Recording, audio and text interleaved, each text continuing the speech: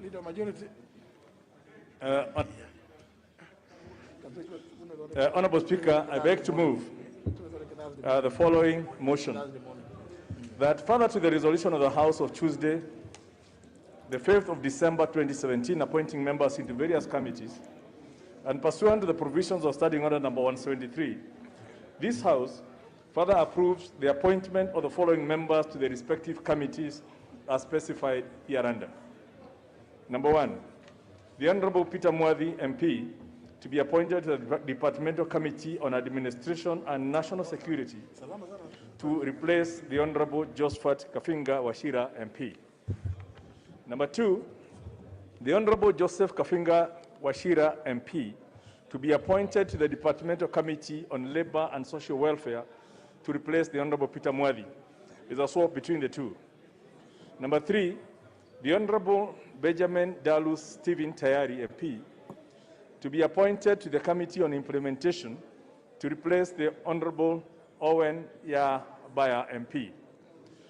Number 4, the Honorable Joseph Kalasinga Majimbo, MP, to be appointed to the Departmental Committee on Agriculture and Livestock.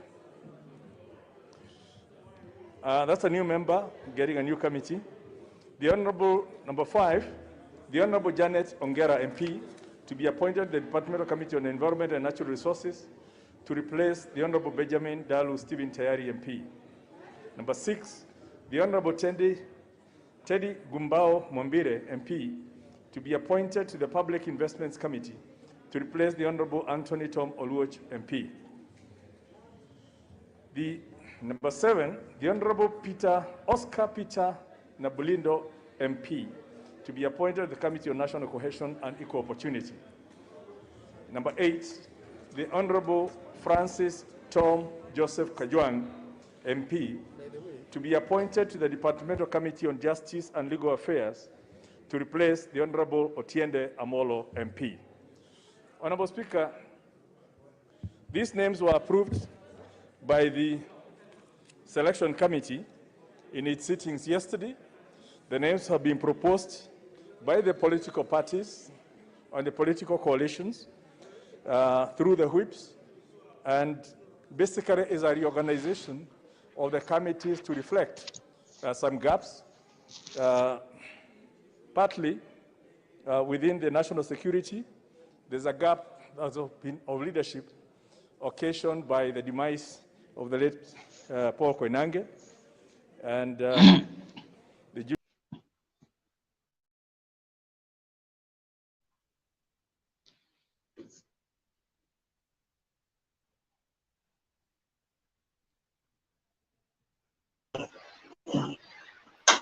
Samalong tunaona leo wameamua kumtoa Otiende Amolo just because they are against the party stand. Position ya party imekuwa tunapitisha BBI bila any changes. So how democratic is this ODM party? Samalong,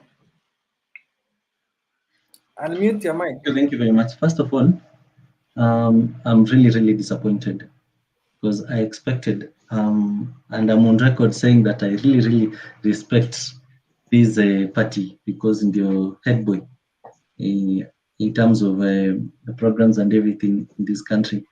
I opted to think that ODM was the strongest party and the most mature one in Kenya. Apparently, they are proving us wrong, or maybe the current leadership is not mature yet. Sababu Otiende Amolo, what he did was actually the right thing as a patriotic man to this country. That you don't lie to Kenyans about the way things are. Another thing, Otiende highlighted the fact that this thing is a package that cannot be edited. It's either you take it all or you don't take it at all. Otiende Amolo, the only thing that he did was to highlight these things because he's a sober person. He's a free man who is entitled to his thinking. For Raila or ODM and we all know that it is not ODM, just ODM, the party, but it is the decision of Honorable Raila Amolo that Otiende atolewe kwa kiti. So for Lakini Raila, Milong nakuuliza hivi. No, let me ask you. Party position ni wanataka kupitisha BBI as it is with no amendments. Kama nani anaona ni hataki kukubaliana chama, mbona basi asifanye the necessary? And then we kaka brother vaa nguo bana, hatutaki watu wanne hapo. So you see, the thing is, Mutembei, Otiende Amolo, he supported. See, he was on the record saying that he supports, but yes, he had to shed the light. He had to go on record kwamba it is not just this thing. We are passing it, but we want it to go through, but let the record show kwamba we are passing it because it has something good, some few good things in it, but we are not given the rights to edit the things that we believe that are not right for the Kenyans. No. So that is the only thing that Otiende did. His vote is still for BBI. He's still pro BBI. But sasa now that wanamtoa, they're making him to rethink. But I know he's a gentleman. He can't just Yes. You know, the problem is kulikuwa na all that time ya kuongea kama kuna any amendment, kama kuna anything inahitajika, there was enough time for that. These guys never raised their voice. They have been saying what I support ODM, what I support BBI as it is, train imemove. Sasa mbona sahi wageuke waanze kusema oh, sijui we can change, we can do this, we can end it, na end it nini hapo? Whereas the party inataka BBI ipite as it is. You see, Otiende Amolo is a professor in law, and this guy hajafika is a kwa professor. I think he's a professor. Ni doctor. But anyway, I stand to be corrected. You see, for Otiende, he's been part and parcel of this process kutoka mwanzo. Sawa, amekuwa kutoka mwanzo, amekuwa kwa the Justice and Legal Committee. Take part as much as he can. And it is him and the others, as per his speech, kwamba they made sure that they have highlighted in the report that they are submitting to Parliament that this BBI, we would have wanted to edit it, but by the law, because it is, I think it is by the law, because alisema kwamba it is something that it has come from outside. So you take it the way mwenyewe ameileta. Now, he went ahead and he did the right thing, trying as much as possible for the final report iwe ime contain the aspects zenye alikuwa na highlight, the mistakes, and also the recommendation kwamba the Parliament would have wanted to edit the BBI, but they could not. That is the only thing that we did. Sawa, Leonard. Yes, thank you very much. Yes, okay, good evening, everybody. I'm proud to join you again. Okay, about the issue to do with Otiende Amolo, I think I'll take you back to 2013 after the Supreme Court decision about the presidential election petition that was presented by the then, it was called COD. Yeah, I have not forgotten, COD. I think Raila came out clear and said that democracy in the country is under test. If you can recall back, my fellow members here. So the decision that Otiende Amolo took is not just the decision of Otiende Amolo. If it comes to respect, there are two politicians that I respect much in the ODM fraternity. This is Senator Okongo Omugeni and Otiende Amolo, whom these two, I think all of you understand, they are senior lawyers in this country. The other day, I think the lawyer of his Right Honorable Raila Odinga came out and said that some people are bringing some the law professional, and it is not needed at this time. He tried to attack these two gentlemen. Otiende Amolo decision is very great, and what he says is what the grounds currently embraces. The BBI, whether changes are done or changes are not done, I think the Kenyan people are fed up with this document. And even the two principals who are really hard fighting for this. Yes, yes. Kenyan people wagani unasema they are tired, whereas tumeona hii BBI imepitishwa in over 45 counties. This bill was passed by giving money to the MCAs. I think some counties were given money to pass this document. So no, since tunaenda kwa elections na itapita na over 50%, over 60-70%, utasema Kenyans I want to assure everybody, and this is what is going to be. If you are going to an election, believe me, this document will fail. Even if they try to rig, this document will fail. Leonard, I will ask you next. Mutembe, remember that the BBI report that was passed, there are two different reports. And I was able to ask. Propaganda. Samilong. It is not a mere propaganda. It is what we call the deep state of deep state sabotage in a way. Okay. Thank you. There are two reports, and it's only one that has been tabled in Parliament. So you cannot say it may pass in a majority. Samilong, unapata debate za Parliament kweli?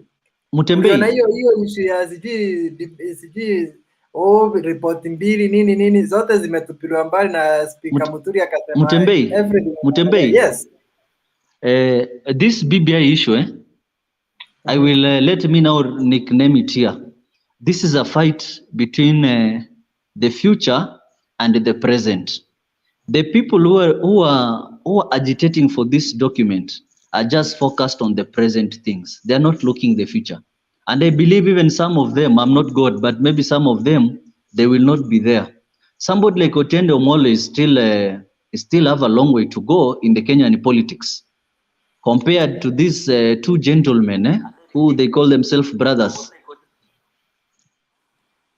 I guess, and I'm 100% sure, currently, those who have been checking, these leaders visiting His Excellency Raila Odinga, they've been visiting this Mzee, and the trend which I'm seeing, it's like the one of the late Daniel Arap Moi.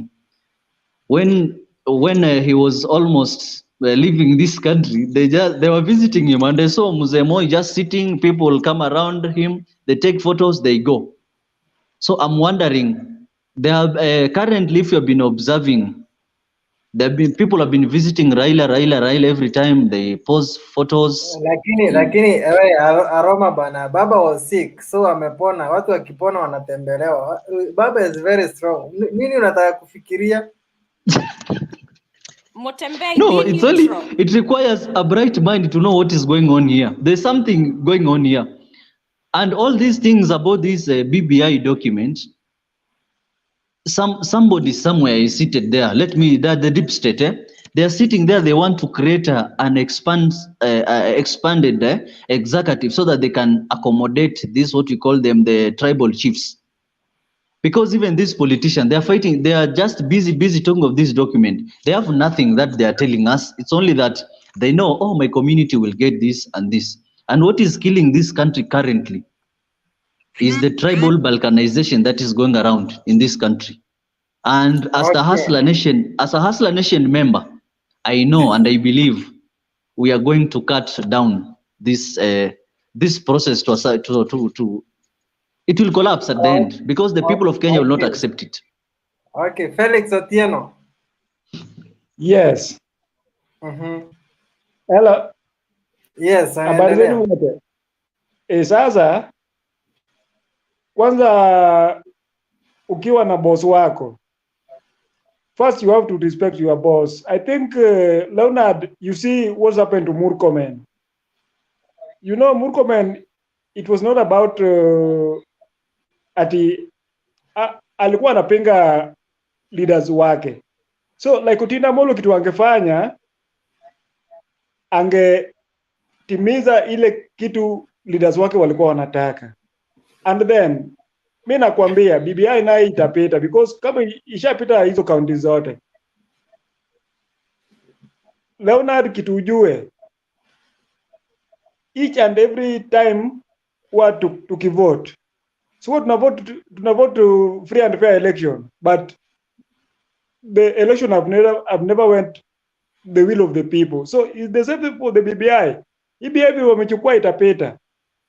Kitu tufanye. Hello? Endelea. Leonard. Kitu tufanye. Each and every person, once you have a leader, respect your leader. Each and every person see what's happened to William Ruto. William Ruto is not bad, is not bad, but he's defying his boss. You have to respect your boss. Hata kuwe mlevi namna gani, boss wako ni boss wako. Otiende Amolo, Raila Odinga ndio boss wake. Anafaa atimize kitu Raila anataka. Because hiyo kiti alipewa juu ya trust. Lakini sasa kama anataka kukosa hiyo trust, hata kama ni wewe. So that's my opinion. Sawa.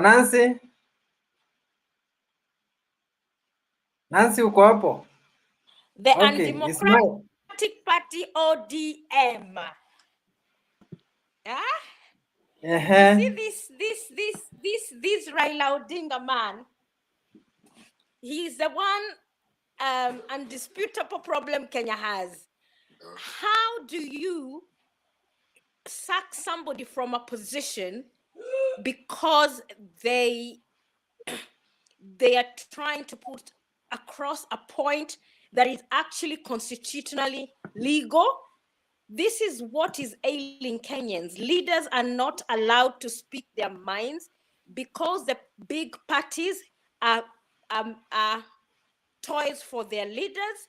And Mutembei disappoints me every day because his headlines are very misleading.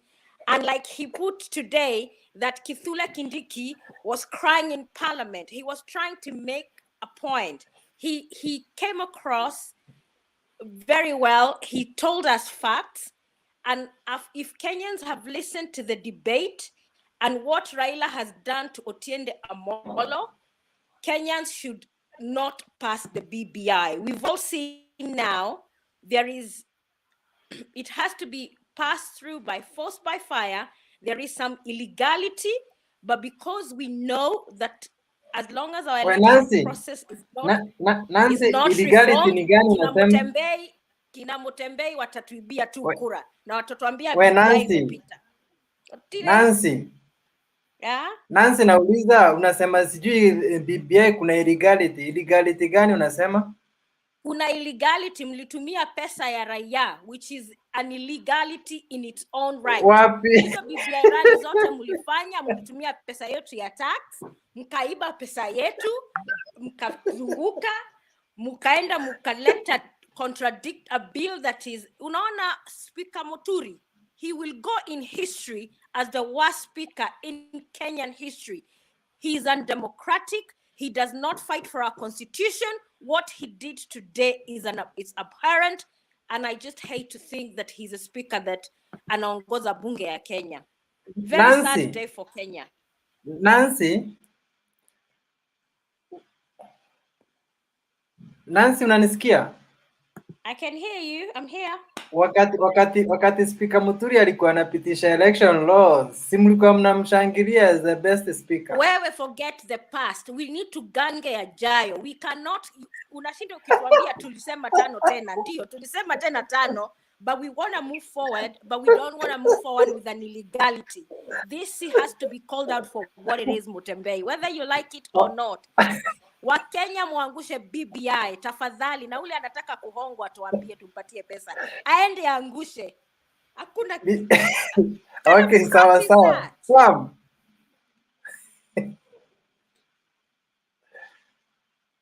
Sam, unmute your mic. Okay, I can hear you. Thank you so much.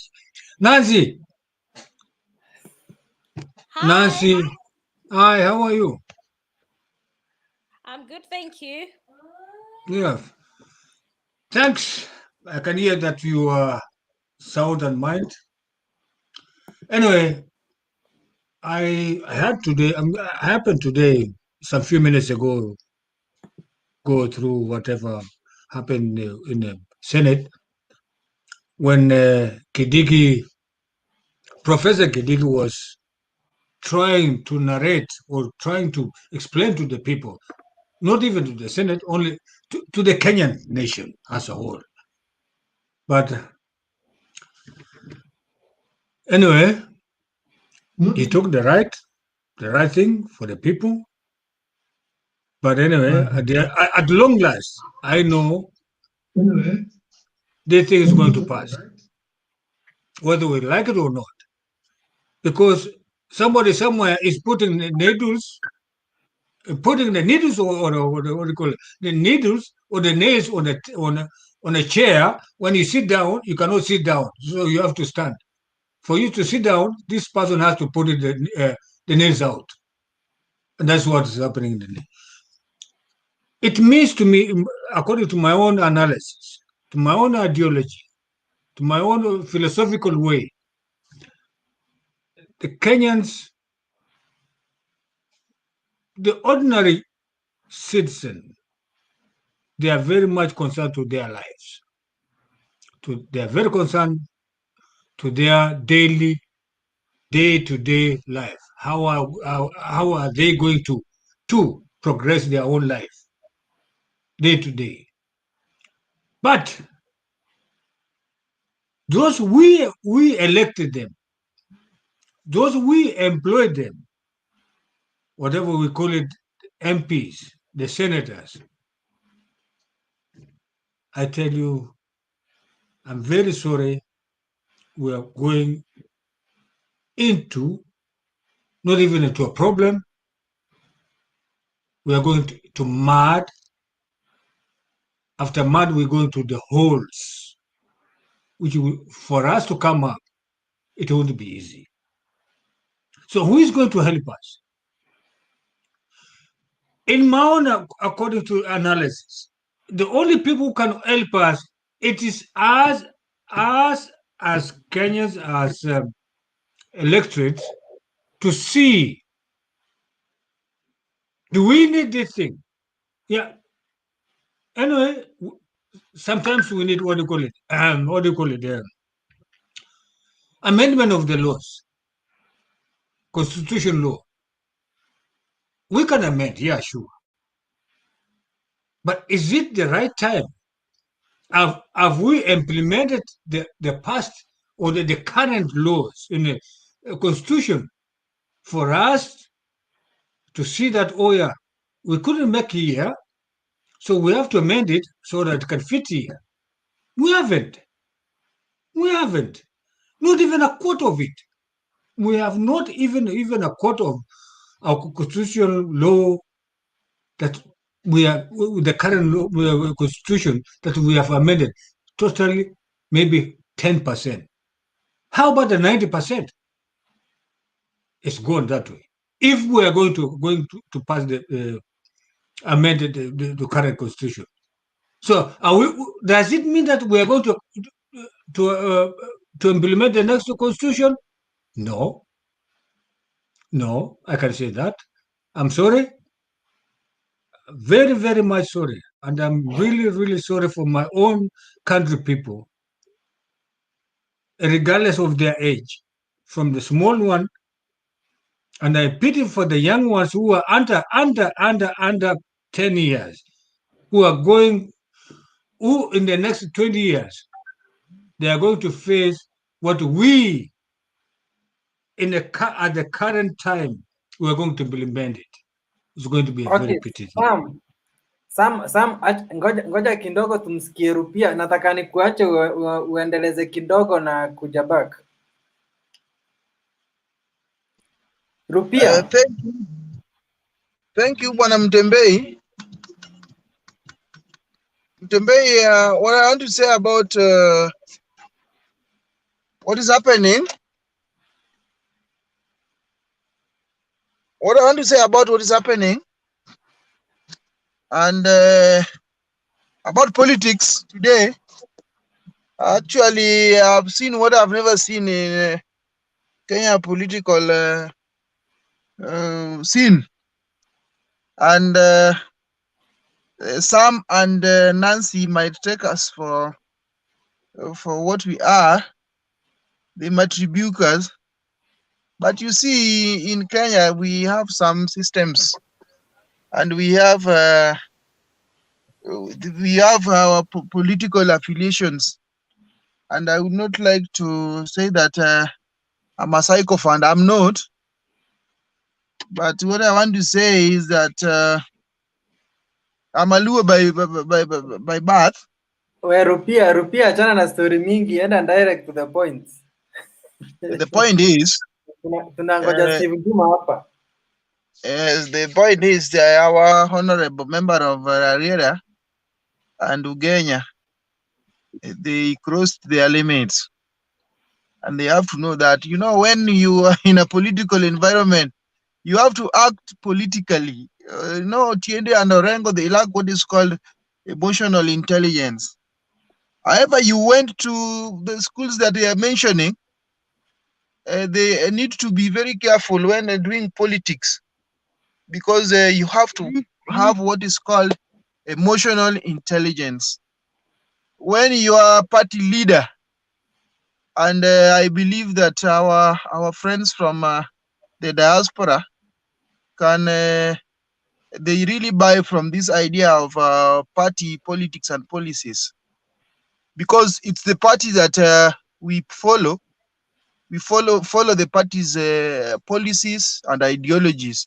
So if you are not with a party, then you are just supposed to quit and join a party that you feel that has the ideologies that you can abide by. You know, the BBI has been criticized and praised at equal measures. And right now, the stage that we are in, we cannot say that there are some there are amendments we can make at this stage, but we now believe that BBI is improving the constitution that we have. I don't see anything bad with the amendment, with the BBI. But what I would like to say is this: BBI is a political process, and a political process driven by political forces. And I encourage people here, just look at the good things that the BBI is offering. There are good things inside. There are also bad things inside. And we cannot say that BBI cannot have bad things. It has bad things.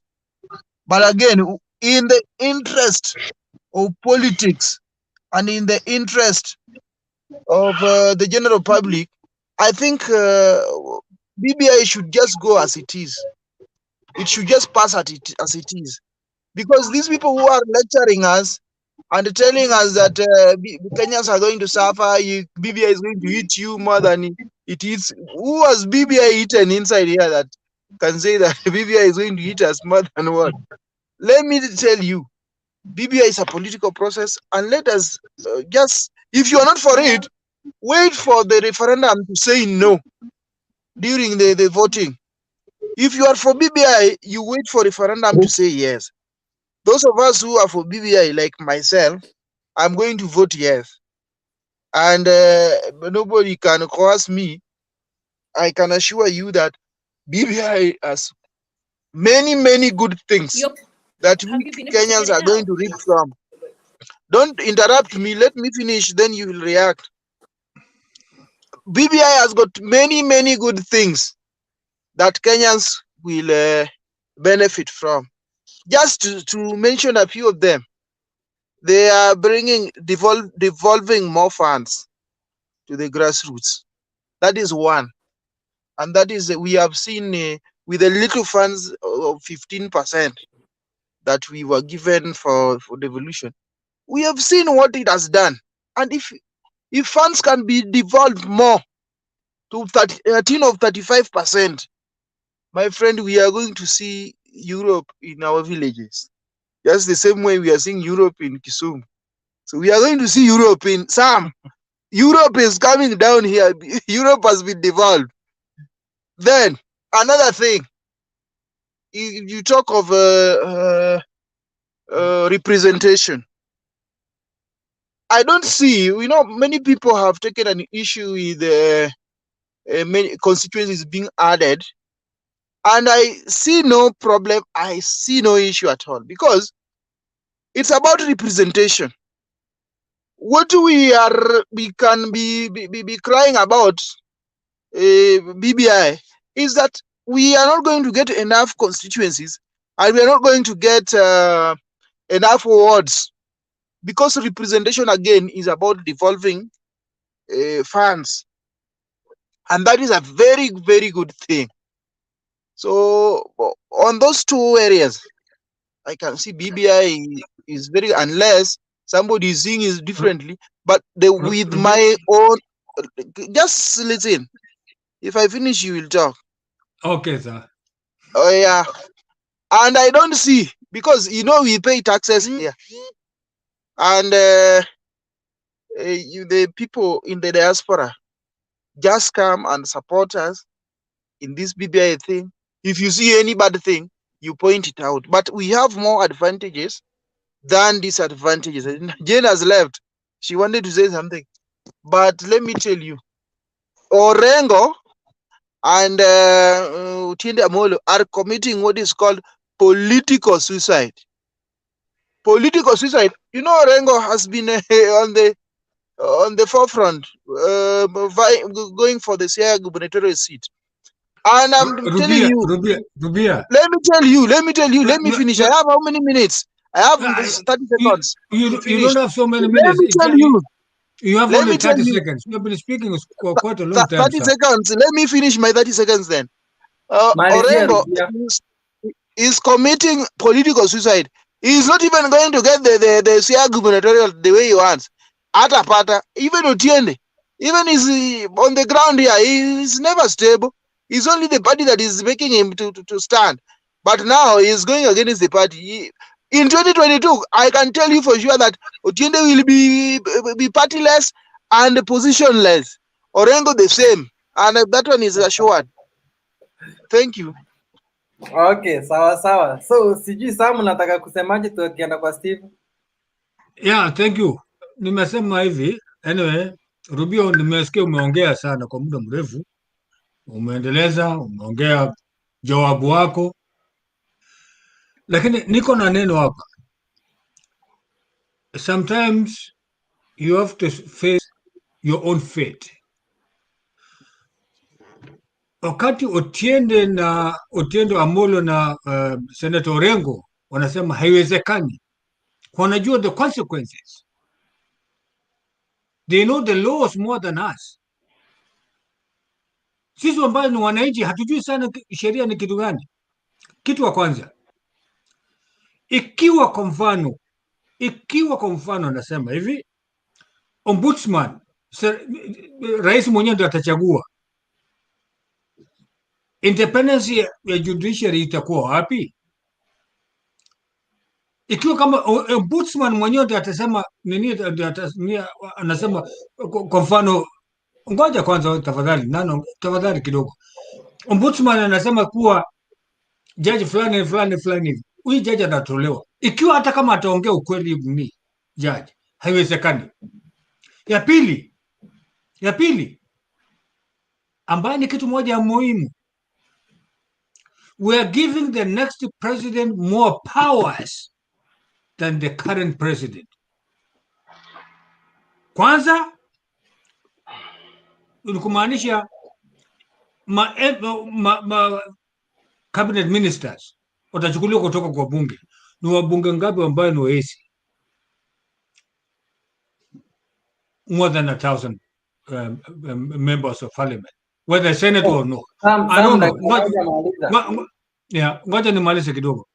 Pili, the next president can, in every way of his own powers, given by us, is going to do so many things that we will regret the next of our life. Nikisikiza huyu MP anaitwa Sicily Barire alipoongea, I had to think 3 times.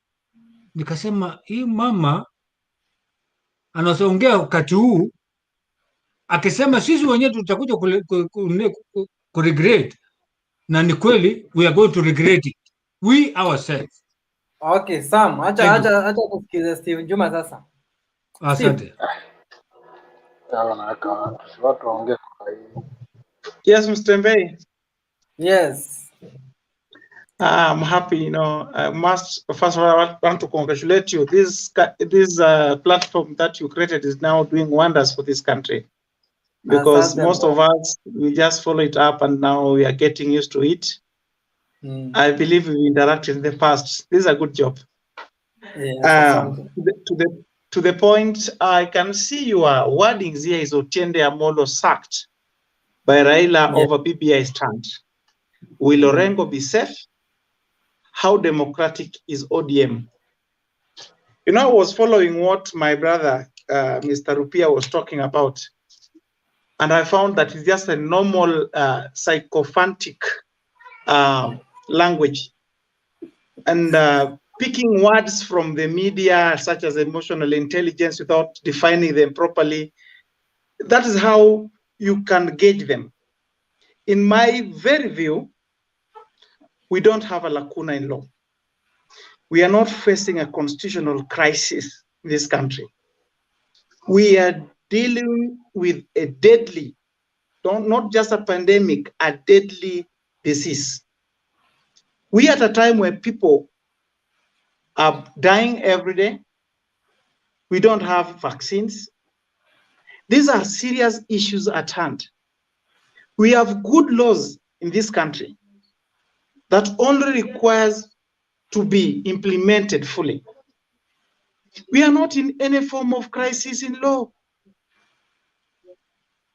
Someone like Otiende Amolo and Senior Counsel James Agri Bob Orengo, these are people who can teach us law.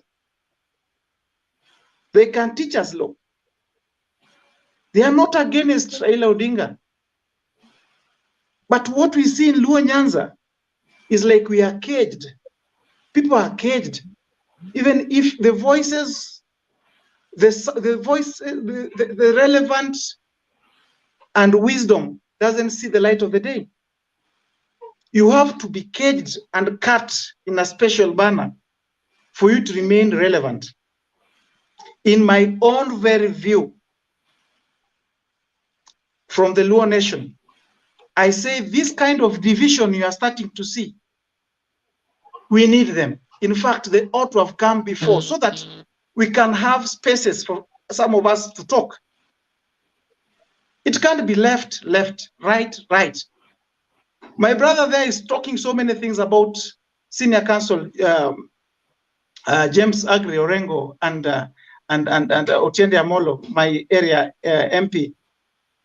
Who knows this man called Rupia? Does even have a local standard to address public, or we are just abusing the platform that has been made for us to share views? My brother, it's good evening. Let me not go emotional because I feel for this country. This is my country. I see we have better things to pursue. People talk about BBI, and unalala njaa kwako. BBI, mafuta inapanda kila siku. Inapanda na shilingi 8. Inapanda na shilingi 8. Inaanguka na shilingi 2, inapanda na shilingi 8. Maisha inaendelea. Hao watu wenye wanaongea saa hii wanasema mambo, wako na vitabu saa hii ya kuchangisha pesa mpaka ya matanga ya nyumbani. We have serious issues, my friend. Thank you. Let me react a bit. What I'm saying is that Otiende Amolo and James Agui Orengo. That guy should not be allowed to talk. That guy should not be allowed to talk. If it's Rupia, okay, let me react, please. You cannot react. Are you the owner of the show? Can you just keep quiet? I'm saying this issue Can of you control this guy? You don't have a decorum. You have no decorum even for communication. Where did you do your communication skills? How do you measure decorum? Do you have a gadget for measuring decorum yourself? Why are you commandeering a public where people are all Can you stop heckling so that I can contribute? Because you have no manners. Gentlemen, okay.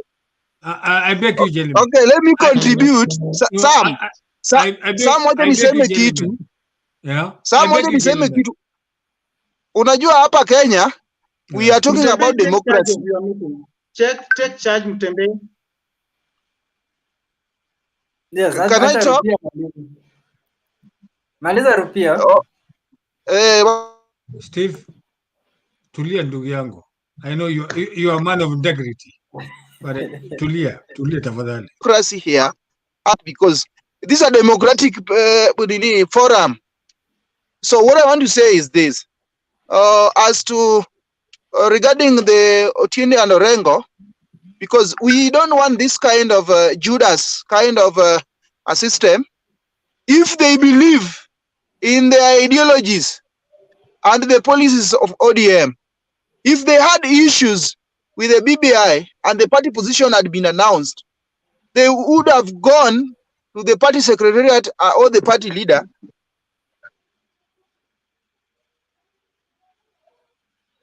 And they have gone ahead to air their different. Let me finish. They have gone ahead to the parliament, into the parliament, and started criticizing BBI. We know that they have personal agendas to drive. And I don't want just to mention that. Now you are driving me to mention that. And all these things, know them. We were privy to them. And what I've just said is, politics is done with intelligence. If you are in a party, you have to follow the party policies. If the party have said we go right, we just go right. This is now politics and nothing else. BBI is there for us, for all of us.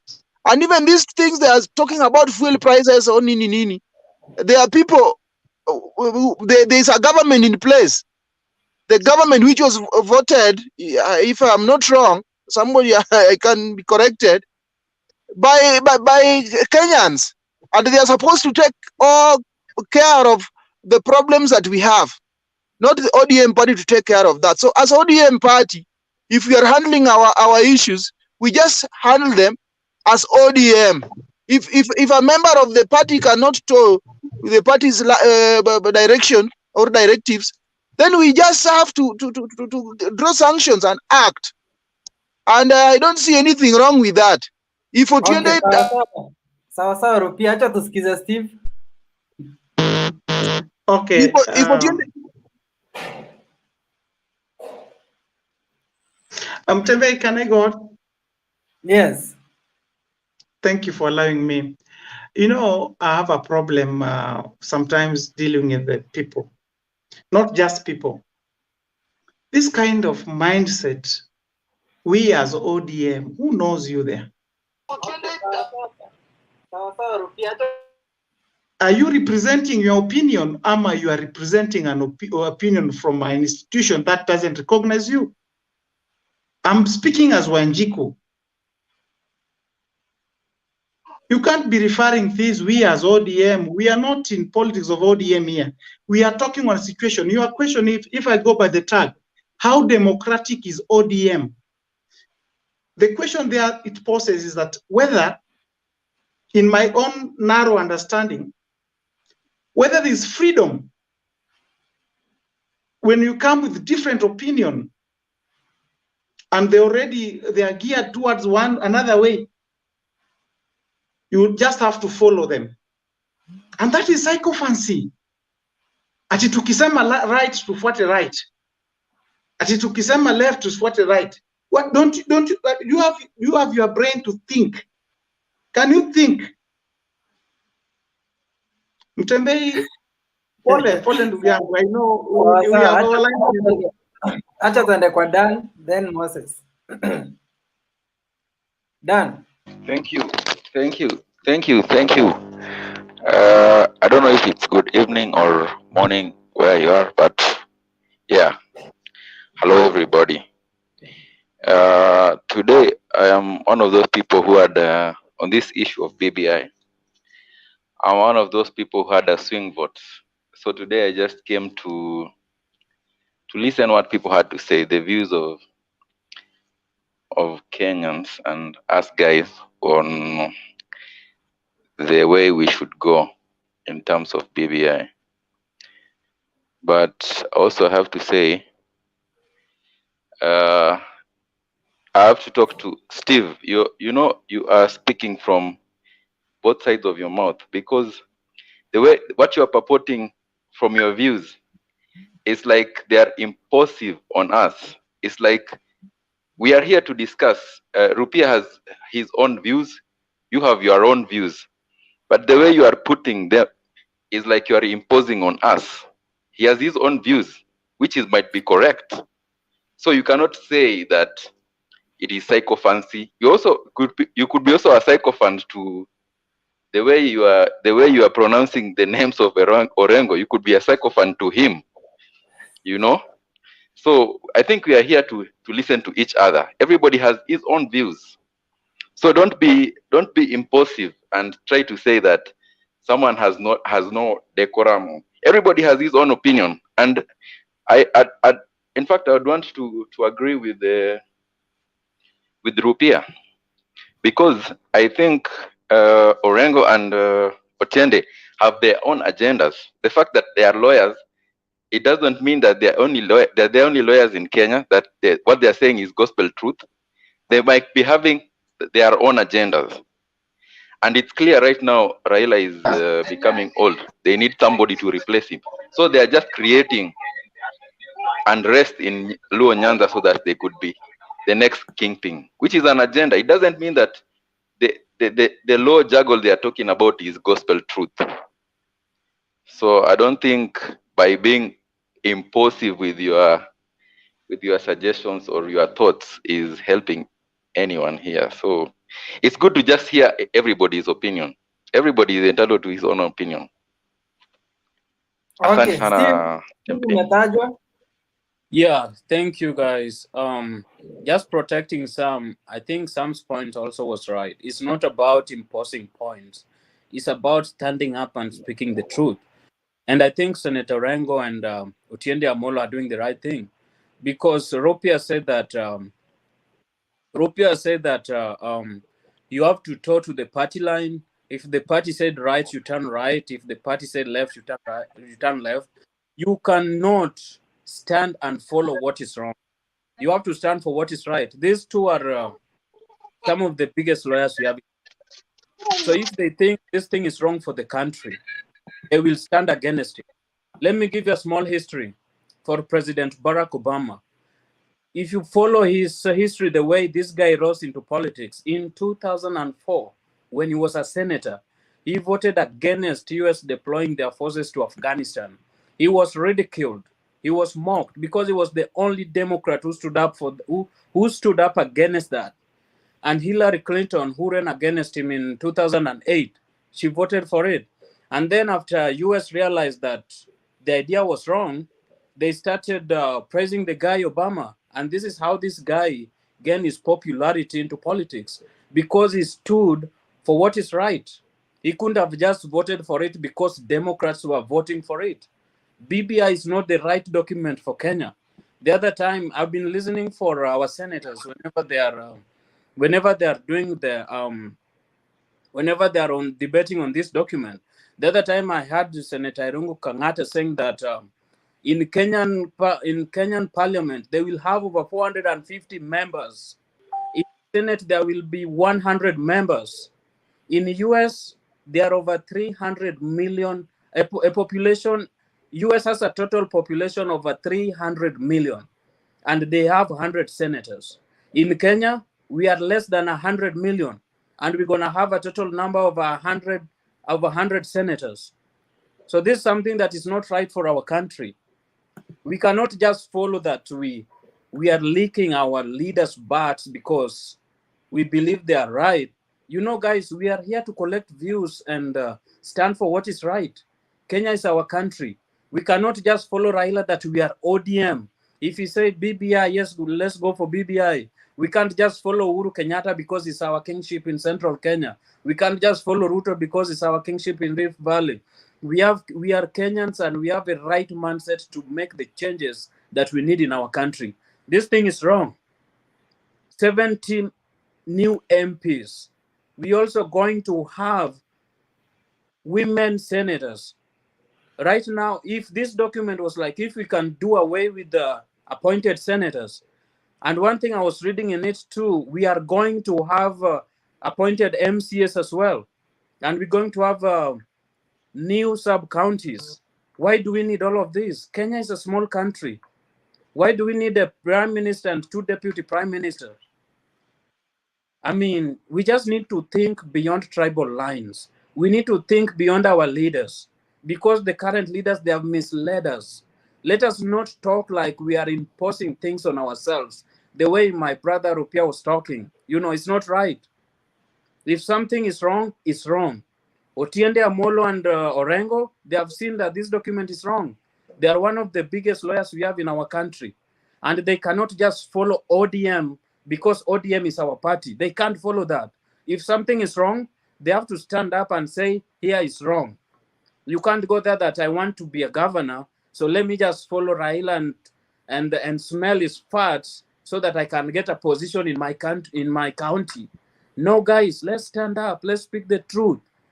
Let's just not say words because I want to put that impression that I'm a member of ODM. It doesn't work that way. The future of our country depends on us. And there are people who view this live and they also use what we talk about here to go and educate others too. Let's not just talk to put that impression that I'm a Jubilee member, I'm a pro-Raila member. No, guys, that's not wrong. If somebody says something wrong, we have to disagree with it. It's not about imposing on somebody. Thank you, Okay, Mutembe. sawa, tusikize Kizito. Okay. Thank you very much.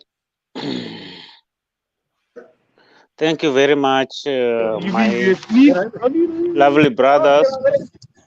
First, I would like to say hello to you all. And first and foremost, like I said it last time, I hear all of us here talking about democracy. What is democracy? These people, we talk about Orengo, we talk about Otiende Amolo. They are lawyers. Like Moses has said, they are big lawyers. But don't you know that we also have big lawyers also just like them? Lawyers are also coming from university. They are coming up. The new members. We need new members. Even an old cow, if you go to plow with an old cow, one day you have to change it. But any politics in Kenya, they do politics with what they want to be. If Otiende Amolo, just like Rupia was saying, me, I don't differ with you people, but as Rupia was saying, they know why they are changing their tactics because they are the people who invented this thing, who started this thing. Why is it that right now they are coming back to say it's wrong when it has passed all these things? Believe me or not, in Kenya, people always vote what is wrong. It's what they vote. Even if you put anybody who is right to be the president today, he will never get that chance. So this BBI, believe me or not, it will pass whether we say it's wrong or right. That one, mark my words, and we wait for that. August, we'll see. In this channel, with Mtembe, come back again in August, we'll discuss about it. Mr. Moses, you are very right. But the only problem we have, Kenya, it depends on ethnic groups. Whether we deny or we accept, it is that one. all these people who are watching us here, you look at the revenue allocation that was put in the Senate. Look at Parliament right now. Parliament in Kenya was declared illegal. Why is it that they've never dismantled that Parliament and go home and start again? Because of the party. They don't want, they run to court. That court, if there's no ombudsman, that same court, this ombudsman that people are fearing that will interfere with judges. If they could have been there, they could have told these judges that when you are giving out this, you are barring these MPs from member of parliament from being dismantled. You are allowing their petition. You are the one who is building up corruption in Kenya. CJ Maraga said parliament was illegally constructed. They should have, if they are clear in mind and there's democracy in Kenya, they could have dismantled that thing and go home, which means parliament itself is corrupt. They are taking money and they are there illegally. If you go to gender equality, from 2013, 2010, up to now we are 2020, they have been defeated to just to square this thing and say, okay, 2017 when we were going to election, let us gender equality be there. Men, if you listen to the parliament today, even the way Emilio Diambo was talking, the men, they wanted to pressurize women. They tell them, you people buy us tea. When they go there, they vote for themselves. Kenya, they are selfish. These our leaders, they are selfish. This BBI document, me, I'm for BBI, whether like Steve was saying that somebody is not ODM, me, I'm an ODM member by blood, me, I'm Baba person.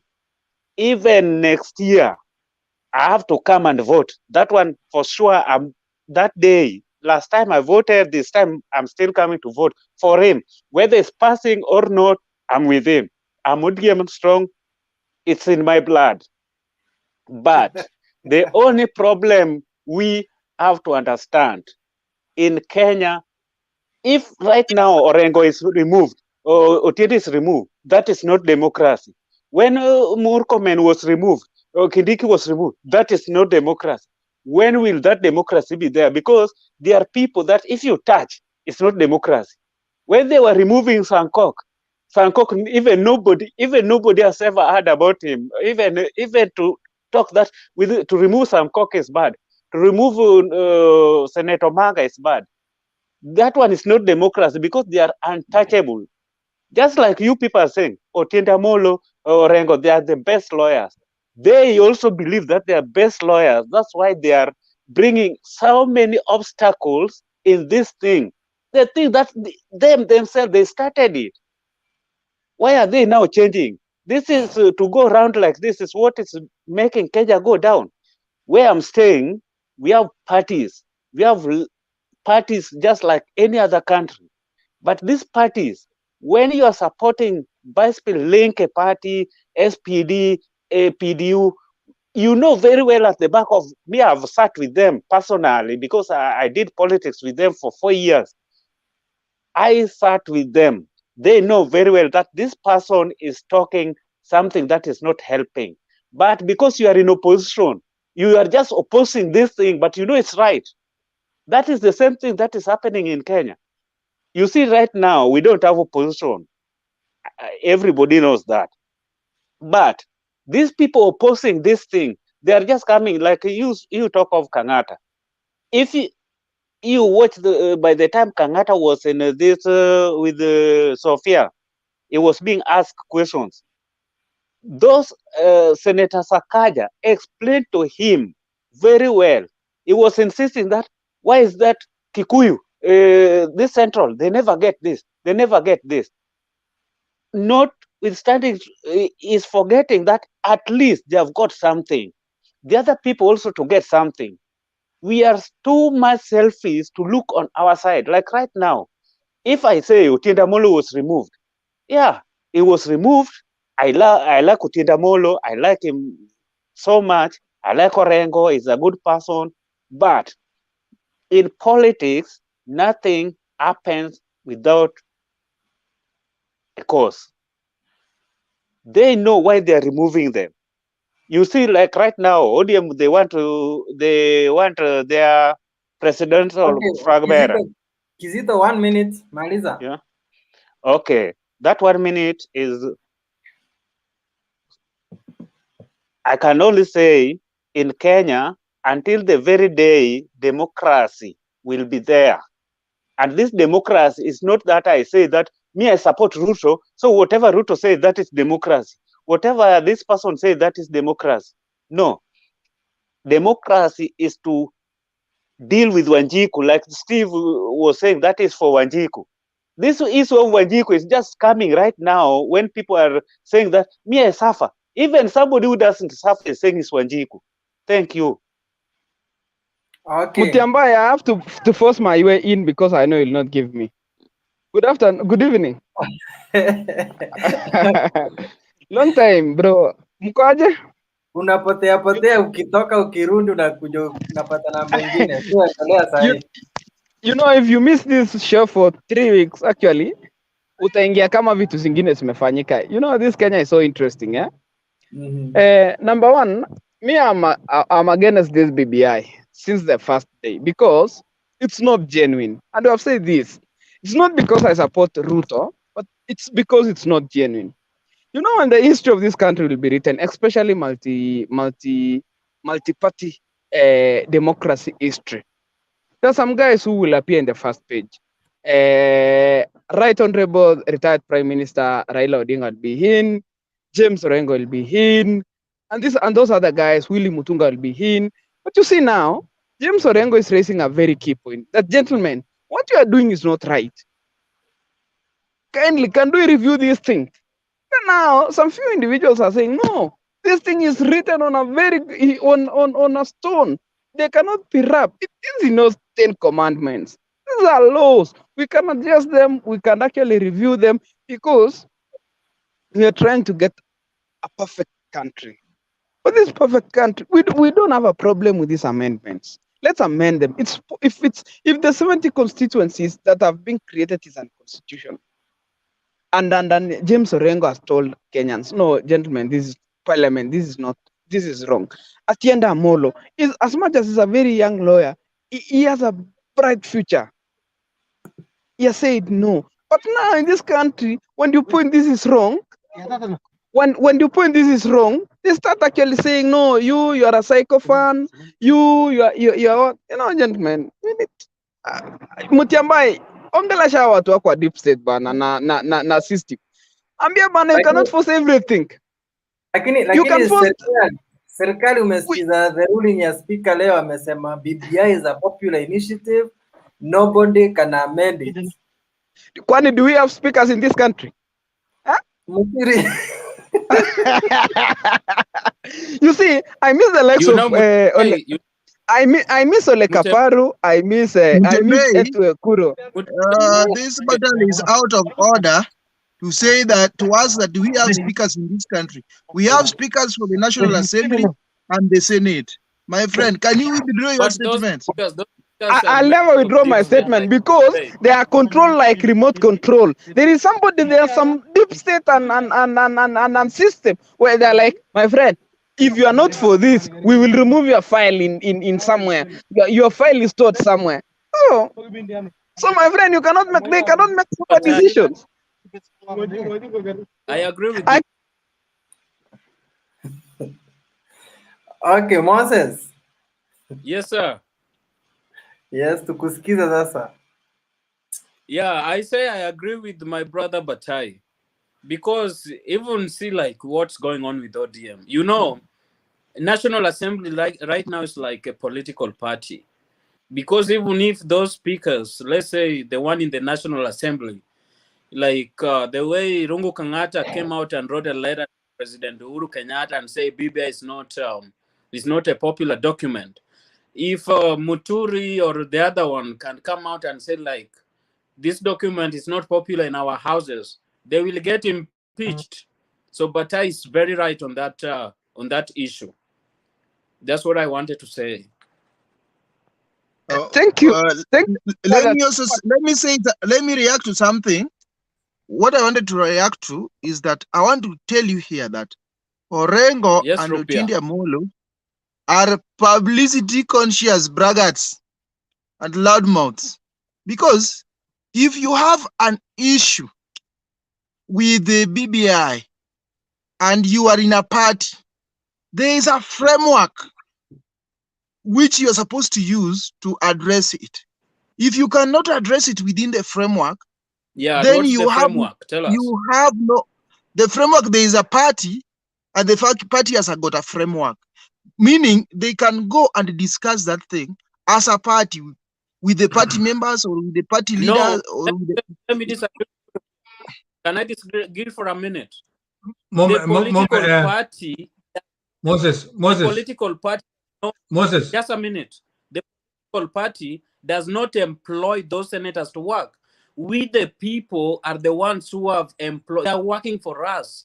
So if it is wrong, they have to come and talk to us, because we are the ones who employs them. We vote for them. The political parties don't vote for them. Do you get my point? Moses, let me just correct you a bit. Kindly allow me. The reason why I'm saying, Rupia, kindly let me out my name. Bartai, just a moment. No, let me kindly inform my brother, my Rupia. Moment, Bartai, okay. moment. Let Rubia finish first, then you need, please. Okay, thank you very much for that protection. What I'm saying is this. We cannot just do things anyhow. We must be structured in everything we do politically. That's why I'm saying there is a party, ODM, and the party has given its position on the proposed amendment. If Orengo and Otiende Amolo had issues, they are supposed to correct it or discuss it within the party structures. And once they have discussed it and have agreed, and the party announces its position on the issue, they're supposed to take the party position as theirs, because the party sponsors them to the house, both houses, to Senate and to National Assembly. So if they don't do them within that structure or within the framework, then they are lying to us, because they had all the time to discuss this thing within the party. Now, why are they going against the party that sponsored them?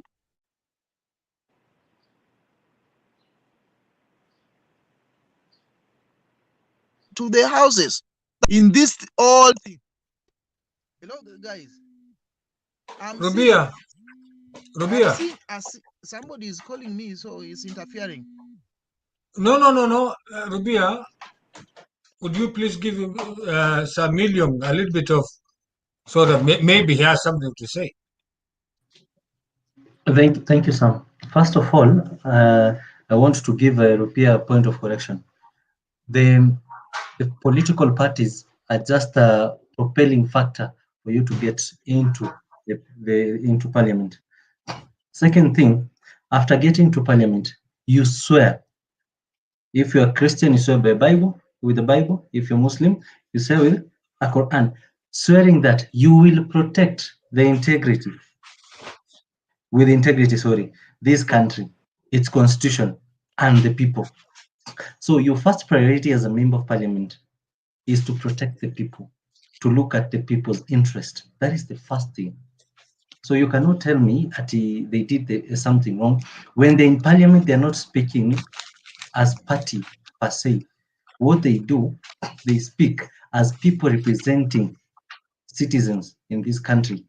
And it would have been biggest betrayal and an act of lack of integrity to somebody like Otiende Amolo, somebody that has been respected his entire career. We have been watching him even before he came to parliament. He's a man of integrity.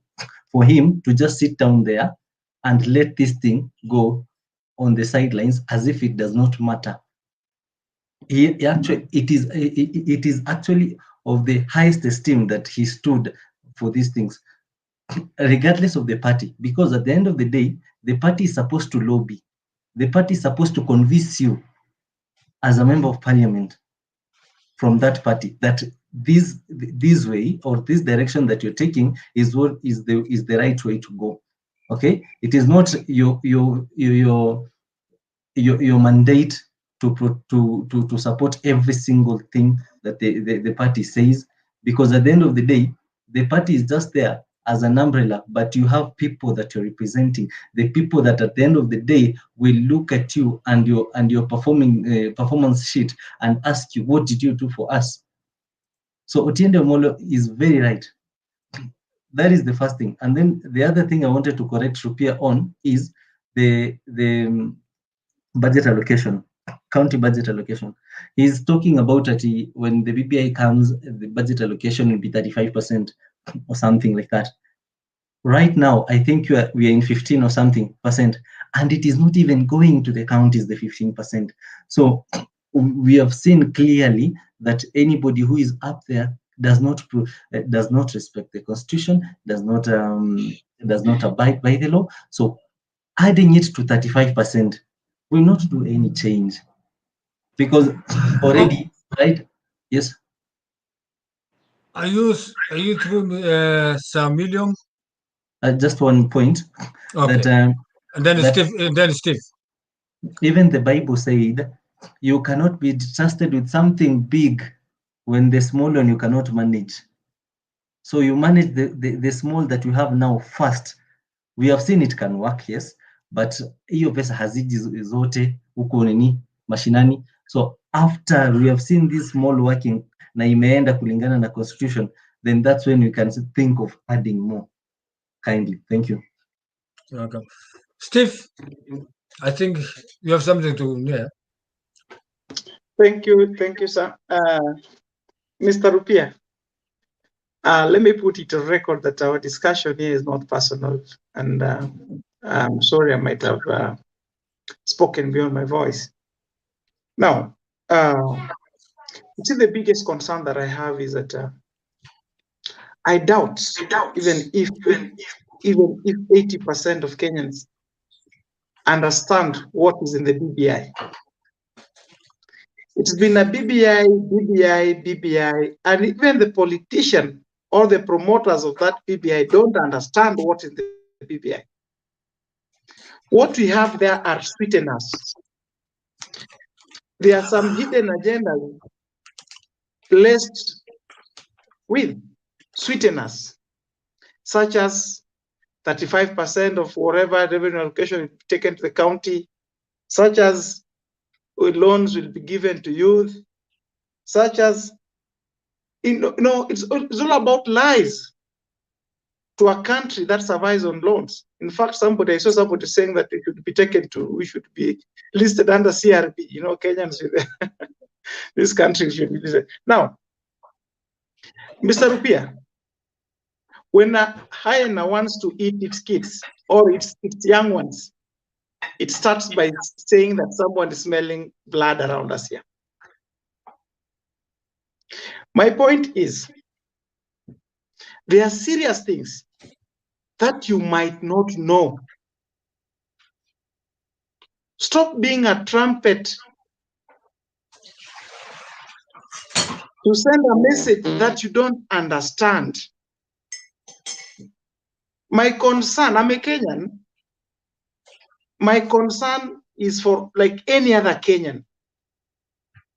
And I'll go back to my previous concerns. We have burning issues at hand. You've just mentioned Senior Counsel Otiende and Senior Counsel Orengo. These were they were drafters of this BBI thing. And to my very narrow understanding, again, I doubt whether they are opposed to BBI, but they're just raising concerns that everyone is saying there's something new here that doesn't make sense. Just the other day, you had counties voting for a document that they didn't even read because they were told they were given car grants. We are the voters.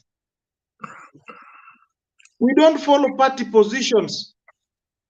We elect these leaders, they go and take oath, like my brother Samilion has spoken about.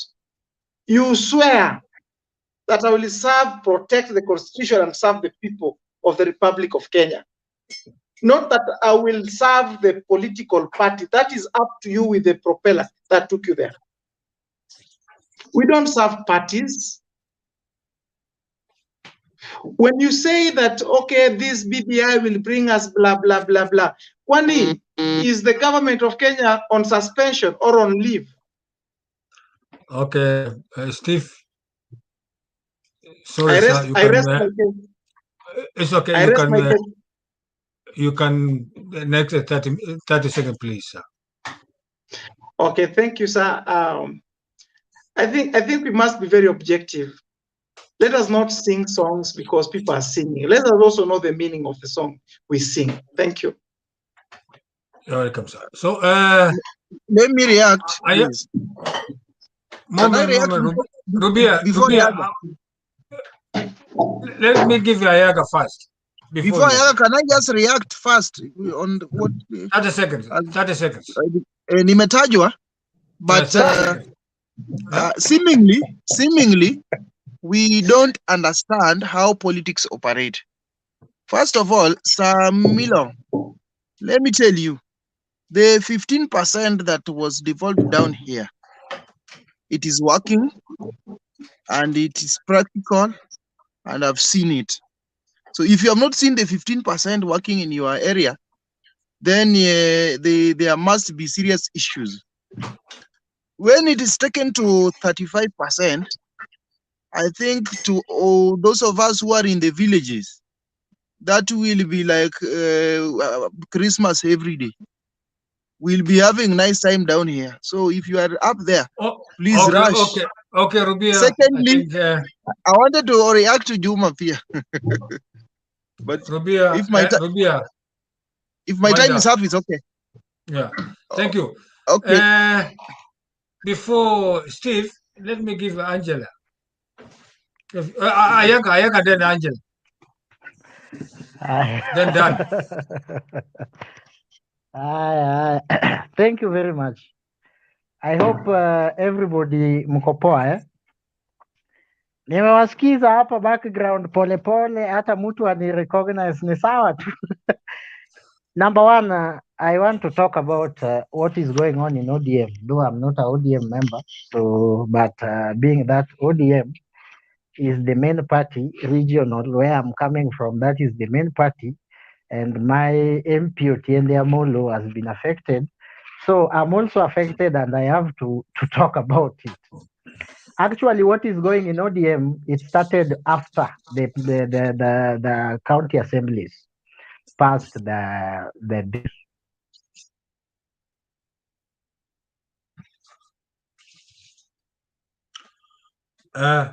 Ayaga, I think we cannot get you. Hebu nipatie kidogo Angela, kabla jiingia nani Steve. Angela, Angel. Hey, good evening, everybody. Guys. Good evening, good morning, good afternoon. Nice, Steve, you come from there.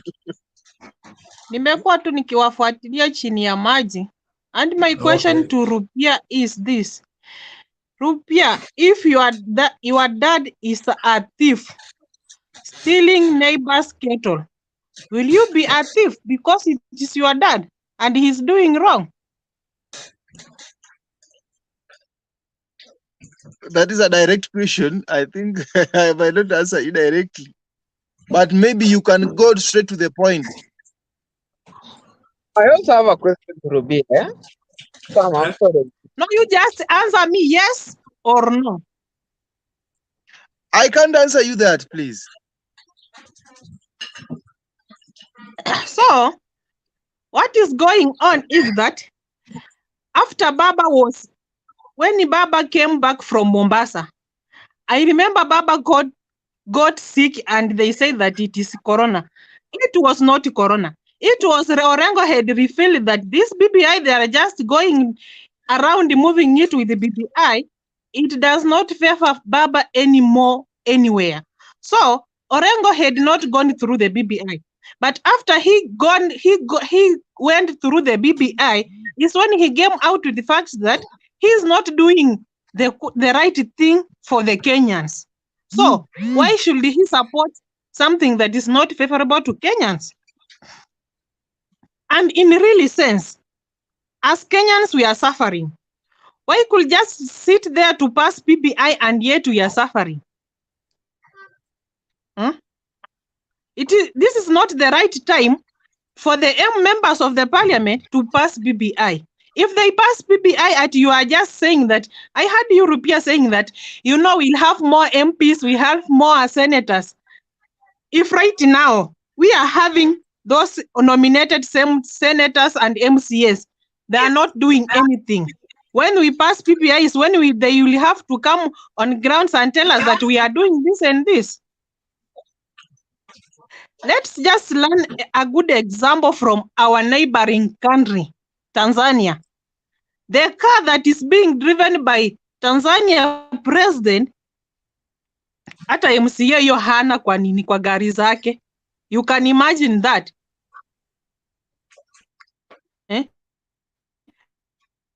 The salary that Tanzania president, na hiyo ndo maneno inatumiza Kenya hii. Hao wanataka mishahara zao zipande kila siku, hawataki kujali maslahi ya wananchi. Tanzania ina balance maslahi ya mwananchi wa chini na wa juu wakuwe level moja, maisha ikuwe sawa, kusikuwe na mtu anaumia, and that's why they did that. But in Kenya, mkiona pesa ziko huko mbele, mnaona tu pesa ziko huko mbele. Rupia, it seems that this BBI has been giving you money through the M-Pesa.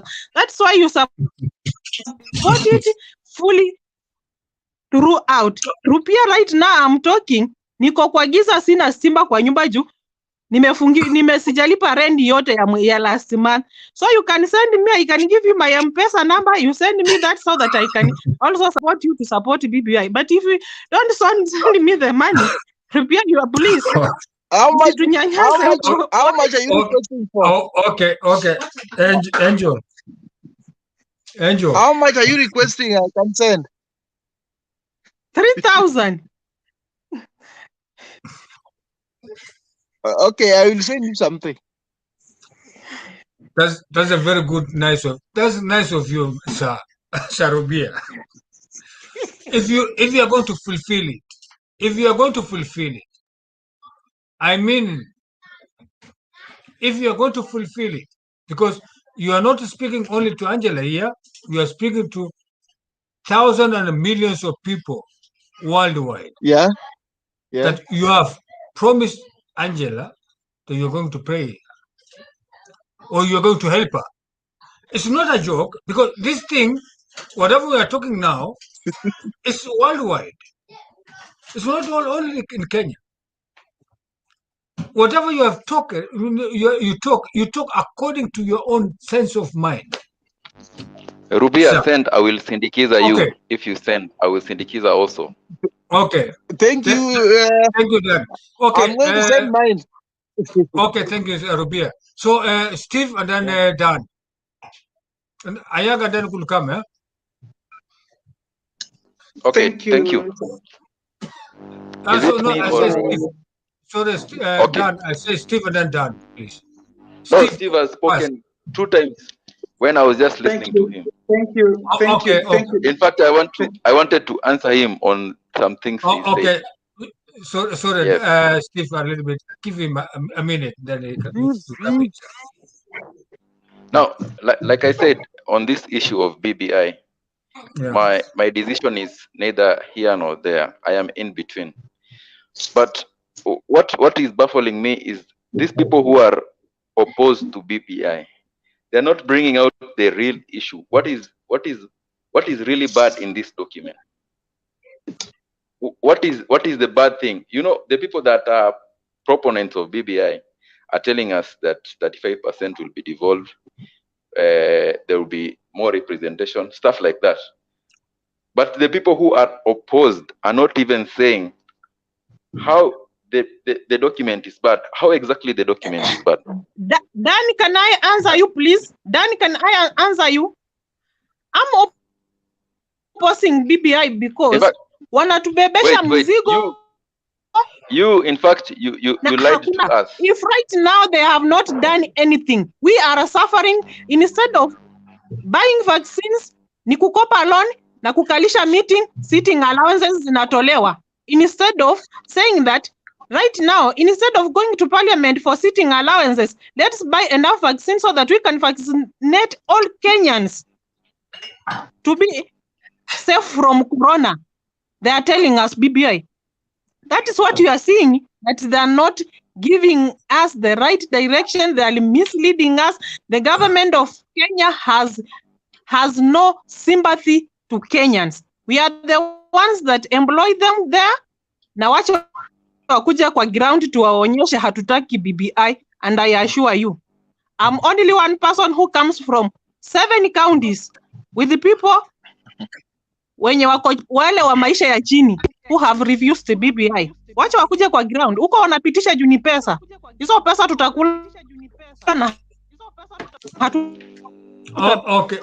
Okay, Angela. Sam, okay, I'm Angela. forcing my. I assure you. Sam, I'm forcing my way. I'm forcing my way. I'm forcing my way to actually support my sister Angela, because who is that? And what Angela? My name is Barthai. No, you cannot be forcing yourself. There is a line. Barthai, just a moment. Dan, it's okay. Barthai, Yes, just a moment. Like I was saying. Want to talk. Steve. Thank you so much. Thank you so much for that indulgence. Now, I want to respond because I can see Rupia is the most controversial man here. Allow me just use you now for the last time, even as a response to Dan's question that those criticizing or not criticizing really find that is a problem in BBI. We need to tell them the problem. First, I would want to know which country are you now? At the time we are talking, government has not dispersed 2 billion to the counties. This is just killing devolution itself. We have a new baby here called devolution. Let me talk to you as somebody who doesn't understand what is happening on the ground. Rupia, you just mentioned that. You just mentioned that. And I'm in Rwanda for your information. I am nearer to Kenya than you are. I'm guessing. Thank you. You are nearer to Kenya. Okay. I must admit that I'm a senior county official as I speak to you. I work for a county that has not received money even from the January and February today. Our devolved units are dying. You've seen demonstration. The other day you had then Emeritus Chair COG saying that we can even now go back to national government because the devolution is no longer working in the counties. At a time, the national government cannot remit 15%. You are now promising us that 35% will come. From where? Okay, so Steve. Please. Just one question, Steve. One question. Just a moment. One question. I just want to react. Can you please let him finish? Thank you, sir. Thank you. Now, my brother Dan and Rupia, as much as we would be seen like making statements, I'm a member of ODM. That is my party because I got my grandfather there. My father is there. Now it became ours. But it has come to a time. Now we must start reasoning. When you are young, I believe that you are told in the assembly that you are the leaders of tomorrow. Are you a leader today for tomorrow? It is our time to start reasoning differently. Our priorities are different. Our priorities is to see that we have jobs now. Our priorities is to see that devolved units are working. Our priorities are to see that we have low. Okay, Steve. Can I finish? You can finish. You finish, sir. Okay, thank you. Sam Along, you can support my opinion. Okay, Sorry, before Mr. Million. No, I just wanted to ask a question before we forget what he has said. Okay. I want to illustrate that is the problem. You are not telling us the problem is corruption. That's the money is not reaching. It is not the BBI. Whether you put 35%, whether you put 5%, whether you put 2%, it will not reach because of corruption, not because it is enshrined somewhere in a document. In BBI, BBI is not the problem. BBI is not the problem that's causing that money not to trickle down. It's something else. Not unless we deal with corruption, even if you put 0%, it will not reach. So you are still not illustrating where BBI is the problem. And that's my concern. Thank you. You are entitled to your opinion, though it doesn't hold waters for me. Okay. Thank you, gentlemen. I can see Mr. Million, or Sir Million. Sorry, says Mr. Sir Million. Sir Million. I think. Okay, thank you. First, Dan, nataka tu nikusaidia. I want to highlight some few things that is in the BBI, and these are a few things that when I was following up the parliament proceedings and discussions, I was able to highlight them. First, it was about judiciary. What they're doing, they want to create, according to BBI, somebody called a judiciary ombudsman. Judiciary ombudsman is somebody that is going to be like a watchdog over judicial service officers. One of the negatives about this is one, there'll be no security of tenure, because now the judges and the judicial officers, anybody can just take them to ombudsman and investigations will be launched unnecessarily. Second thing, they want to give the CJ full power to deal disciplinary with judges. That means the judges will be sitting on that bench but controlled from one control room, that is the CJ's office. And the CJ is directly appointed by the president. So I don't need to illustrate more there. Second one was the police commission. The police commission is being stripped its powers, and then the powers are given to the inspector general. This is an independent commission, same as the judiciary. So it's called the JSC, the Judiciary Service Commission. Yeah?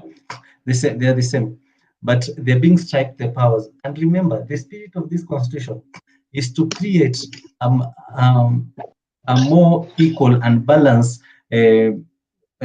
institutions, such that there is no institution that is going to take advantage or intimidate another. Allow me to continue after I'm taking this call. I'm still at work. Kindly. What I want to say about what is happening and about politics today, actually, I've seen what I've never seen in Kenyan political scene. And Sam and Nancy might take us for what we are. They might rebuke us. But you see, in Kenya, we have some systems. And we have... my friend, we are listening to a recording. Please. What's wrong? And Rubia. We are listening to something else. We are listening to our own peculiar things. Ayaga, can you hear us? Yes, thank you very much. Now Take my over net, I had a problem with my net, and I think they are. Yeah. You take over the thing. The next 10 minutes. Okay, thank you. Thank you very much. So you're not entitled to speak. You're the chair. Oh, I am the chair. Yes. So you're not entitled to speak. Even chairs have their views too. You will speak last. So Just unmute your mic, let me talk, and then after that I will take charge. Yeah? You cannot Thank you speak, very then much. you take charge. You cannot speak, then you take charge. When you're given to moderate, you moderate, then you speak last. Sammy has actually left. Let me speak first. Thank you Who so is much. talking? My name is Serikal Bartai. I've requested, I always force my way on this show. I've never known why. I've never been given time. But Thank you so much. Serikali, I heard you speaking the other time. No, let me, actually, I want to answer my brother, Rupia, because this guy In look like 3 he's not minutes. in Kenya. This guy look like he's not in Kenya.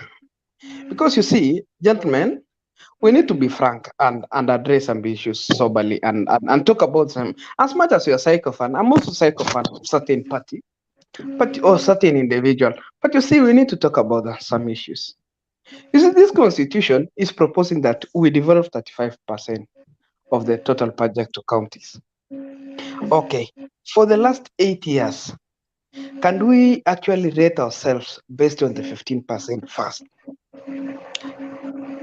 I'm close to some county officials, and I don't want to actually mention these county officials.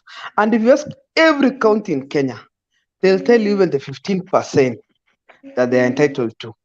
It is push and pull.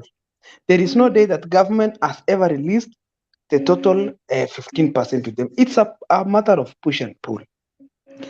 Okay, go back to our counties. Look at our subcontractors who are working for counties. Ask them when are they paid. Some are paid even 4 years after working. Why? Because there is no money in county. It is a fact. So if first we have not managed 15, how will we manage 35%?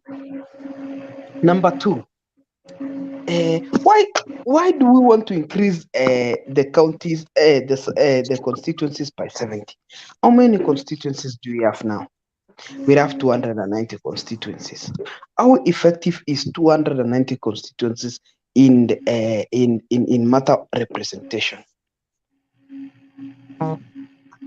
There is in this country there is I don't think we are underrepresented as the common mwananchi. Why? We have an MCA. If there is any issue that we need to talk or we need to be addressed in terms of legislation, we have an MCA. And I don't think there is an MCA who represent more than 100,000 human beings or more than 100,000 Kenyans. Most of the MCAs, you'll get they represent more than 20,000. Well, if there is any need, actually MCAs represent. Why are we increasing constituencies and we are not increasing ward? I was expecting that we increase the number of wards compared to constituencies because we want actually wananchi to be more represented. So if we have an award which is expanded, let's increase the number of wards than constituencies. Because actually, if you do a research on the number of constituencies we have, I even believe that the number of constituencies we have are more than what we need. If we actually, what we need to do in this country is that we even need to scrap constituencies. Let's just have Senate and let's just have Senate and MCAs. If there is any issue to do with legislation, let senators handle it. Because what MPs are doing are legislation. And the same legislation can be done by senators. It's actually the same thing. But what an MCA is doing is of very great importance to what an MP or a senator is doing. Because it's actually close to, if you come to my constituent, to my ward, to my county like Elgeyo Marakwet County, you'll get an MCA is doing a lot in terms of representation than an MP. Because an MP is only on ground for we can say 3 times a week, but an MCA will always be around. If there is any issue to do with legislation, he always meet one engine. I actually want to support what my sister Angela said. This from the first day, this dose of BBI tumelazimishiwa from the first day, but now it is okay. Imetoa watu wengi kazi, imefuta Kipchumba Murkomen. Hii BBI actually imefuta watu wengi hata kushinda watu maandiko wanataka kuandikwa. It has fired my good friend Kipchumba Murkomen It has fired my good our super lady Susan Kiga. It has fired Irungu Kangata. It has fired all the chairmen for the for committee. The chairman for committees both in parliament and in Senate. Today it has fired a very bright lawyer in Kenya, a very sober mind, Otiende Amolo. We are praying for James Orengo. Actually, he might be fired either tomorrow or the day they think of. But the fact remains that you might pass it in parliament, you might pass it in Senate, you might pass it in parliament, you might pass it in Senate, but bring it. Come, baby, come. Bring your this BBI. You might have the system, you might have the deep state, but we have God and we have wananchi. Hiyo kitu haiwezi pita. Thank you very much. Because you see, thank you very much. Thank you very much. Your time is over. 1 minute. Okay. My 3 minutes is not ever, man. You see, gentlemen, we have more issues that we need to address as Kenyans, and especially when I see most of us, you are young men. We are very energetic. We have a lot of issues that we need to address. My friends, we actually labda wengine na mko Kenya, we have a problem in this country. Our economy is bad, man. You know, our economy is bad. We need to address the issues to do with the economy. I've read the BBI. Sijaona anything to do with the economy. Unemployment. The main reason why all of us are here is because actually, if you ask all of us, how many of us are here are doing government job here? Kuna mtu ameandikwa kazi ya serikali. Why? Policies on employment and youth employment is zero. We don't have any policy. We need to address more important issues. Our health sector is in a problem.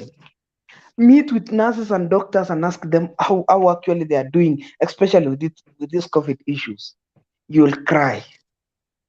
Gentlemen, let's shift our focus. Let's shift our goalpost from personal gains to actually what will benefit all Kenyans. Thank you. I'll still be around. I'll contribute. Thank you. Thank you very much. Because I have not spoken, let me speak. Samilong give me a time. Even me, I have liberal mind. So we have said chairman speak last. No. Some of you have spoken, by the way. Nilikuwa na watch. Hata kama nilikuwa na shida ya net, nilikuwa na watch background. Maybe I was only requesting to finish the points zile za cons za Dan. I wanted to finish that one only. Calls which Dan? The BBI. Dan requested for the pros and cons of BBI. Now give me a minute. I will give you time. Even Tanko, you want to speak. Thank you very much. So I wanted to say a simple thing. What is going in ODM after the State House, for those who follow politics, leave alone the propaganda issues, the people who go after politics, study it bit by bit. After that state address that was read by Gideon Moi, the ODM, Raila chooses to keep off politics for sometimes, and he decides to work through the proxies. So Baba took side, like Uhuru, he has always been quiet, and it is the proxies that works out this BBI. So Baba chose that route. When Baba chose that route, then there was that supremacy battle in Lunyas, like where I'm coming from, where the legal mind, like Okongo Mogeni, Otiende Amolo, Pondo Kaluma, Nyakache MP, Aduma Kuwur, and Orengo, they were forming, they are trying to outsmart the other guys like Mbadi, Opio Wandai, and Junet. When those guys realize that these people are trying to outsmart us, that is just geopolitics. And the head party organs like Mbadi is the chairman and the secretary general is on their side. Opio Wandai also hold a position there. So that's that's the frustrations they're doing to people like Otiende, not BBI. BBI has not chased Otiende. If you want supporter number one of BBI is Otiende Amolo. So propaganda like Sirikal are doing propaganda here. Those are propaganda. Nobody chased Susan Kika. If you disagree with your party, like Otiende Amolo, we are not complaining. We don't say BBI chased him. He chased, if he disagree with the party, he can choose to stay aside. Yes, if party want this way and you want to go this way, give the party his way. That is the fact. BBI never chased somebody. Those are propaganda. Unafaa kupiga siasa chini ya miti huko ukikula miwa. Number two, I had my friend Serekal saying that MPs, their work is only to legislate. Why are they giving CDF around a million, 100 million? They must do development. That is what we want. 35% has worked. 15% has worked in my county. If your county 15% has not worked, my friend, call your governor. In fact, you should tell us your governor here so that we shame him. Yeah.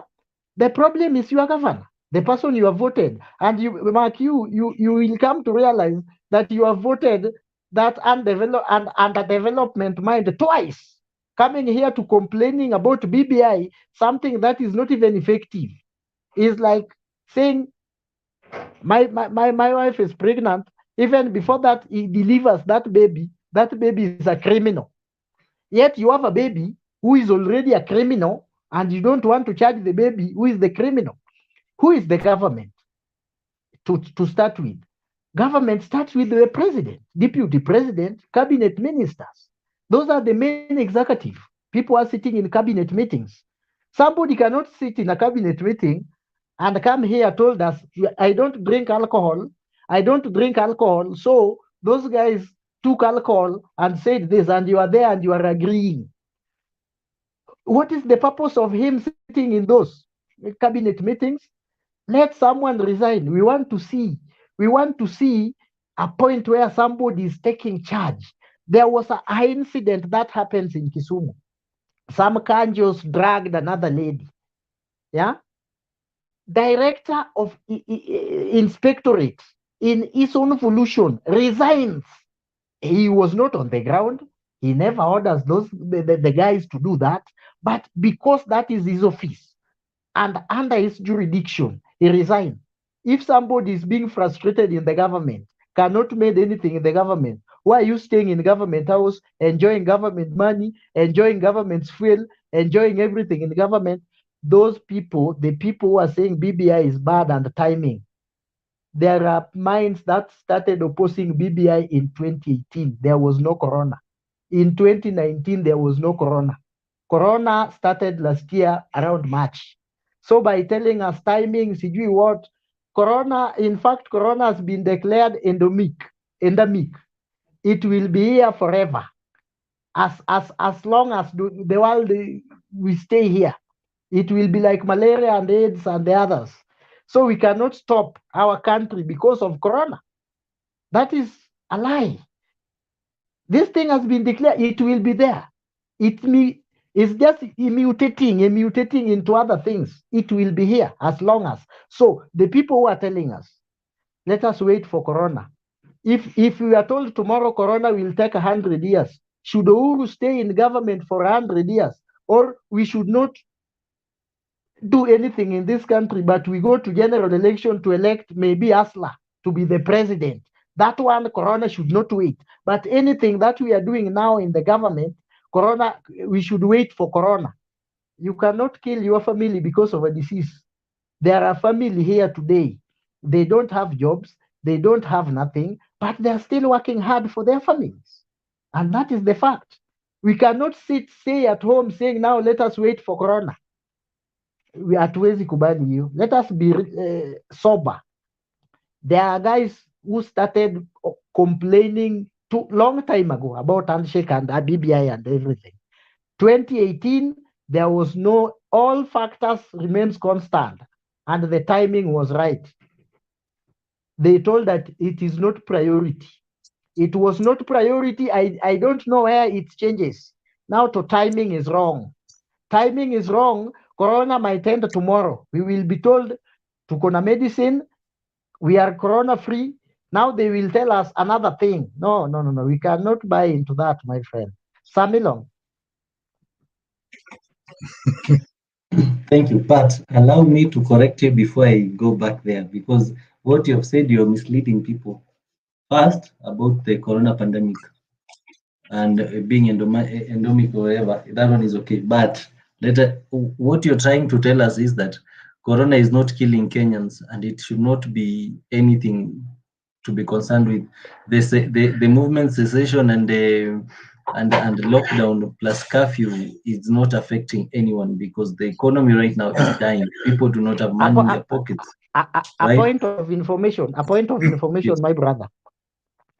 Corona is killing people in India more than us. True or false? Very true. It's true, but it does not mean India for now, they are going on with their elections. Elections is going on in India, despite it is killing them. I haven't say corona is not killing Kenyans. Yes, corona is killing us. But by being that corona is killing us, we should not sit at home and relax. We can't go and fetch and think and rebuild this country because corona is killing us. We cannot. Ayaga, kindly understand that national elections are something that is enshrined in constitution, and it's something that you cannot really evade unless under very specific stipulated arrangements that are being stipulated in the constitution. Something like BBI is not a priority. It is not something that we cannot do without. We have survived for the last 10 plus years since the constitution without it. Now, telling me that you're comparing this country to India is like you're telling me simply because your neighbor bought a 56-inch screen with the savings, you want to take a loan to buy 56. You cannot do that. So in Kenya right now, what you're doing, you cannot say simply because we are not dying at the rate as India, then you should not take this thing serious. People are dying. People do not have jobs. Children are going back to school and we don't have money. Universities are being reopened. We don't have money to give them and to even pay school fees. Yeah. So the truth of the matter is, we need to prioritize factors in this country. Unaona there is this thing that you're saying so you're degrading something so that you give magnitude to the other. It is wrong. It is wrong. And then another thing you've said, it's about drunkenness. Ruto sits in the office. Hey, Ruto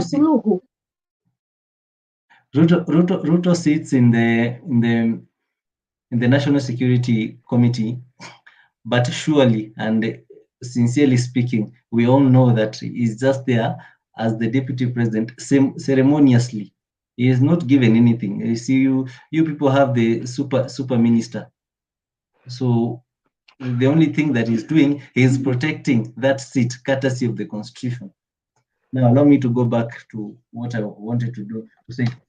I was at the police commission. The police commission right now, the BBI proposes that after the BBI, the inspector general will be given all the powers that are supposed to be with the commission. That one is wrong, because the inspector general is appointed by the president. I am the police is directly the BBI proposes that it goes directly under the Ministry of Interior. Why did the people that wrote the constitution in the first place say that police needs to be independent? We have already seen the disadvantage already by this government. We have seen the intimidation. We have seen how people are being harassed by the police if the police is under somebody. and not independent. We have seen it. So you want to give again those powers to individuals. That one is wrong. Another thing is additional of seats for seats, if you say. That is the prime minister, the two deputies. That one is a disadvantage to Kenyans because the wage bill for the government is so big that everywhere from the national government and the county governments, we are paying recurrent expenditure wage bill of over 10% of a total expenditure.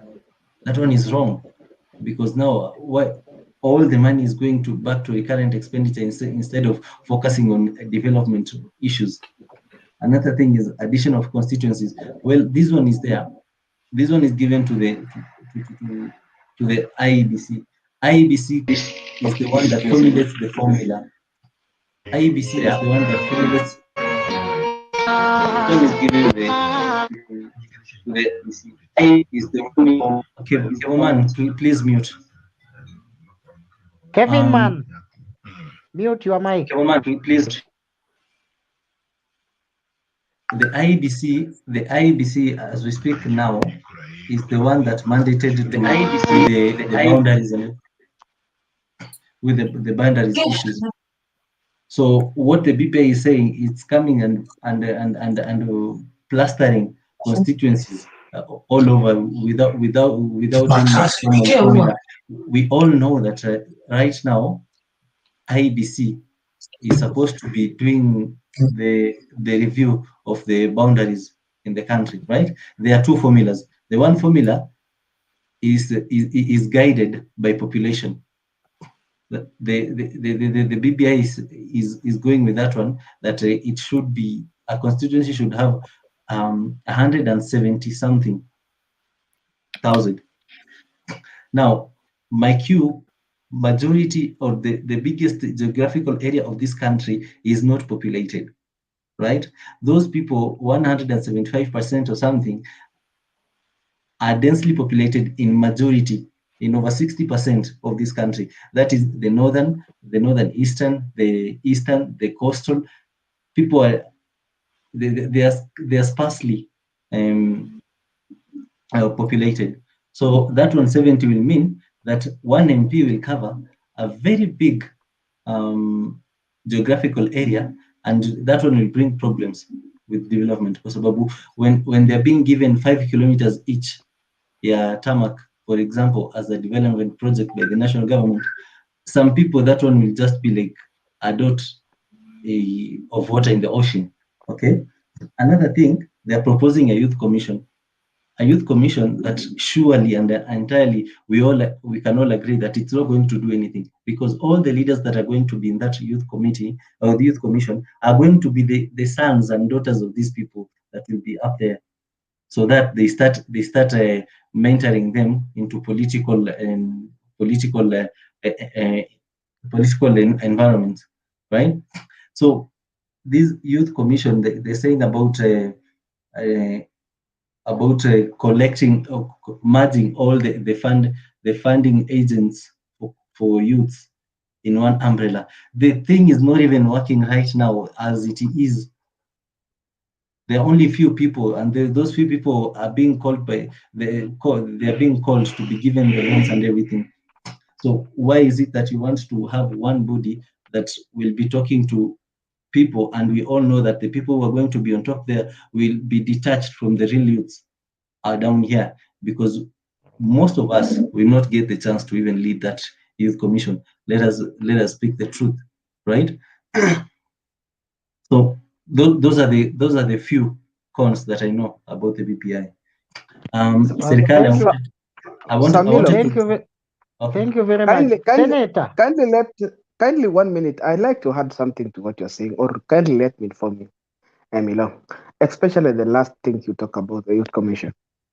During the 2017 election, there were some nominations which was to be done for IALA and both IALA and National Assembly and Senate.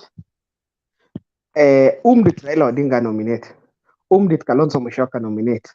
Did this gentleman nominate to county assemblies? See, why are Kenyans not learning from their previous mistakes?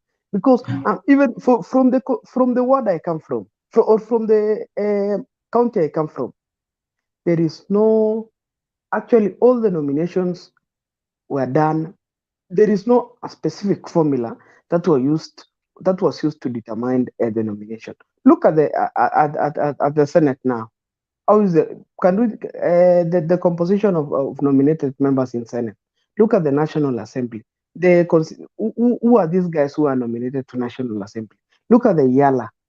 So you cannot tell us that there will be a youth commission, whereby, unless you're telling me there will be a youth commission whereby we will go for Mlolongo system. They'll say those who support Mutambai, pangeni laini hapa. Those who support Milong, pangeni laini hapa. Those who support Serkal, pangeni laini hapa. Because I know somebody like Mutambai, he can actually articulate the issues for youths. But who will give him permission, my friend? Unless you assist. Yes.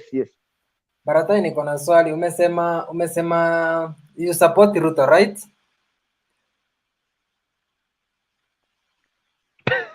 You spoke as a youth. Jibu bana. Nijibu, nimeuliza then nikuuliza swali.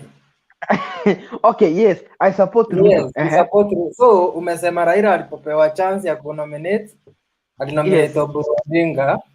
Uhuru akapewa chance kunominate, akanominate kina Beth Mugo au watu wao. Yes. Ruto alipopewa chance ya kutafuta ambassador alipeleka nani? Ambassador? I don't know. Ujui mtoto wake ambassador? I'm not sure because those are allegations. The last time I checked, no, allegation is true. No, the last give that as an example. That is skewed in need to make a point of who you want to support. So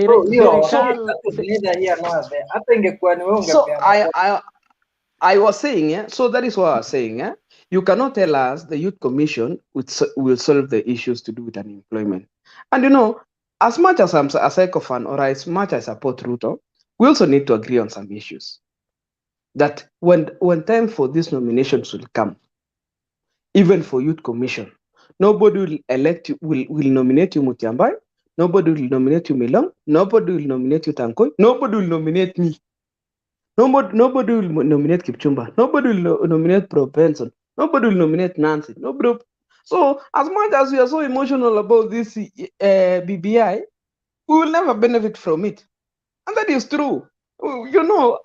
Let's be factual. A point of order. Yes. Yeah. Point of order, my friend. You ask a very simple question. You have asked, umetuambia yule Raila alinominate, yule Kalonzo alinominate. Huyu mungwana ameweka mtoto wake kama ambassador, umeulizwa unasema ni propaganda. Is it a propaganda or you don't have the facts? We can offer you the facts. The last time I checked, June Ruda was just a normal, was she a normal secretariat in Embassy of Poland, something like that, if I'm not wrong. But you can educate me. Your problem is simple. You are not informed. You need to get some information, my brother.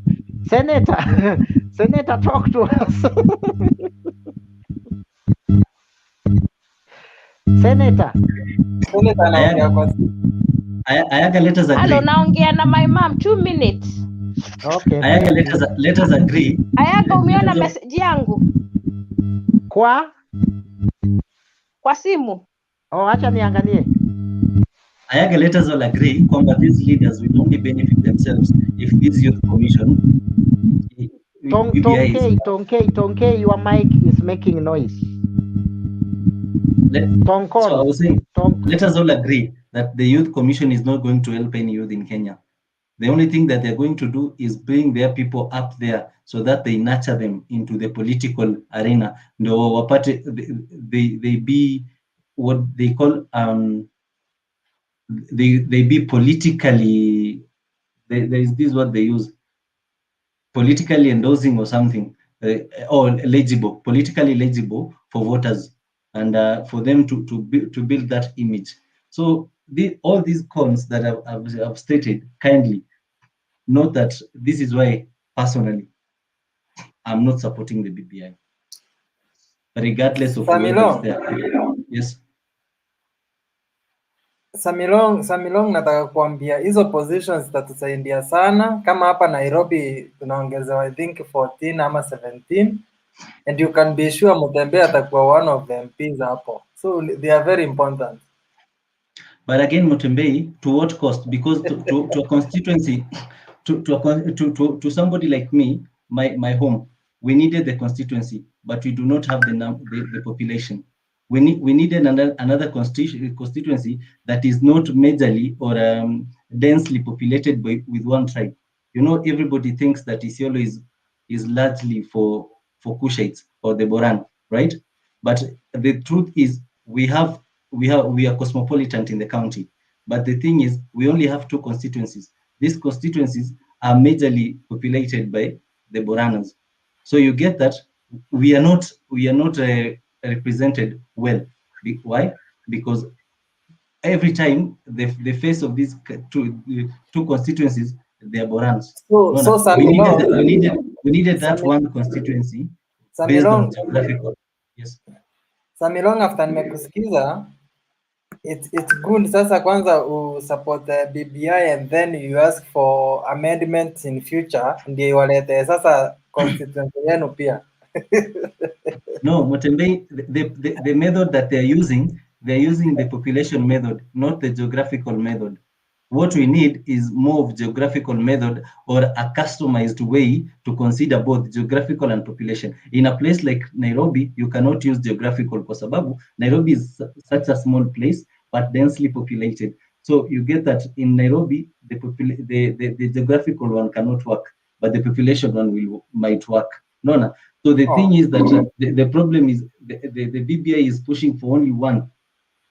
And now that Otiende Amolo and the rest clearly identified the problem that we cannot edit this thing.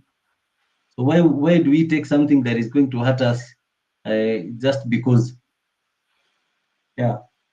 Okay, sawa. Steve Juma, naona umekuja uko na swali.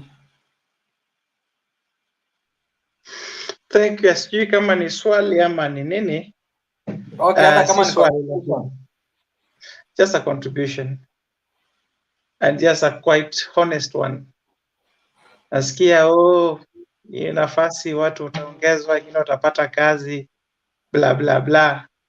My brother, Kenyans are overrepresented. We have the chief, we have the DO, we have the MCA, we have the senator, we have the women rep, we have PCs, we have yani I don't know, bro. Penye umekaa hapo kuna nyumba 10 pia. So hawa watu wote listen Mtembe. Kuna kitu nataka kuambia kidogo. Unaona chiefs DC ndio hiyo yote ilikuwa imetupiliwa mbali na the constitution yenye mlikataa. Hii constitution ilipita, but then when it came to implementation watu wakakataa. People like chiefs na DC watu walitolewa. Mutembe, you'll agree with me. I'm among the journalists who reported that Nene when was ruled out by Justice Mumbi Ngugi. To most of you, I'm a Kenyan journalist. I've worked for NTV as a reporter. So I used to be a court reporter, and it was thrown out by Justice Mumbi Ngugi. So leave alone that.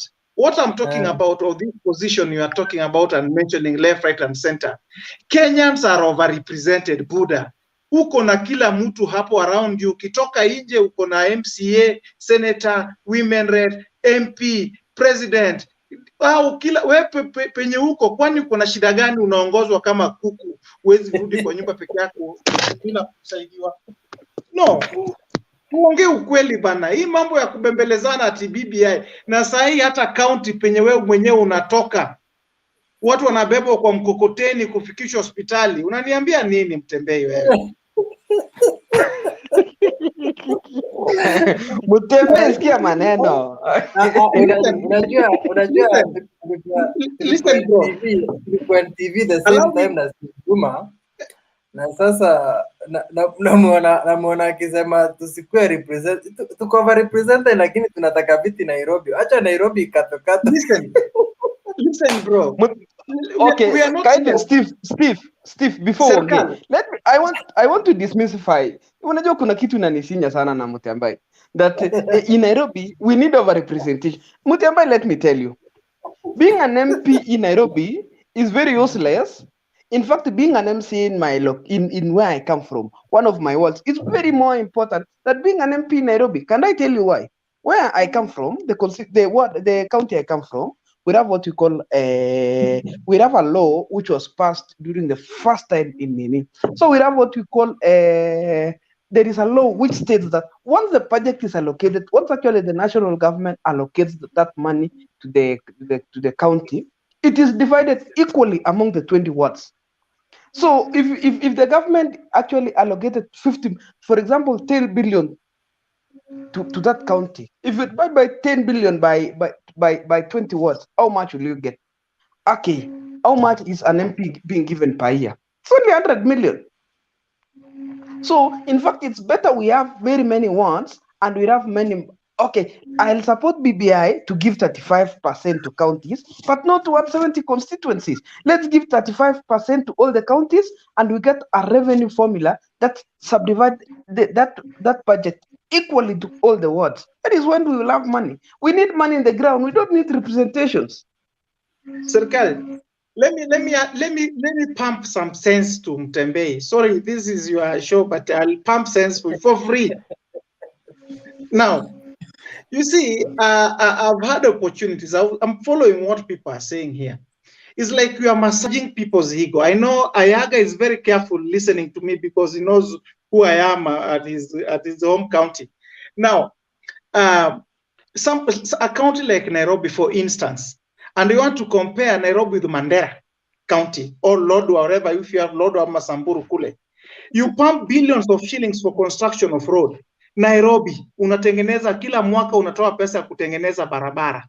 And we have some counties kule, hata wajui, wanaita tarmac road, Black Snake, or whatever the name they give it. But that's another thing. Bro, tuambiane ukweli na kuongelesha Kiswahili kila mtu aelewe kwa ufasaha kabisa. Tuna shida, tuache kudanganya watu hapa mambo ya BBI. What is the hell about the BBI? At a time Kenyans are dying.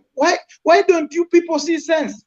Kwani do we face a constitutional crisis? Kwani kuna vitu zingine haziwezi endelea kwa sababu katiba ni mbaya ama ni nini wewe? Are we here to massage people's egos in office? Do you want position or we need services? Wacha tafadhali tuambiane ukweli bro. Tuambiane ukweli. Nyinyi mnasema BBI na labda landlord anakupigia mlango sahihi. Now somebody is somewhere doing the other thing. You've just heard what our sister said. It's painful. It is painful. She's only talking of 3,000. 3,000 Kenyan shillings. That is a Kenyan who is being told aongoje BBI ikuje wakati vaccine ya kumpatia maisha ya kusubiri haiko. Can we talk on real issues at hand, bro? It is you and myself to change this country. When you give order, Yogo. No, that order. I request I finish, then you just bring it on. Yogo, a point of order. A point of order.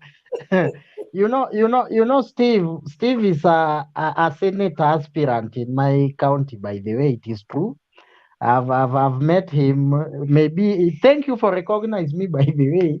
So, Steve, as a young politician, you know, don't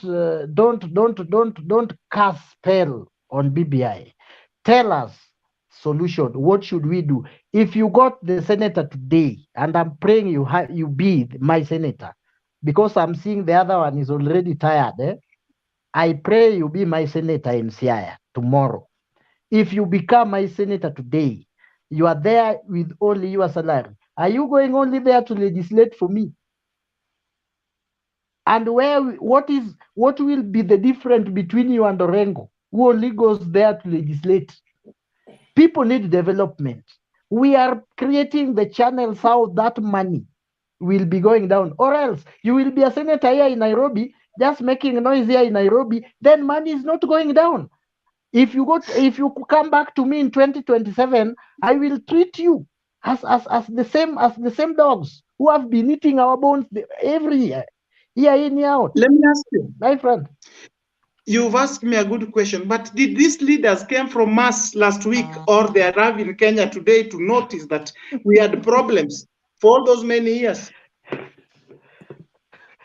Honorable Yogo, may I say something? Honorable Yogo, for a minute, Bernard. Honorable Mr. Yaga. Yes. Mr. Yaga, if you allow me, if you permit me, with all due respect, I'm saying this. You know, you people are clinging on one thing, BBI. You know, I sound so bad when I criticize it this way. I don't find it as a priority. Where were these people before? We've just realized that we need some money to be taken to the counter at a time. Even today, COG made a statement that they can no longer sustain counties. Why are you telling us things that we can't see while we are here today? Honorable Yogo, BBI, we haven't said BBI is the priority. We are making constitution for prosperity. Are you conversant with that BBI? I have 3 reports here, different copies of BBI. So when I talk to you at a point of I know. Even me, I have. I have them. Bring them. Which one is that? You could be reading a monologue or is it a discussion? They don't have names, so you should tell me this one is white, you have a green one or a blue. I think even no matter the color or no matter the paper or the size, the content is the same. Just tell me in article this, the BBI 1 I have is saying this, and the BBI 2 also I have in the same article is saying this. I'm not a promoter for BBI, but I will tell you for those promoter, so you haven't read them. For the movers, they are saying, Wanna chair a point of order. Is it a monologue or is it a discussion?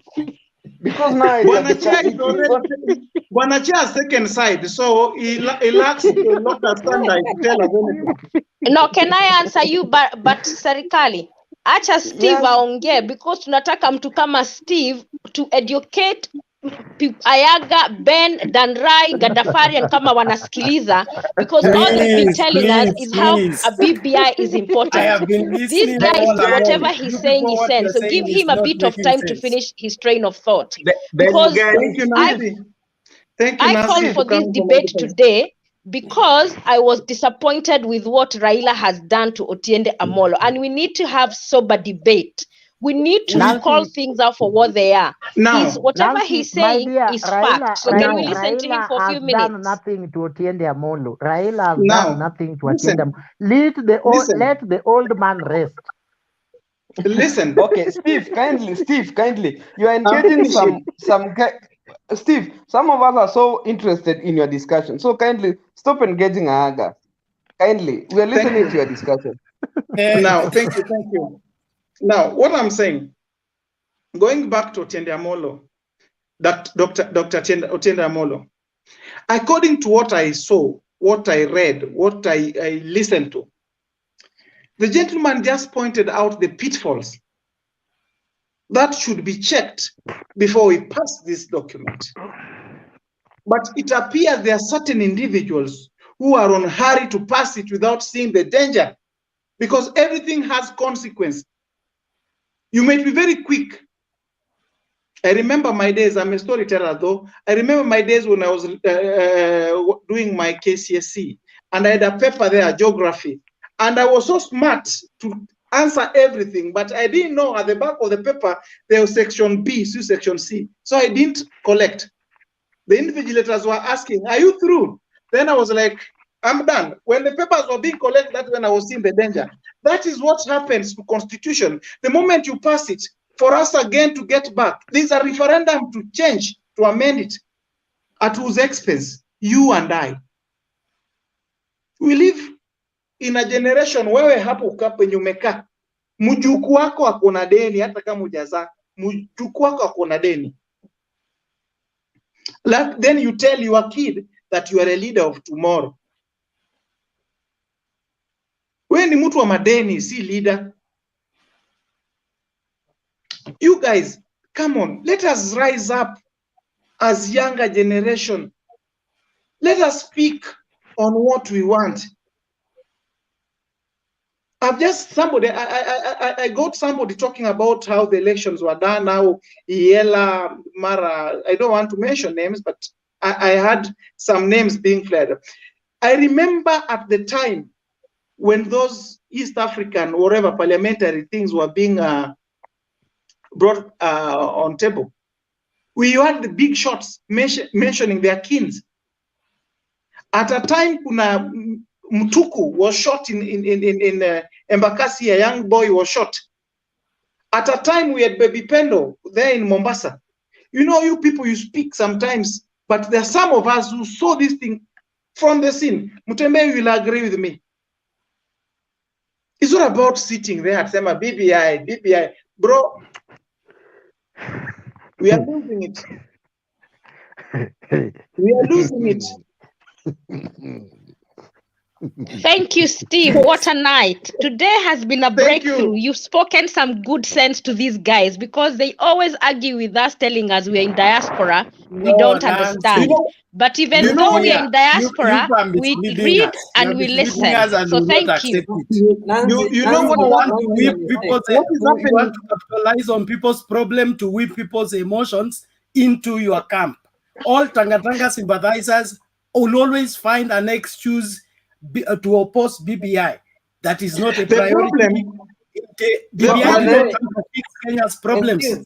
Let's order Ben. Everything that has happened to Kenya. Ben, order. Just a few years ago. It can't be responsible for the 60 plus years of independence problems. And if we want to be young people and young leaders, let us reason. Ben, you are out of order. Ben, you are out of order. Order, Ben. Order. Okay. Serikali Ben, acha Ben amalize then utaongea. Mtembei, I'm student of decorum, so I believe in your chair. I believe you are very competent to guide this one. Then Steve tukuke kwako. Now, as I finish, you see the problem with us. They say is that whenever someone Steve is whenever Yogo is Yogo, whenever someone Honorable Yogo Yogo, Honorable Yogo Yogo, you have had your Honorable Yogo Yogo, Honorable Listen to Yogo what Yogo, I am saying. we have never voted an heckler. Please let Ben talk. In Siaya, we have never voted an heckler. You are breaking the point. Let Ben talk first. I don't know what you mean, but this is I what will not I'm allow saying. that because unless you become a chair. This is what I am saying. If we are going to be young leaders who are going to lead this nation to a different, to a better place, we must first of all accept our historical problems. We cannot bury your head in the sand and come and tell us here that there is corona, there is this, there is that. So as young people, we should prioritize the problems of Kenyans. I'm on my feet. Bernard, ngojea kidogo. Unauliza swali ama una contribute? Exactly. I'm on my feet. Ngoja Steve amalize basi tukuja kwako. Chair, let me be very candid here. I'm not here to heckle. I know you are interested in my conversation or my reasoning here. What I'm simply saying, we live in a society that whenever you reason, whenever you speak, you are branded Tanga, you are branded Mara what. I don't know that Tanga. I don't support Ruto, I don't support Raila, I support myself and my family and my people, Kenyans, Wanjiko. So you cannot cage me or divert me to whenever I reason out at Tanga, at what. I don't know those people, bro. So please, I ask that you forgive me. In generally, Luo Nation as a whole, whenever you come with contrary opinion, you are branded those names. And that is what has demoralized some of us. I can give you a name. and other names. Just go there. Find out if you bring a contrary opinion or you want to reason differently. It's not about the policies. It's about how close you are to some powers and sources. And the perennial sycophants will not get anything even if you pump sense in their little brain. A point of order, Yogo. For 1 minute. Who is Yogo? Honorable Steve Juma. Steve Juma.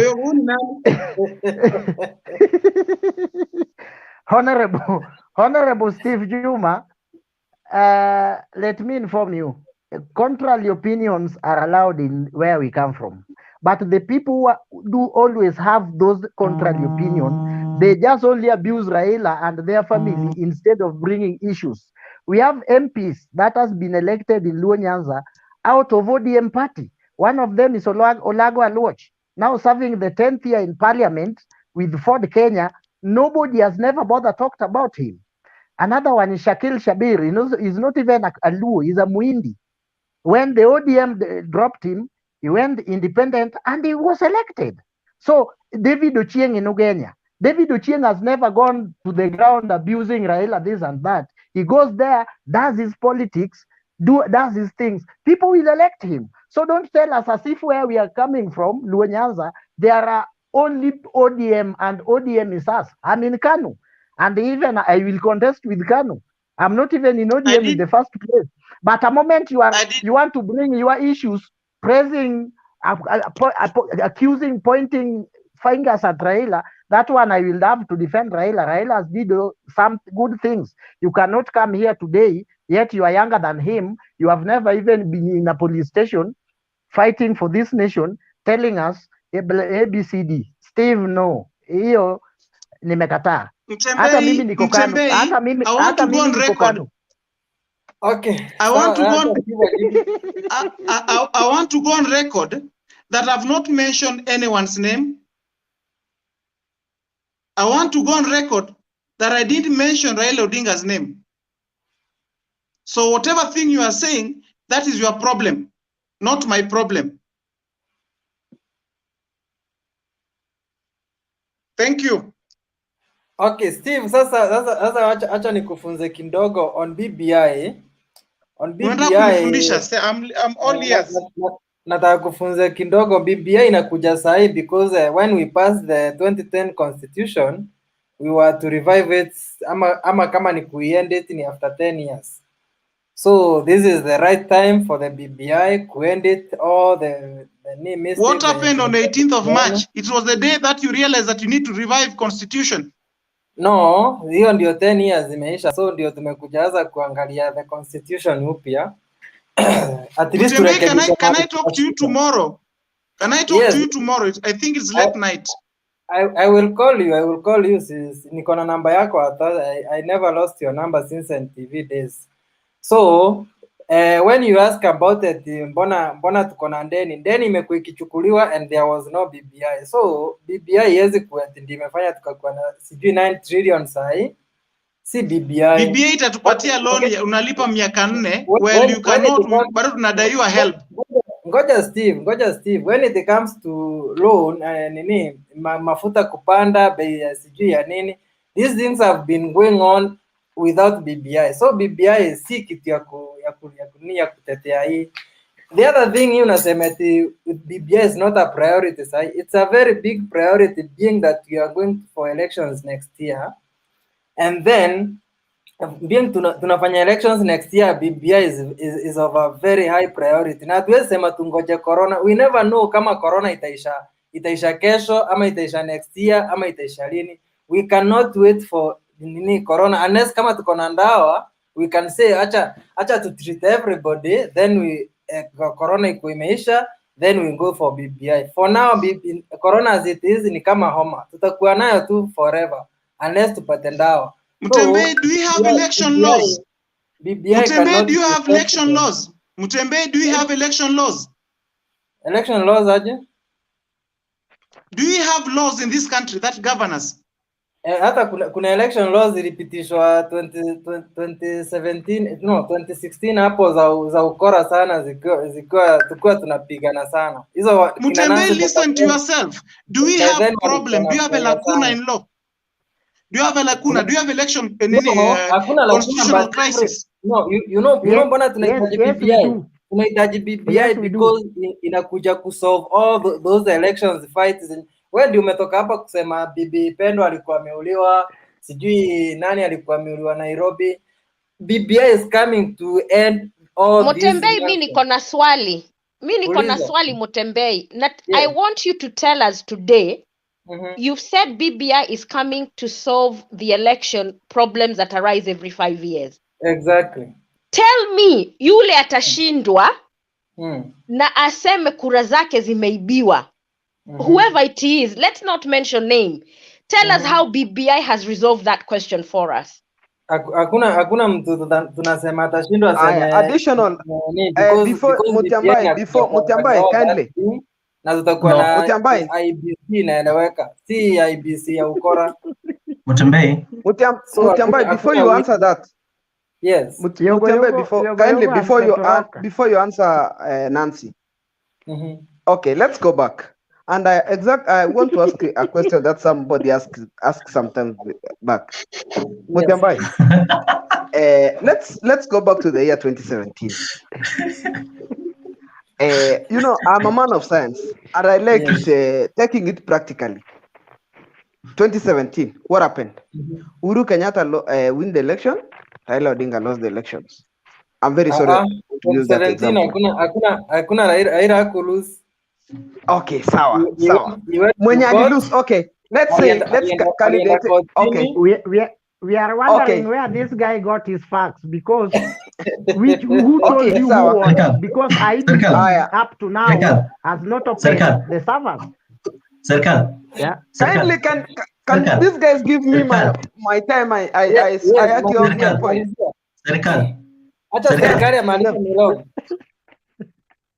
Okay, candidate A won the elections, candidate B lost the elections. I'm not a very bright student, but I'm not a dandide. Kindly show me the formula that in BBI that states if candidate A wins the election, candidate B will be given A, B, C, D. Or justify to me that if this coalition win the election, this other coalition will not go to court to contest the election. And what will prevent Kenyans? Opposition hapo. Okay, I'm just cutting you short. Tuachana na opposition. Hiyo ni ya the loser. Yes. Unaona maliza candidate ataenda. The problem is not si ati hatujakuwa na opposition. The problem is show me the opposition. You see, serikali we don't have opposition, bro. It is because ODM decide to join the government. No. There is no. Wewe soma clause yote yenye inasema opposition kwa constitution yako. Okay. Tuko nao sahi. Who is leader of minority? Yes, what is the leader of minority? No, okay, minority. How do you determine the leader of minority? Leader of minority is not opposition leader. See opposition. According to government, Sammy Long, let me teach you on this. According to constitution we have, the parliament. I don't need your contribution. I've not finished my argument, so kindly give me time. Let me inform you, my friend. Even propaganda. What do you inform me? What do you inform me before I finish my? What do you inform me before I finish my? Now you're being untidy. Stop. Before propaganda needs some research. So the majority leader is the one who should check the government. The majority leader, for your information. But if the majority leader is coming from the government side, that is what we are talking about. The winner takes it all. That is what we mean by winner takes it all, for your information. Unless your English is different with what Okay, Mutiambai, kindly, could you protect me, kindly? Mutiambai. Mutiambai, could you protect me? I'm on my feet. Okay, my question is, let's go back to 20. So I'm saying, if candidate A wins and candidate B did not accept lose and did not accept the results, how will that issue be solved? That is actually that is what I want you to explain to me. Yes, if you okay, Mutiambai, you are candidate A, you won the elections. I'm candidate B, I lose the elections. But I say no, Mutiambai amenibia kura. We go to Kotini nasema hapana, Mutiambai amewin.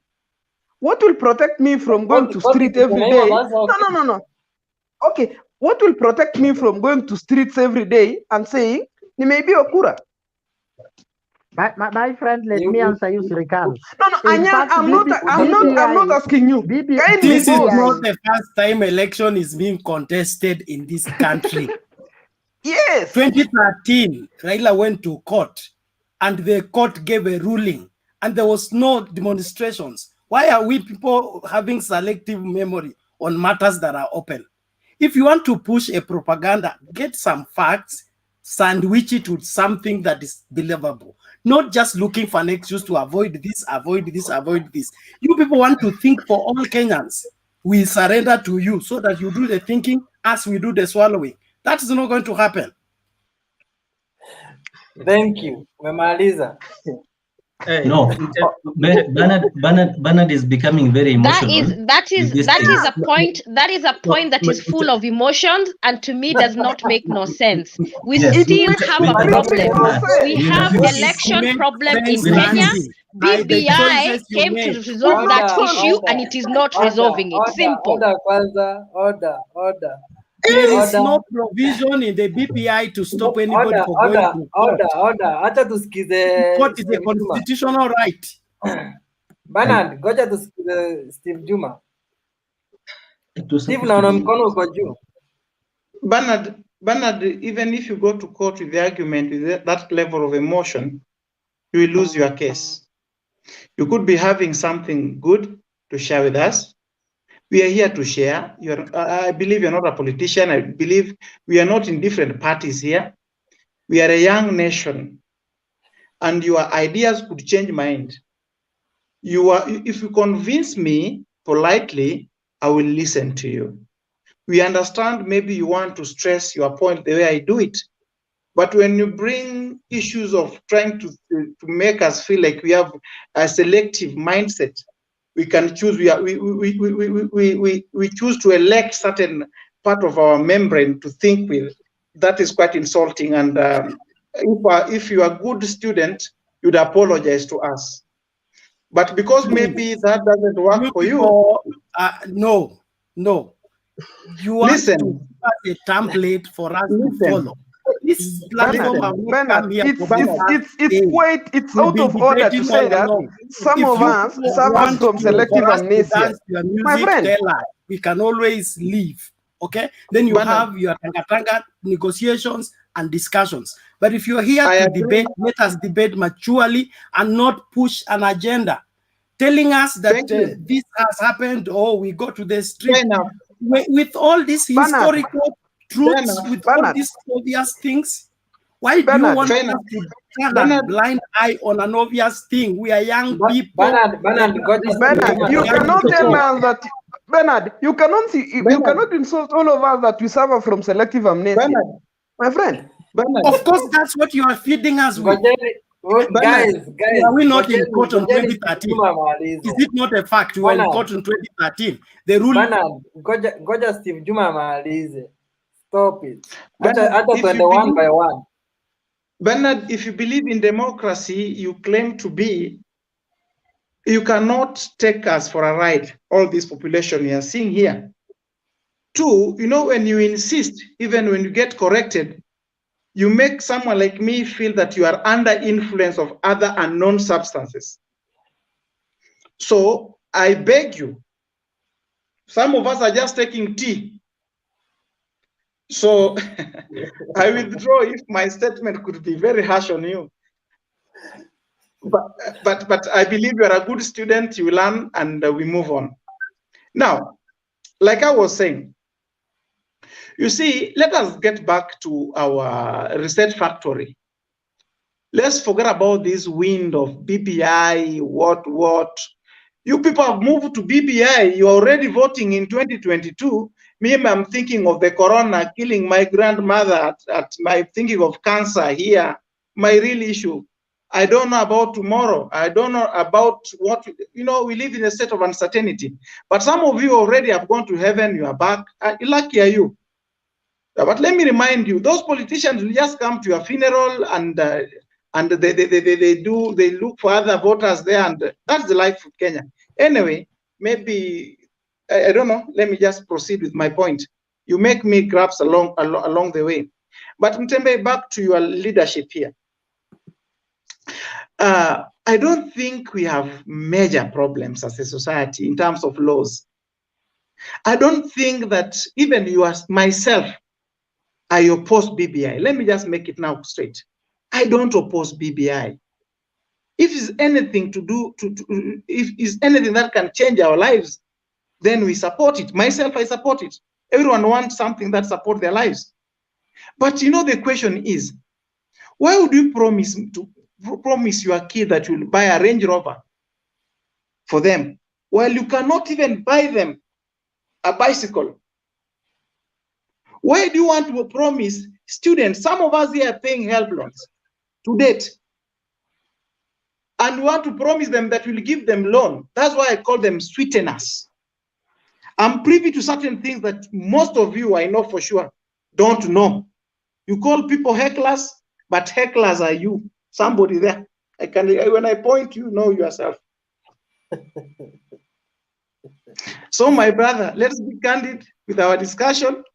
We are brothers here. Let us grow together. Let us learn together. Let us part information that is useful to the people outside there. Don't just wake up in the morning, BBI, and you don't know its content. As we speak now, you are told there are over 3 copies of that document. Even the MPs themselves, they don't know which one they voted. MCAs don't know which one they voted. If you want to hide anything for African child, put it inside the books in your library. They will not steal because they are poor readers. No one knows what is in those documents.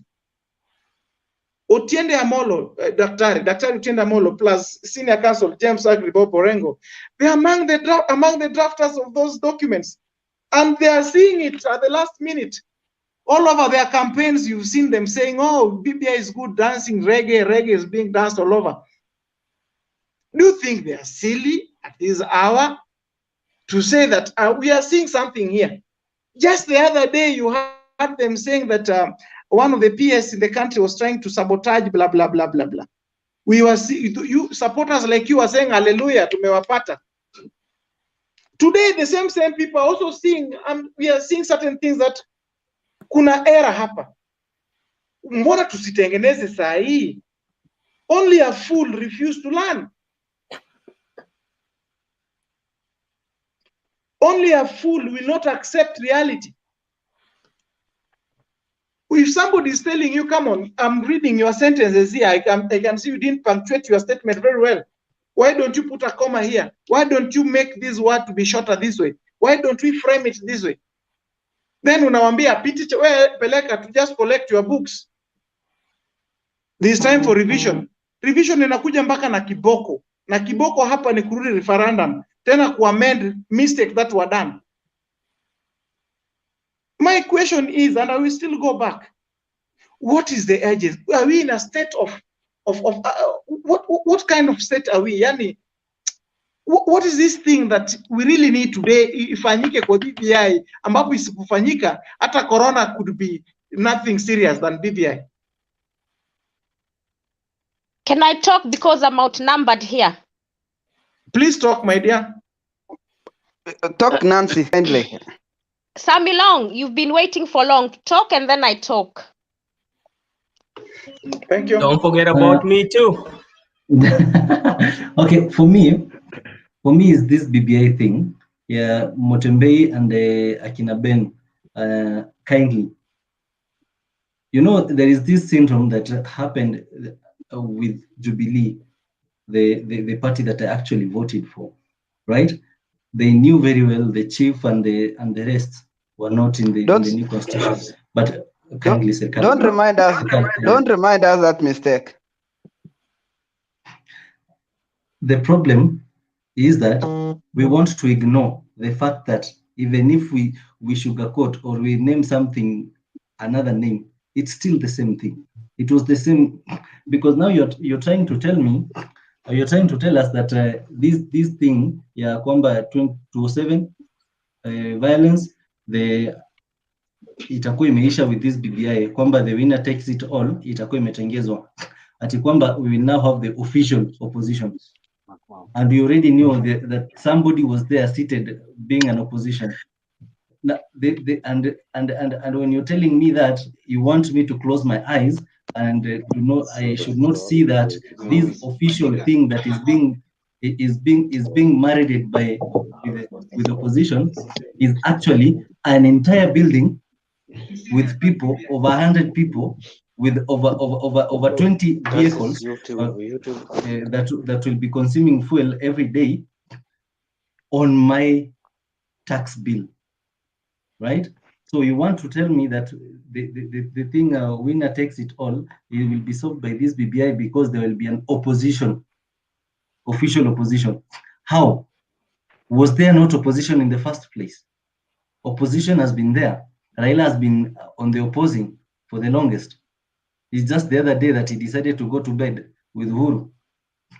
So he's borrowing something from Uhuru, sugarcoating a name that we did not want. And Uhuru has done this twice.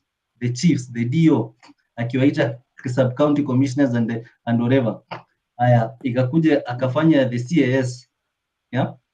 See, the constitution does not allow the deputy cabinet ministers, but he has brought the CAS, sugarcoating and bringing some other fancy names so that as if Kenyans were stupid. Do not tell us that this BBI is going to deal with the winner take it all, unless you're able to categorically tell us that after this person is lost the election, that you'll be given this. For example, if the person, there is this idea, I don't know where Ayaga got it, that the leader of majority in parliament is supposed to check the government. The parliament is supposed to check the government. The majority leader is there or to push the executive agenda in the parliament. Read back your black and white stuff, Adali Ayaga. Now, this is the thing. Unless you tell me that with this BBI, the leader of my majority in parliament or the speaker is going to be the person that has actually lost. If you tell me that, something that is already there, something that I'm already paying for, and a position that I'm already paying tax for it is already there. Tell me that you're going to convert that. And Kenyans, you're very good at creating things. So this one should not be a problem.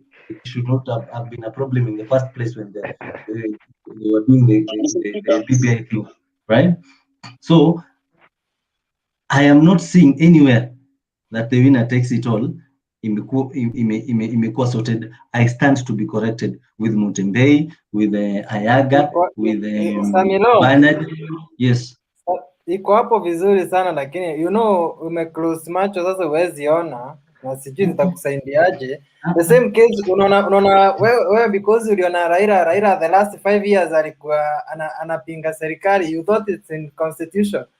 He chose to do that because alikuwa anapenda Wakenya, kama venye tu yeye kazi yake ni kupenda Wakenya who are thankless. Sasa saa hii ameamua anafuata the constitution na hawezi tetea anybody else, ameamua hata in fact anasaidia Uhuru amalize kazi yake. Naangalia naona kuna jamaa anaitwa Peter Mungai hapa amekasirika sana, anasema he used to join the live event lakini akaona Mutembea anasipendelea side moja. Peter Mungai, Paul Mungai, my friend, utakaa sana because I will still continue. Sasa wewe kaa hapo na machungu yako. Si tunaendelea tu Lakini tunapitisha Motembei, BBI. Motembei, hebu nijibu huyo mtu anasema eti tuna display tunakunywa pombe and that's where Kenya problem starts. Mwambie when you hold a glass of wine does not mean you're drinking alcohol. You can be drinking lemonade. So apeleke ujinga yake nyumbani.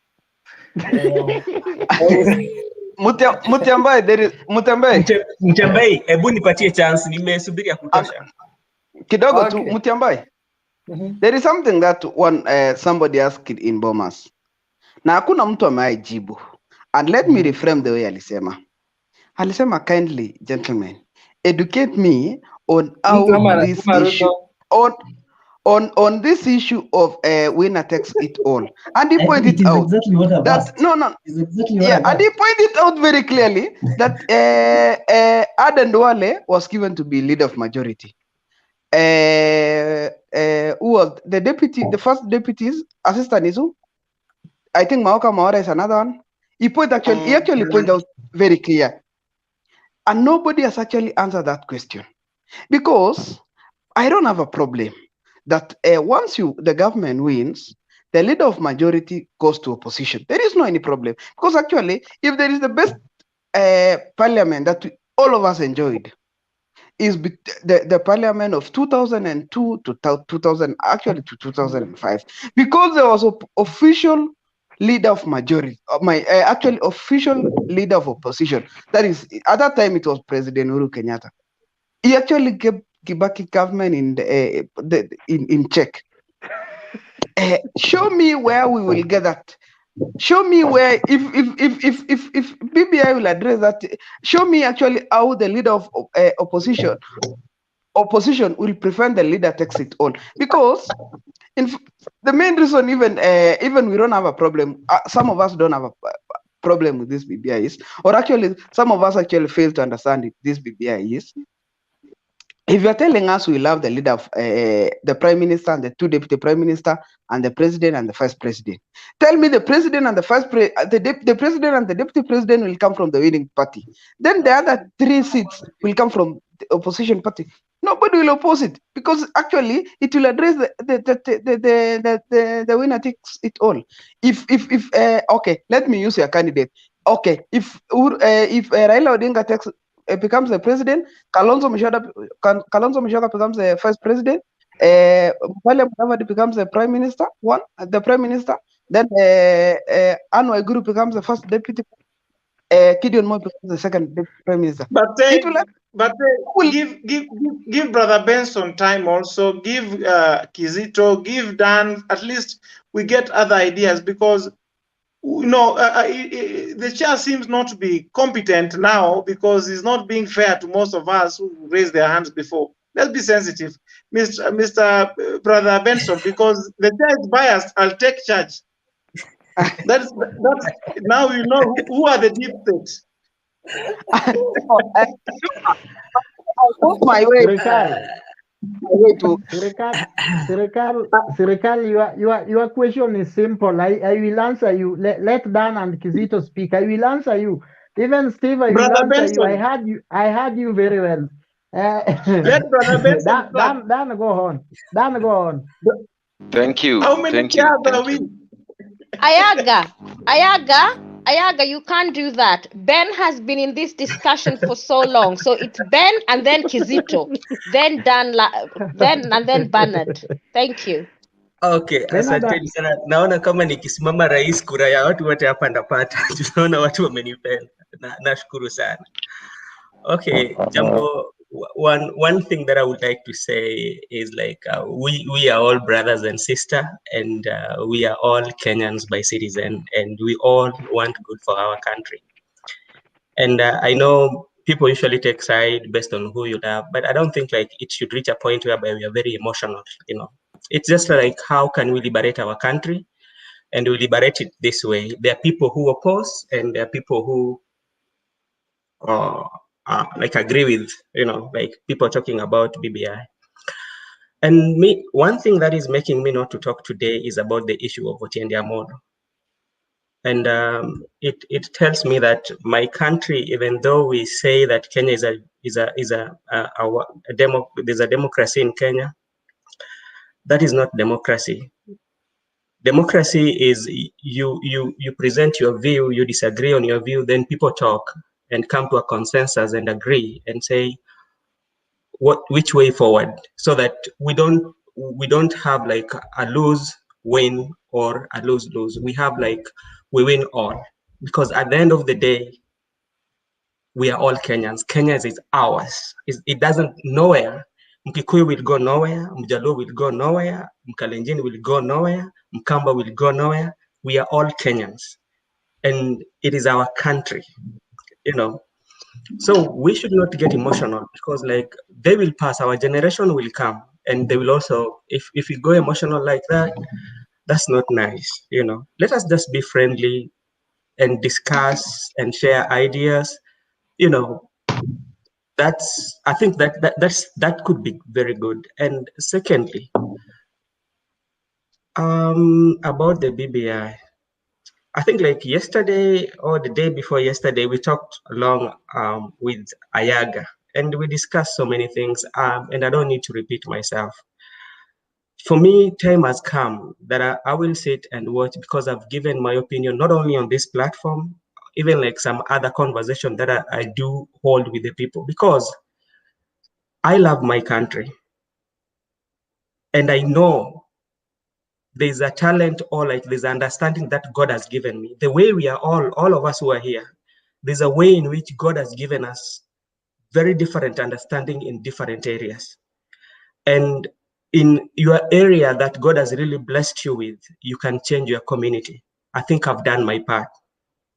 I've done my part. And one time, the people who listened to me, or the people who did not listen to what I was saying, because I cannot love to see my country falling down, because I love it. And if I see something that is very wrong, I will not stop to say it. The idea of BBI is a very good idea, because it's something that wants to bring country together. But the speed at which they're taking us on this BBI raises so many questions. Why? We can wait. We can wait. You know, exactly. We can wait.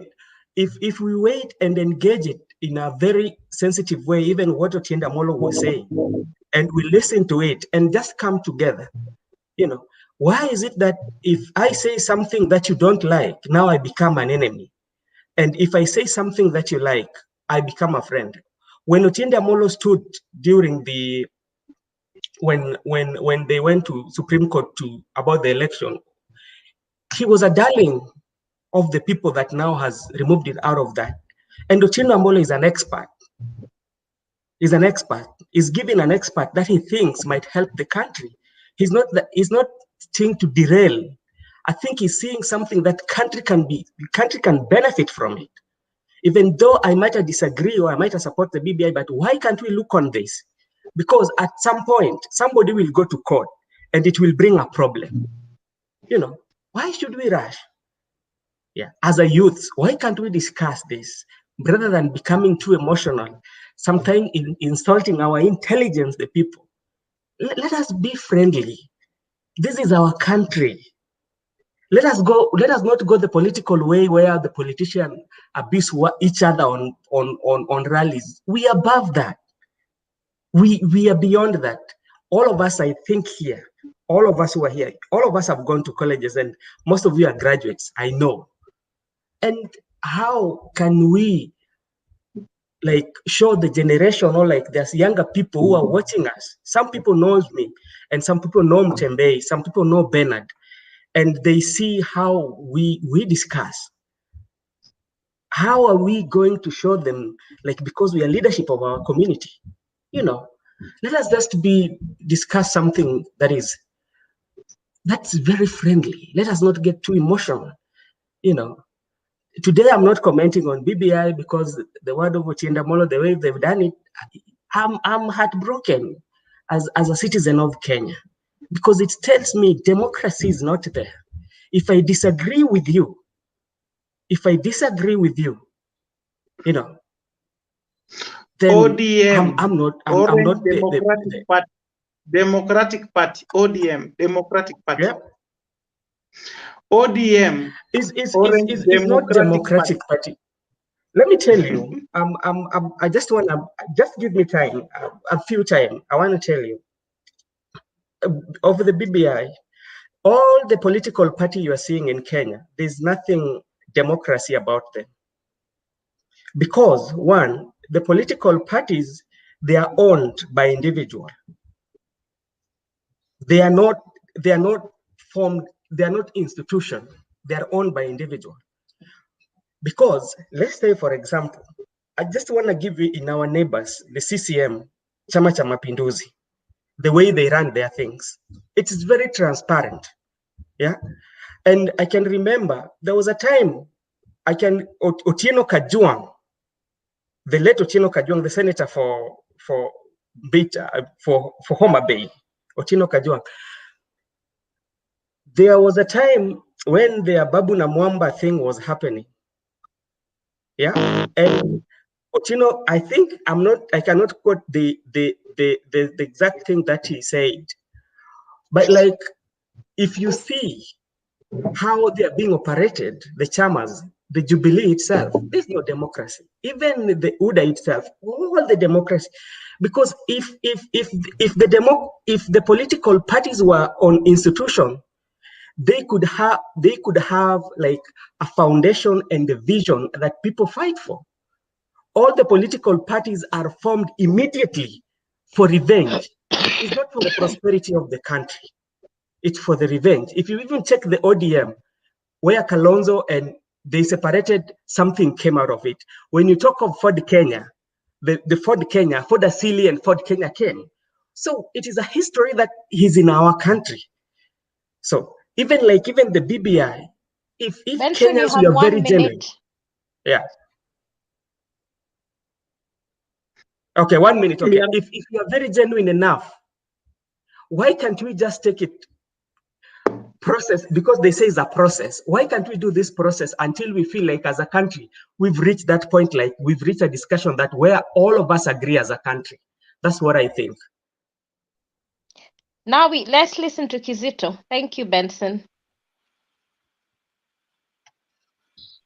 Thank you very much, my lovely sister Nancy, for welcoming me back. First, I would like to congratulate SJ, Steve. There's only one thing that he missed, but he is coming back to the topic. Nancy talked of something. Those people who carry even wine glasses, they don't drink. And even if you drink, it is your beer. That one, I leave aside. What I want us to know, democracy in Kenya will never and has never happened. Every political parties that are there, they are owned with an individual. That's why you find every party is being formed by everybody. They form their parties and you have to talk to IS party. All these people who always go. If to say that the party is not important, nobody could have been going. Even you see the problem in Jubilee, they would have people, they are sending them away because they don't talk to the line of Jubilee party. So what we have to understand, that party matters. Being in opposition doesn't mean that you don't see the reality that is happening. There are so many people, so many things that is happening in government. Like you see, this my guy who was talking, he was saying that Otiende Amolo, Orengo, they were good people, they can do this. But by the time they were supporting ODM, even they were supporting that 2010 constitution, they knew exactly what they were supporting. Why is it that these our senators, these our MPs, when it came to revenue allocation, they never supported it. They had to drag one another back, forth. But they know exactly what people want. Democracy in Kenya, to me, is not there. Whether you chagua UDA, Wilbaro, uchagua Jubilee, kuchagua ODM, democracy will remain. The day, it will come the day, you or me or our citizen, we decide to choose somebody to say that, okay, umebeba Biblia vile nilikuwa nasikia wakina Bernard wanasema ulichukua oath that you have to protect, you have to do this. What do they protect? Tell me, for example, go to Senate, when they want to pass their increment in salary, how long does it take them? There's one of my guy who talked about 35%, 52% never reach Kenya. It was Samilon. It never reach everybody, but 35 will it reach? Do you know where this 15 is going? It is disappearing with this our people. These people you are tearing for. These people you are defending. They are the people who are stealing it. They stand there. They say we are the upper house. We are protecting. We are doing with us. You see, Nancy is very far away. He's protecting. He's trying to fight. He's trying to say all the manner of good things that they can do. Do they hear? They go there, take their money. If it reach a point of, for example, if this BBI was to say that each and every MP was going to get 1 million, every senator is going to get 2 million. Do you think there could be anybody not supporting this BBI? But because it's going to this Wanjiku, like Steve was saying, it's a Wanjiku. But this Wanjiku is just a name to cover up.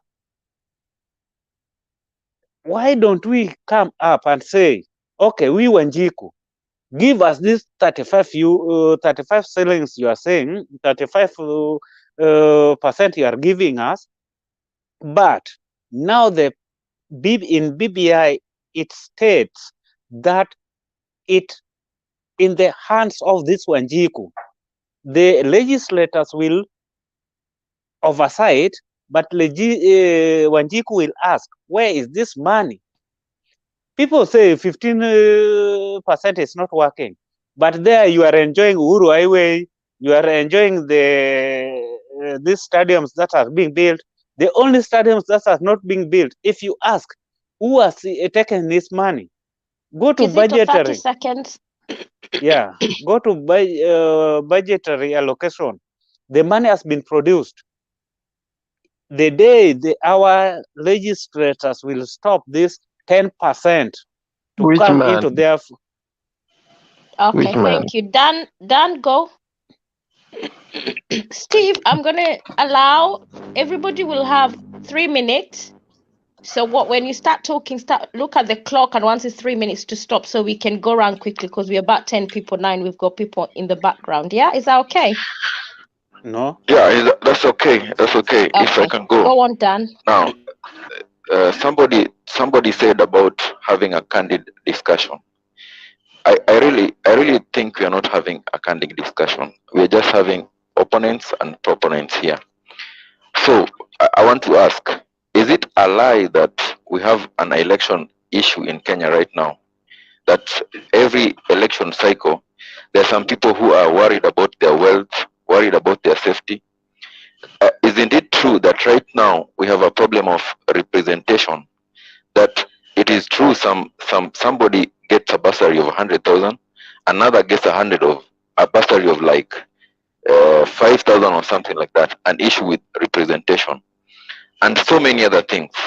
So what is happening here? I think I stand being corrected when you said candidness. You are opposing, at the same time you are giving a solution. So I think BBI is a solution that has been brought because it's a reality. We are not in a good place right now as Kenya. So I want to ask those people who are saying BBI is a bad document or is a bad idea, what are they proposing going forward? And then also some concern with somebody called Brother Benson said something about time. When you're coming up with an idea or something you want to do, it has to be time bound.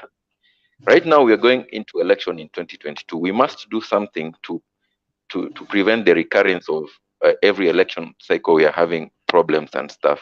So every project has to have a time bound. So my question then Dan, one thing we've done in this show, we've asked if you support BBI, we respect your opinion. Can you tell us, because you've said we are dealing with the election cycle problem, can you tell me what will stop the same thing happening again that BBI is proposing? If you tell me, then me and you will be on the same page. Okay. From I haven't seen the document, I haven't read, like, I think it's the same with everybody here, apparently. But they're talking about inclusivity. And I think that's the main problem. If everybody can be included in government of some sort, I think that will solve it. By increasing the number of constituencies. That fails your point straight down there, because there are 42 tribes in Kenya. We will have 5 tribes at the top.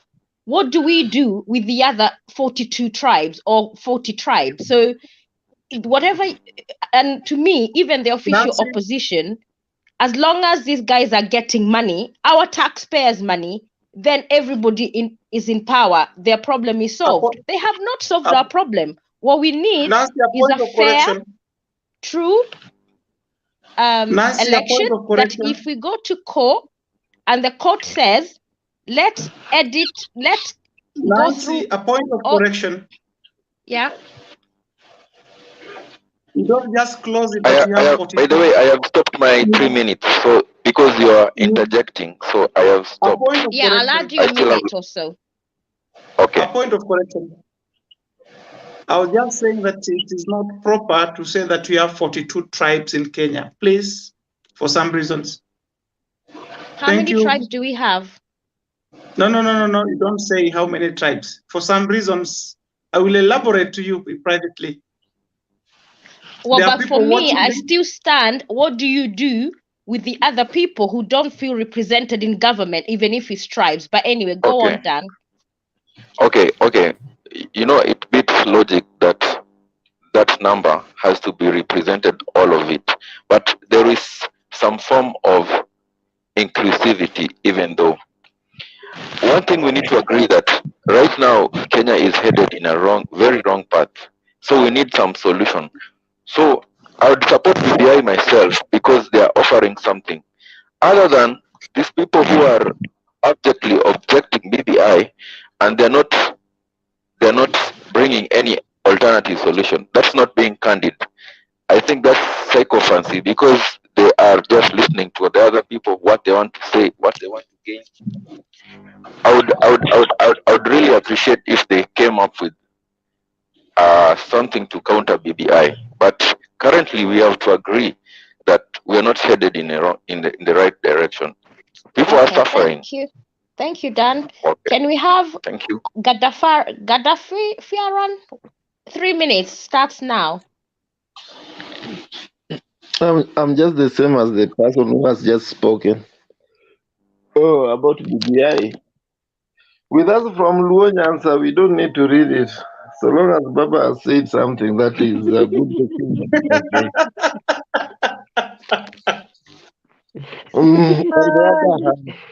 My people suffer because of lack of knowledge. The reason as to why I've been so silent about this one, we need to read politics in so many dimensions. So many things are not okay. Things are wrong. We are not heading to the right direction. Everything is That's your point of correction, kindly. Gaddafarian, yes. Your statements should be your statement, you alone.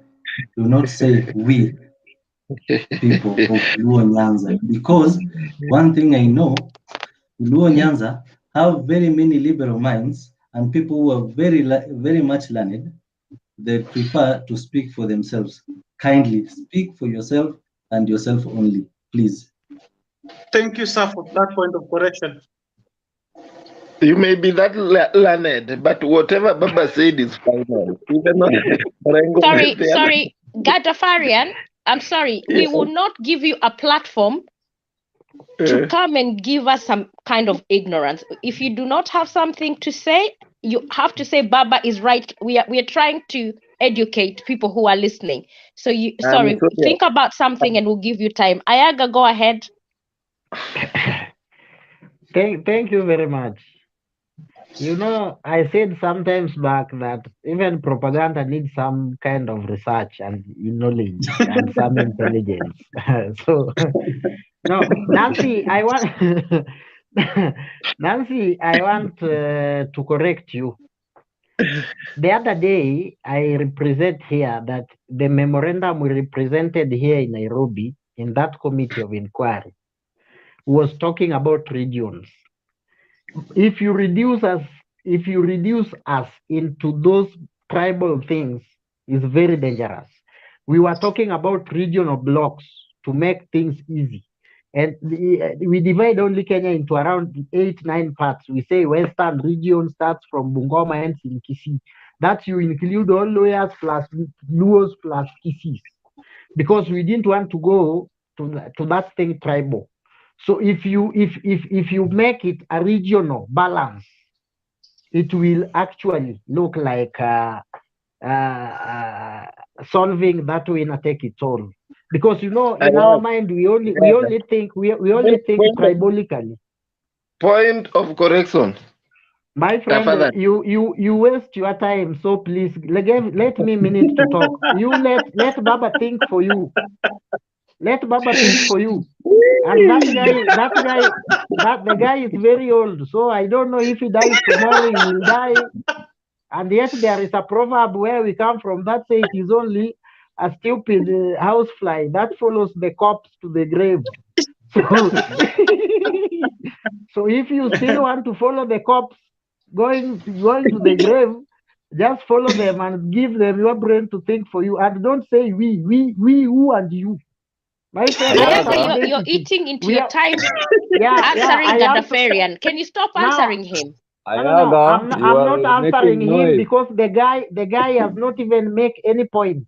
I'm just trying to educate him. It is in order to be constructive. Yeah, it is in order. Ayaga and Gadafarian, we're gonna mute your mic if one of you doesn't stop. Ayaga, no, Gadafarian, you have 1 minute remaining.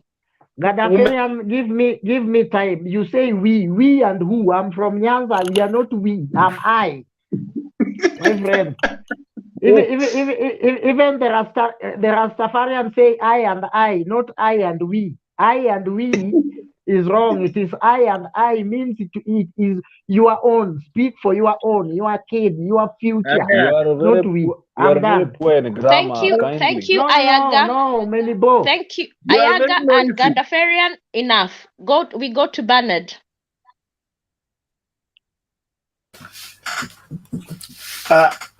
Thank you.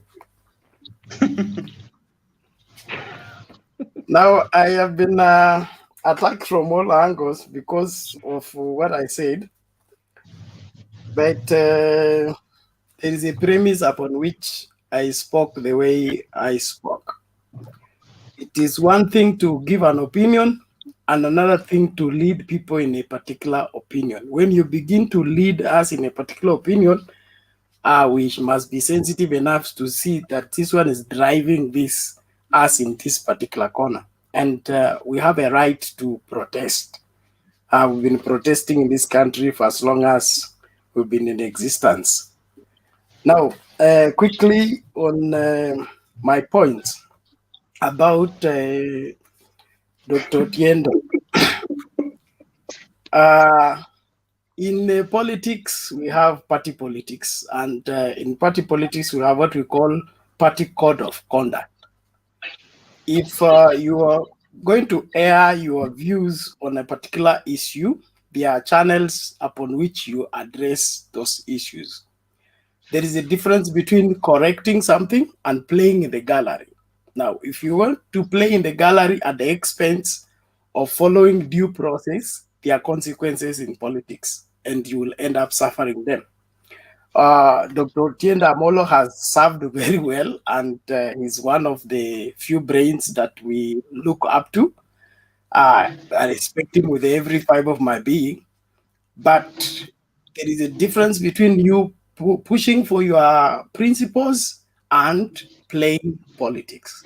You should toe your line properly and be careful. Just like he presents himself in court, he avoids to anger the judge so that the judge listens to him and he wins the case. So you don't just begin to poke holes in matters that can be addressed in a different way.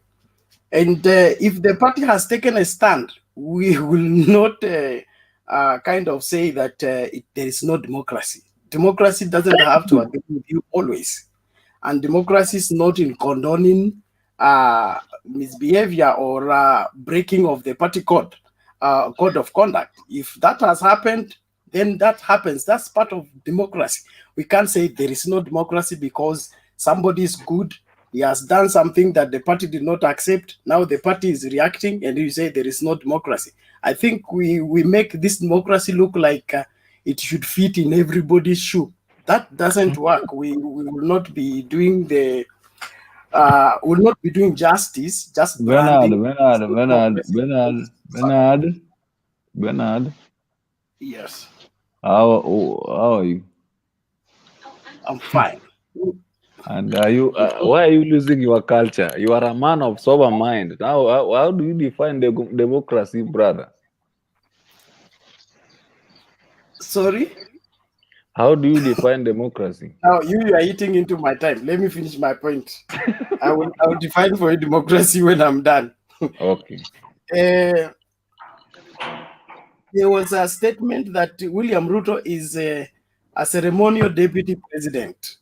We don't have provision like that in our constitution, our 2010 constitution. And all this finding, something to garnish somebody that he's not functioning in his office the way he ought to function. Let's just accept there is a crisis, and this crisis has led to deputy president to sit in the security committee. Whether he votes, we don't know. We are not part of that committee. Whether he doesn't vote, we can't tell. So you cannot say that he's a ceremonial deputy president. If he's drawing salary as deputy president and somebody said he's protecting that office, then let him deliver the duties of that office with all gladness. Bernard, that is a ghost worker. Yes, that's why we need to ghost worker. That will be too harsh. About BBI not being a priority, some of us seem to think that BBI is a silver bullet, that if we shoot, it's going to solve all Kenyan problems. Nobody promised that, and it has never been captured anywhere that BBI is going to sort all Kenyan problems. Constitutional amendments are born out of a crisis, and there is always constitutional crisis that cause this to happen. Like the 2010 constitution, we've been on the street in the 90s. We got in the street 2002. Kibaki told us in 100 days. We got it after 10 years. That means it's a prolonged period of struggle that results into the constitution amendment. And I believe BBI has come out of a crisis that had befallen this country. If we lose this moment, those of you are saying we should take time, get everybody to agree, we will never get everybody to agree. As Thank a you, leader Bernard. Thank you. There comes a time when decisions have to be made, and some of those decisions will have to leave some people out. Waiting for everybody to get on the bus may cause everybody to be delayed in terms of the progression of the country. We can't get to the next. Thanks, Bernard. Nancy, you took my time. I want to speak. Gadafarian, you have to wait because you wasted our time telling us if Babat says right and left we go. So no, Gadafarian.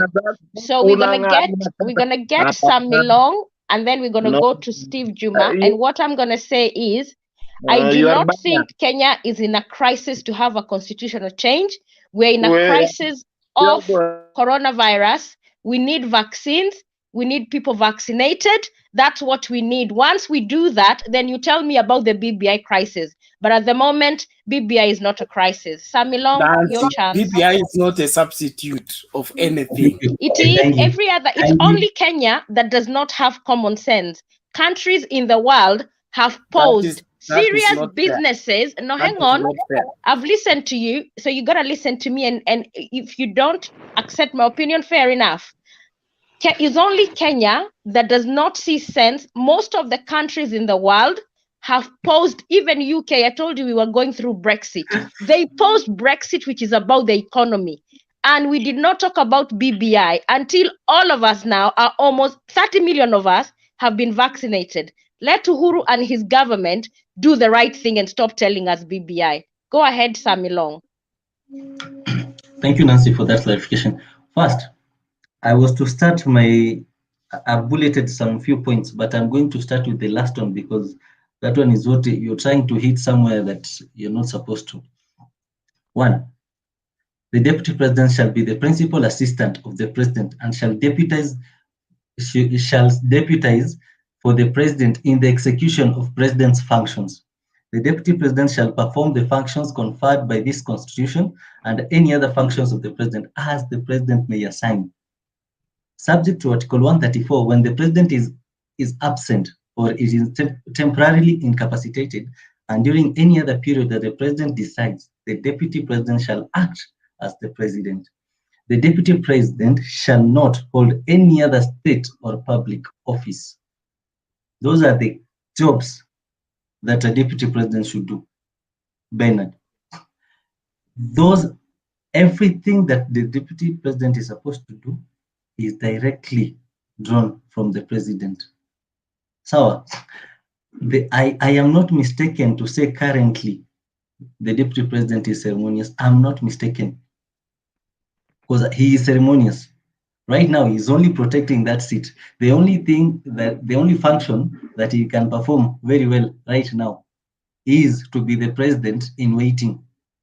Naomba kuuliza swali. He's protecting the seat from who? Who? Is the deputy president seat under threat? Anywhere you serve, you serve. Under threat by who? Anywhere you serve and protect. Against who and for what? Okay. I'm not going to justify that by answering it. I chose not to. So the deputy president is there. The only job that he can categorically perform currently is to be the president in waiting. And the second one, to actually attend the National Security Council meetings. And one thing you need to know is that any content of a National Security Council meeting, there is something that they sign, the UNDA, non-disclosure agreement, such that anything that you sit and talk about inaishia hapo ndani. So Matiang'i to even say anything about it shows something about him. Now let me go to ODM.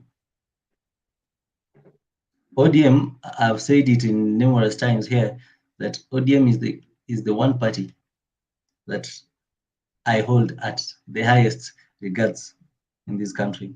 Why? Because it's the strongest party. It's been the longest serving party or active party per se. Ayaga, it is not Kanu. Kanu died. I told you.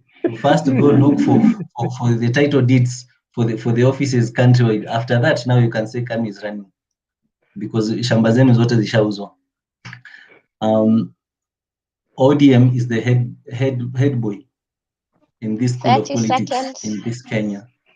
So I'm very disappointed with what it did. Number three, I mean, is that the 15 to 35%, it's all a lie. It will never happen. Whoever comes in, sits over there, wants all the money for themselves so that they can do whatever they want with the money. It has been proven. Uhuru promised, and when he sat there, the first and the second time, he has proven that all the money, he wants all the money to be at the national level. So even if we do it 35, it will not work. Thank you, SJ. Thank you, Samilong. Let's go to SJ. Thank you. Have those really been 3 minutes? You've already used the 3 minutes, darling. So it's 29 now. So 33. You stop, SJ. Thank you. Thank you. You know, mine, maybe to respond to that Gaddafarian, because ignorance cannot go unpunished. You know, I want to remind him that the moment he will start using his own brain, the moment you will just using your own brain, that's the moment we will start listening to you. But because you have a hired brain, keeping on referring people as we, you and who. Always learn to speak for yourself. That is what is taking us down the drains, especially in Luo Nyanza. Now, you know, dictators always camouflage as Democrats. Hello. Taking us is a plural. Is a plural. Kindly say taking you, because you are also complaining that us is also plural. Kindly observe the rules. Thank you. I stand guided. I stand guided. It's okay. I stand guided. My point is open. That we've all seen what Dr. Otiende Amolo has been doing on the national TV's morning breakfast, defending ODM morning and night.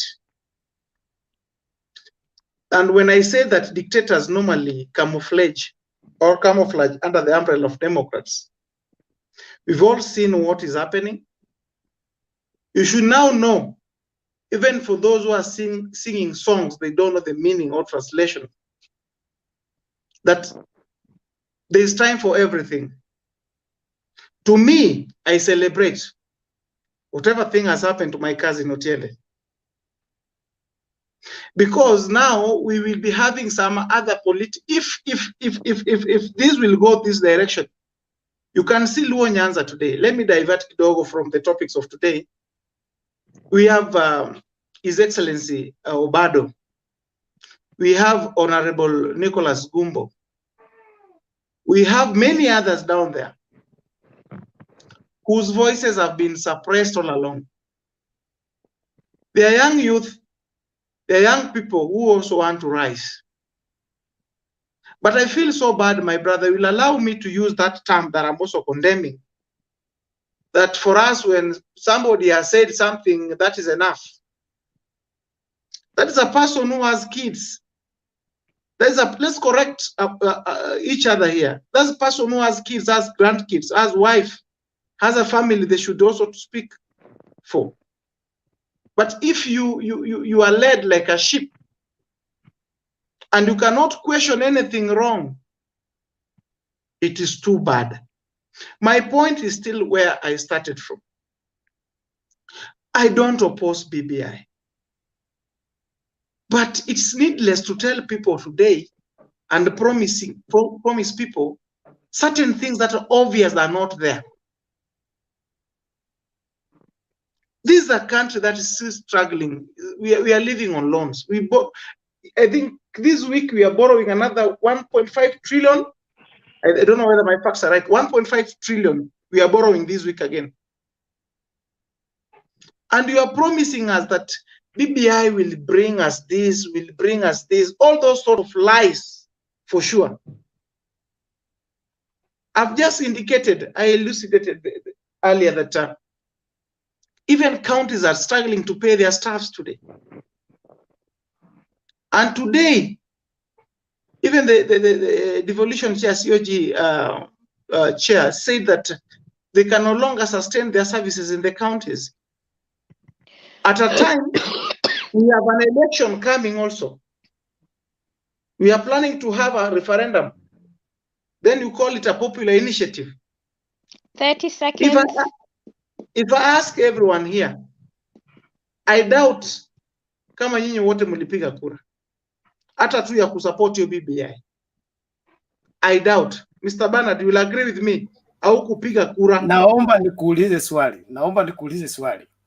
If we gave you the BBI budget, okay?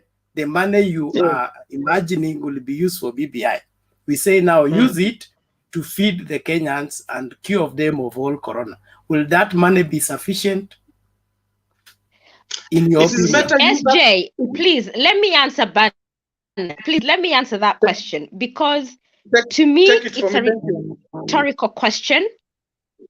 What I want to tell you is the money, and mark my word, if we really have true justice in Kenya, BBI, any popular initiative should not be using taxpayers' money.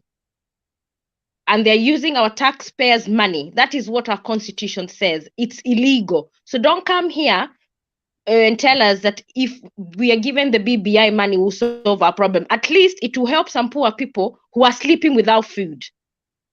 No, Nancy, even if it's one or the two, way you it will make a painting this difference. is as if BBI has taken all the budget, 99% of the budget, and we leaving should not even 1% be spending 1 for the shilling rest on of it. Kenyans. That's the kind of picture you are painting. Go on, SJ, 1 minute, because we took your time. I think everything has just evaporated, because it's like we are repeating the same concerns. My brothers and sisters here who are listening or following have refused. Some of them have refused to come down and listen to what we are saying. Myself, I support BBI, but I don't see its edges now. We have other issues to handle today. We talk about the future, but we are not even sure if we will wake up tomorrow. Thank you. Okay, can we have Sage and then Evo? Okay, Evo, go ahead. I don't think Sage is there. Evo, go ahead. Thank you, Nancy, for giving me the opportunity again. I've been listening for the forum for the past 3 hours, to be quite honest, and a lot of people have spoken much sense, and I was really impressed, apart from a few individuals. I mean, you know, our regular panelists, ambao wanakujanga saa zote kwa panel, some ideas, you know, that they've produced, which is just mind blowing. I could not believe this is a public platform, and we've said it every single day that this is it's everybody is watching it from around the world. It's not a local channel that people are watching it locally. And some of the comments people are coming up with, excuse me for mentioning names, but someone like Gadafarian, we know the consistency of his consistency every time he comes on the panel. To be quite honest, anything that he brings on the table does not make actual sense. And I would like to ask the moderator, please, that we know these people who, you know, surely do they really need to be even allowed to come on the panel and contribute anything? Because the whole idea of having this panel is to change mindset and highlight issues that we are having in the society. But when you have people like Gadafarian coming up with ideas that constitution, as long as Baba amesoma your constitution, everything will be fine. Surely, even anybody who's illiterate can actually tell that something is not right somewhere. I think some of the panelists they come on this because wamekosha usingizi or kuna kunguni kwa vitanda and they cannot sleep, and so they just appear on there for the sake of, let me just, you know, I'll just talk as long as the wind can open my mouth.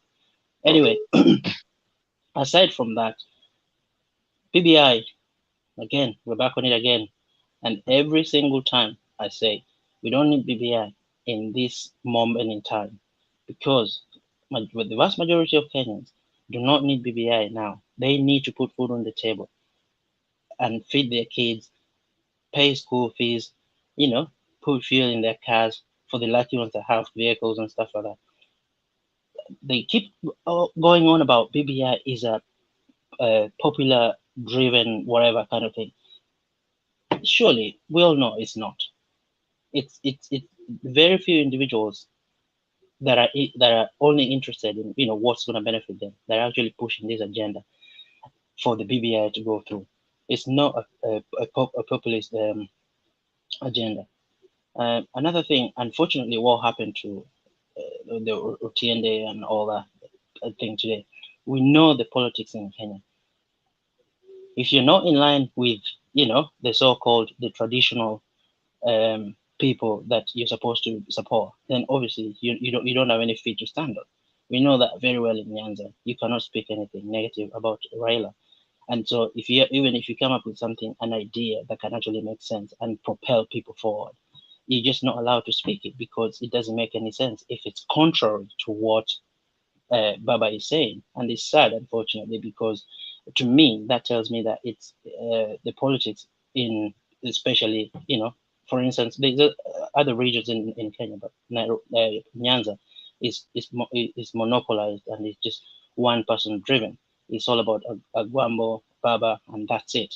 And unfortunately, there's no democracy in that. So again, people need to open their minds and listen to things that panelists come up with, forums like this, and understand that you have a brain to think for yourself and to make decisions and not let anybody else make decisions for you. But that's the whole idea of why you have a brain to think. And another thing is, unfortunately, they keep on banging on about this BBI.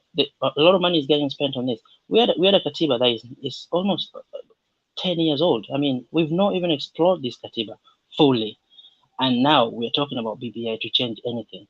Believe it or not, this BBI will be passed. But before you know it, 5-10 years down the line, we're going to have something different to change because they're saying now this BBI is not working.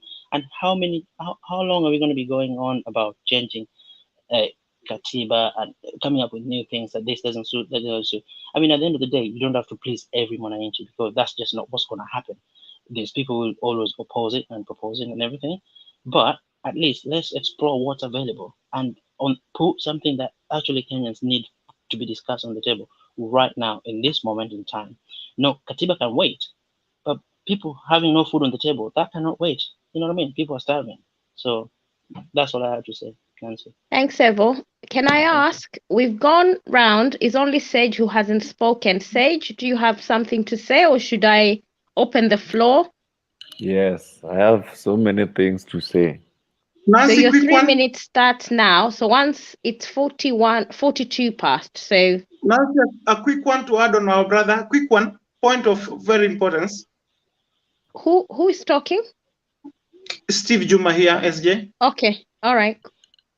My brother just mentioned now, Evo, that we have serious issues to handle now than before. As we speak now, former Speaker of Nairobi County has just passed because of COVID-19. Oh, no. He's called Mr. Magelo. We all know him, former Speaker of Nairobi County. Yeah. Alex Magelo. Yeah. So that shows the level of serious of issues that we should tackle as a country. Those are the burning concerns. We don't have food on the table. Thank you. You can proceed.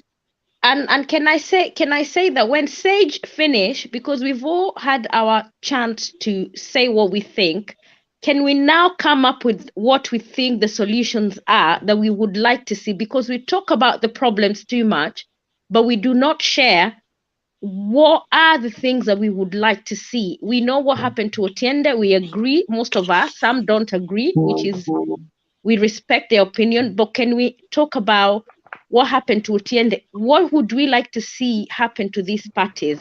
How would we want democracy to be conducted going forward? Because to me, we seem to lack, we are not solution-based. We are very problem-centered panel.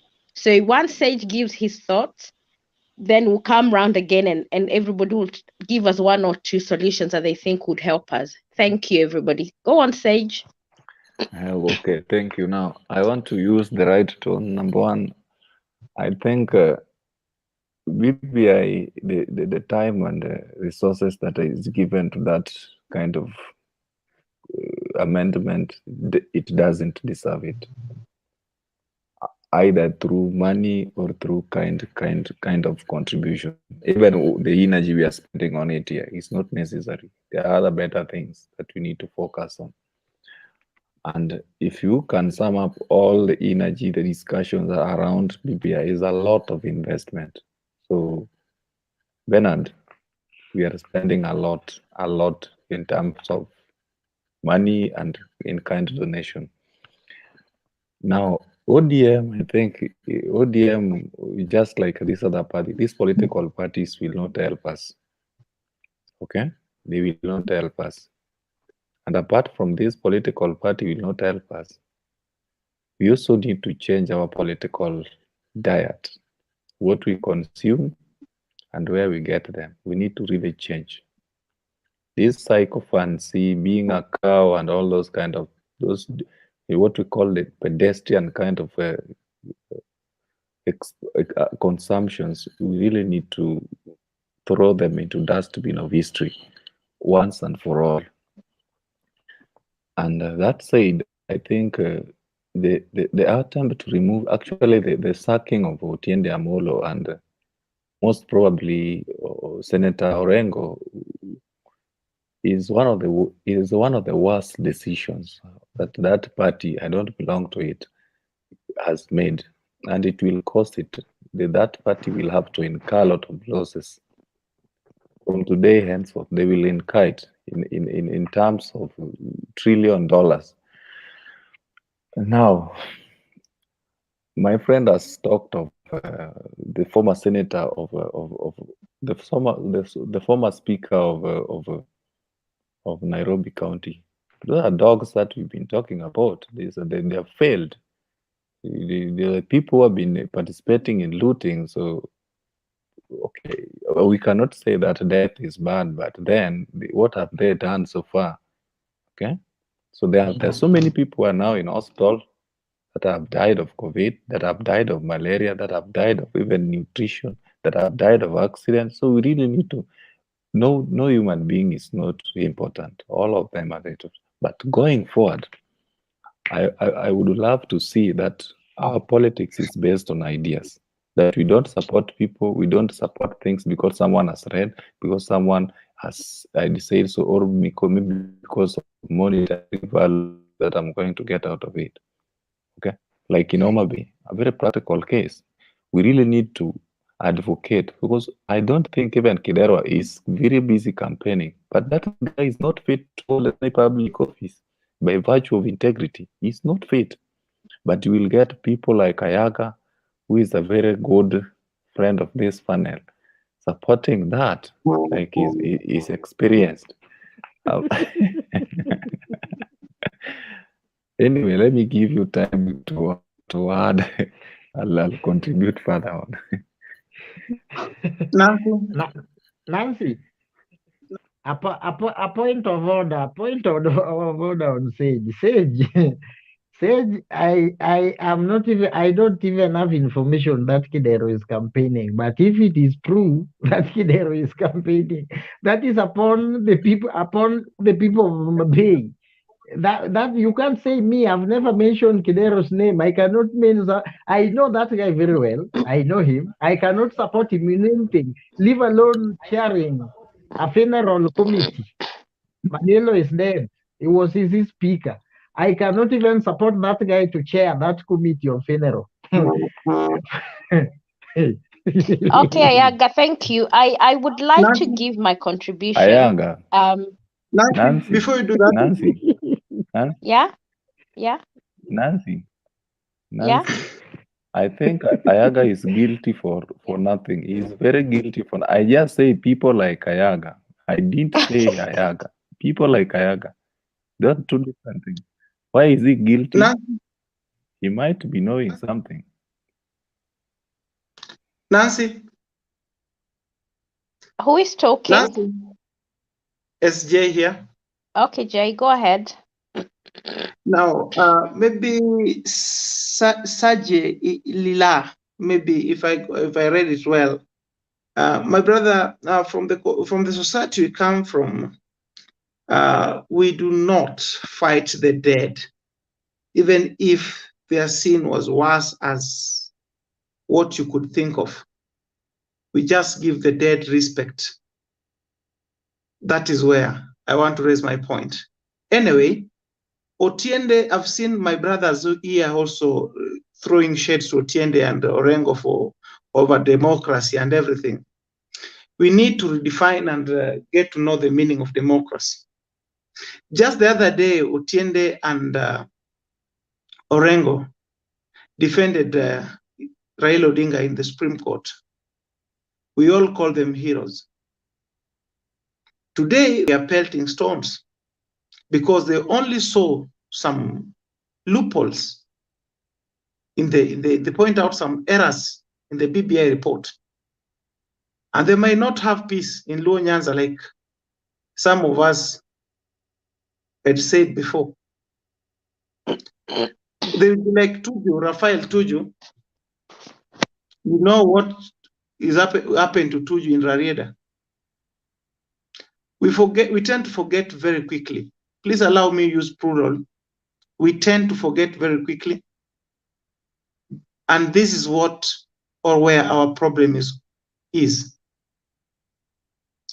These parties, we use the word democracy, yet they are not democratic.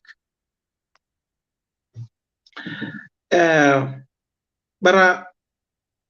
I tend to think it is high time now to focus on the real issues and get to know where we put our eggs. Maybe at the conclusion level, I'll have to say something on the resolution on what we need to do, what we think we should be doing, so that we don't become lamenters. Thank you. So can I answer? I'll start with Manad. There's something he said about the deputy president, and I'll make it short. The deputy president cannot assign himself any government functions. The president has to delegate. And what I said last time, is I would want my president to give our constitution the respect it accords him and the deputy president. They can have personal differences. Like today, when Samia Suluhu came to Kenya, it broke my heart to see that even such a monumental moment for our country, welcoming the first female president of Tanzania, they chose to leave the deputy president out because we had his official communication saying they never received no invite. It is an indictment of our system. Uhuru has disrespected our constitution in many ways, but that is his prerogative and history will judge him. But Bernard, the deputy president is only sitting on that chair because we voted for him.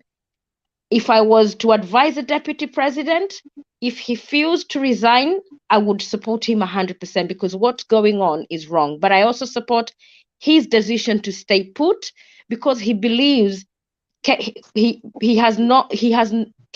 people have not lost confidence in him. In regards to Otiende Amolo, I would want to be in a country that accepts dissenting views, that when I disagree with you at a point of my mandate and to support the constitution. Otiende Amolo was an ombudsman. Otiende Amolo is one of the experts who wrote our 2010 constitution. So when he speaks from a point of knowledge, a point of information, and I think we should take him seriously and listen to him. When I listened to Orengo, and I said in this show, if Otiende Amolo would stand as a presidential candidate, he would have my vote because he's a serious mind. And I believe he has something to offer for my country. But the fact that he had a dissenting view and then he was removed from JLAC, I think it is wrong. We've seen what happened to Senator Malala. We've seen what happened to Wetangula. We have seen them, what they did to Susan Kihika, Kipchumba Murkomen. They have violated violated and mutilated our constitution. They do not follow anything. And as I said at the beginning of the show, Justice Speaker Muturi broke my heart today, and I was hoping that he would stand for what is right, because we look up to him. But what he did, he decided to do some sideshow, reading things that to me did not make any sense. But that is also his prerogative. He can do what he wants, but history will be waiting to judge him. And to me, Kenya is at crossroads, and unless we people start saying what is wrong, because many people here seem like they're defeated, and they tell us we have to look at the political side. Fair enough, but we cannot disrespect rule of law. And this is why our country does not function, because even when they know that they should be sending money to the counties, they are not doing it because they do not respect the rule of law. People are dying in county governments because governors do not have money to pay even their own employees who have families and children.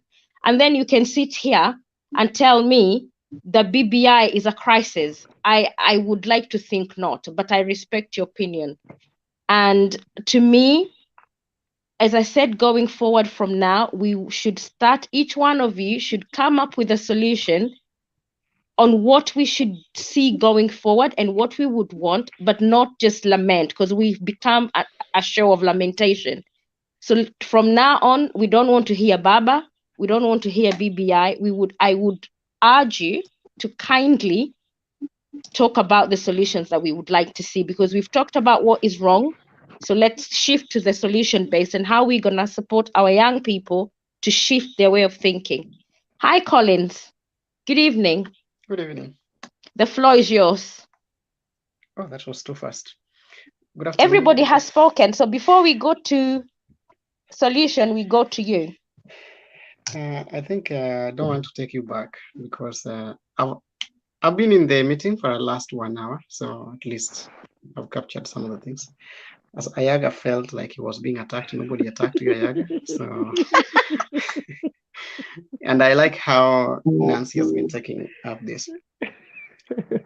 I think we should straight. This platform is not for lamenting, and we have lamented for the whole 1 month. So we should always focus.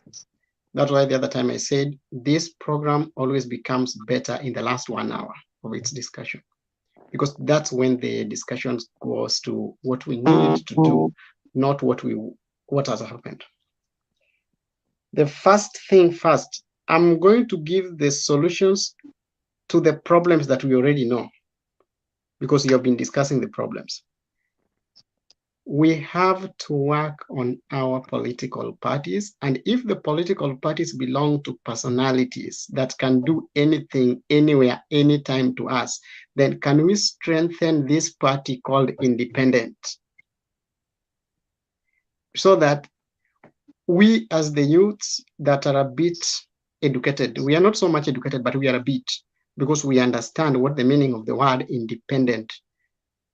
The people in the politics don't understand the word independent. That is why when Otiende wakes up in the morning and tells us that whatever happened in 2007, we can go back there anytime. If BBI is not taken care of, then we clap for him. When he comes again and tells us that BBI has a problem 1, 2, and 3, we remove him from the party, from the JLAC committee. The first thing that we have to know, all the committees in the parliament have a limitation of time. So we should not come here and start lamenting. There is always the prerogative of the party to retain the members or to replace. So after the duration, Otiende Amolo, if it was about the party in JLAC committee, they were supposed to renew his contract as a member or to replace him. Unfortunately, because he rubbed his party the wrong way, they had to do away with him. So we should not see it as if it's a big thing that it was about being removed. Fortunately or unfortunately, the party that is being run by crooks that are calling themselves cows, They, you know, where there are times when cows can determine which side of the river they use in drinking. You take them, all of them, to the river, but they decide when one of them moves to the other side of the river, they will all move there, thinking that that water is sweeter than this other one. So these people were supposed to replace Otiende Amolo or retain. But when they choose to replace, they replaced, and the public now views it with anger, which is not so much big thing. No, but Colin, don't you agree? Don't you agree that if it was you who was in that leadership position, because of the timing of what was taking place, the ODM should have done it better than what they did, because Otiende Amolo has served that committee with... Let me tell you something, even before you finish, I'm sorry to cut you short because I've read what you're trying to say. By all matters of standards, ODM did a wrong thing. Thank you. By all standards, whether we go to heaven or hell and come back and still find ourselves on the earth, it is bad. Even if I could be a member of the party, I could have told them, yes, he has rubbed the party the wrong way, but please retain him, because this is somebody who understands the constitution so well. And Otiende Amolo is very passionate. He's very passionate about what he's doing. He's not so much passionate with what he's doing. So replacing him was not the best. They could have retained him. The next thing is, our people must find a way. Today, if you go to Kisumu West, this is part of the solution. If you go to Kisumu West, Olagwaloch will be elected whether he comes with a party called a dog, whether he comes with a party called Aumbwa, whether he comes with a party called as long as he has a party that is coming to campaign with, Olago will be elected, because he is very independent. He doesn't depend on any party, but he depends on the electorates. You understand? So we should get people who can depend on electorates to elevate them to positions, not the party tickets. These people who depend on party tickets, and it is us who make them to depend on party, because we tell them whoever comes with the URP in Rift Valley has won the heart of the people. Whoever comes with the ODM in Nyanza has won the heart of the people. Olago comes with any party and he wins the heart of the people because he is always with the people. So that's done. Number two solution that we see. So I think somebody has gotten my solution number one, independent parties. We don't need to go to these briefcase things. These are personal properties. And I said it in what I wrote, and I'm not afraid to say it. ODM party is being run down by somebody called Junet Mohammed, John Mbadi, Dennis Onyango, and Sifuna. Those Edwin are people Sifuna, who can talk. agreed. Those are people who can talk anything, anywhere, anyhow, without considering what next. They are the types of people who are very busy praising the king, even if the king is naked or is clothed. It's upon other people to see whether the king is naked. But in the long run, the king will realize that he is naked when he feels the cold. And we don't care with that. The next option is this. We say sorry to Wole Magilo for the death, and it's unfortunate, but we have to tell our public that death is inevitable. Each and every one of us will die, but it's only the time. We have just to say condolences. We can't rejoice in somebody's death. But if we go back to Christianity, we can just pray for them. Or in Islam, we can pray for them and then wish the family to be comforted. Another solution that we have, the curfew is not the curfew, but the lockdown is over. Everybody was crying for the lockdown. Did we plan ourselves on how to get back after the lockdown? Or is it about uchumi ni mbaya? I still owe my landlord. The lockdown is over. The country's going back to its own normal levels. Even these international countries, they are not working. Most of the countries are not working after 9 o'clock or after 10. So are our people who are always in this platform, are we still going to continue about the lockdown, which has already been lifted? We should now start something like recovery process. And in recovery process, I saw somebody selling the sports things. Sports are getting back. There are people who are contesting. There are people who are doing this. Please sell those apparels. If you're selling the uniforms and what, ensure that you sell them. We have a lot of classes going back. If you're a teacher and you're on this platform, please, this is the time that you can create papers, exam papers, revision materials for the schools. If you're a teacher in this, please try to make ways in which you can set your questions and you set exams, sell them, or you can create your lectures and tuitions so that they can go through. If you are a tailor here, the uniforms are going to be bought. The parents are still buying uniforms. So we can try to make things work. I think that gives me a point to stop. Thank you. So we're gonna go from the top. Samilong, two or three solutions. Thank you. One of the solutions I'd propose is something that I'd already discussed or talked about earlier in other sessions. It's basically saying that I would request Kenyans to leave, to remove the focus from the top leadership. Let's come back down here. Let's come back to county assembly. Let's come back to governor. The default money would be used way better if we are able to manage it locally in our villages.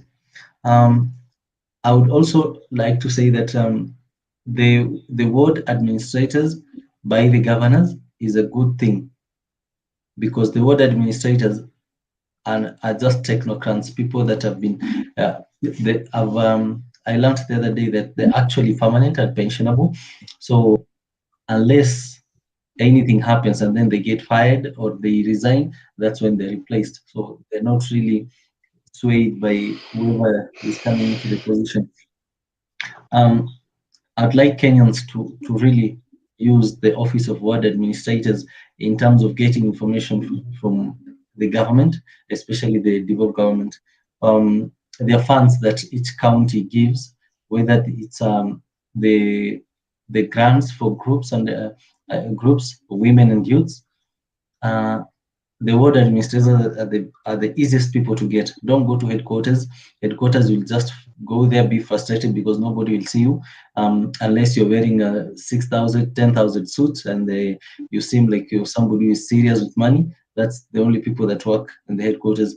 Go to county ward administrators, they'll help you. Another thing is I'd really request Kenyans to look for other means of living. Do not rely on only the monthly income that you get. Get something else to do. Get a side hustle. Get a kabiz, kadogo. Get a if you're somewhere that you know something is cheaper, and you know some other friends that buy those things at a high price, take those things to those people. That is being entrepreneurial. This money that you see people eating up there, the politicians and everybody, they're just eating it to their families, not you, not me. So for us, we have to work hard and get our own. We need to look for our own, right? The third thing is, I think most of the politicians, when they get into this thing, they just think that it's going to be a very easy task. Just representing people, sitting in the parliament, listening to the procedures and everything, and researching a bit about the prior session, and then you give your points and that's it. It's not about that. It's about improving Kenyans' life. And one thing I'd actually encourage and challenge politicians with right now, whoever will be lucky to listen to this, is that once you solve one problem, that problem creates something else. Challenges are never done. If you make us roads today, then tomorrow we'll need lighting, because now we have good roads, we have good connection. We need lighting so that we do business till 10, 11. That's another thing that you can do. Kindly do not focus on very petty issues and many more developments. Let's work as Kenyans. Let's work together. Thank you. The last one, Okay. kindly. Okay. As Kenyans, let us come together. Me and you, my immediate neighbor, first.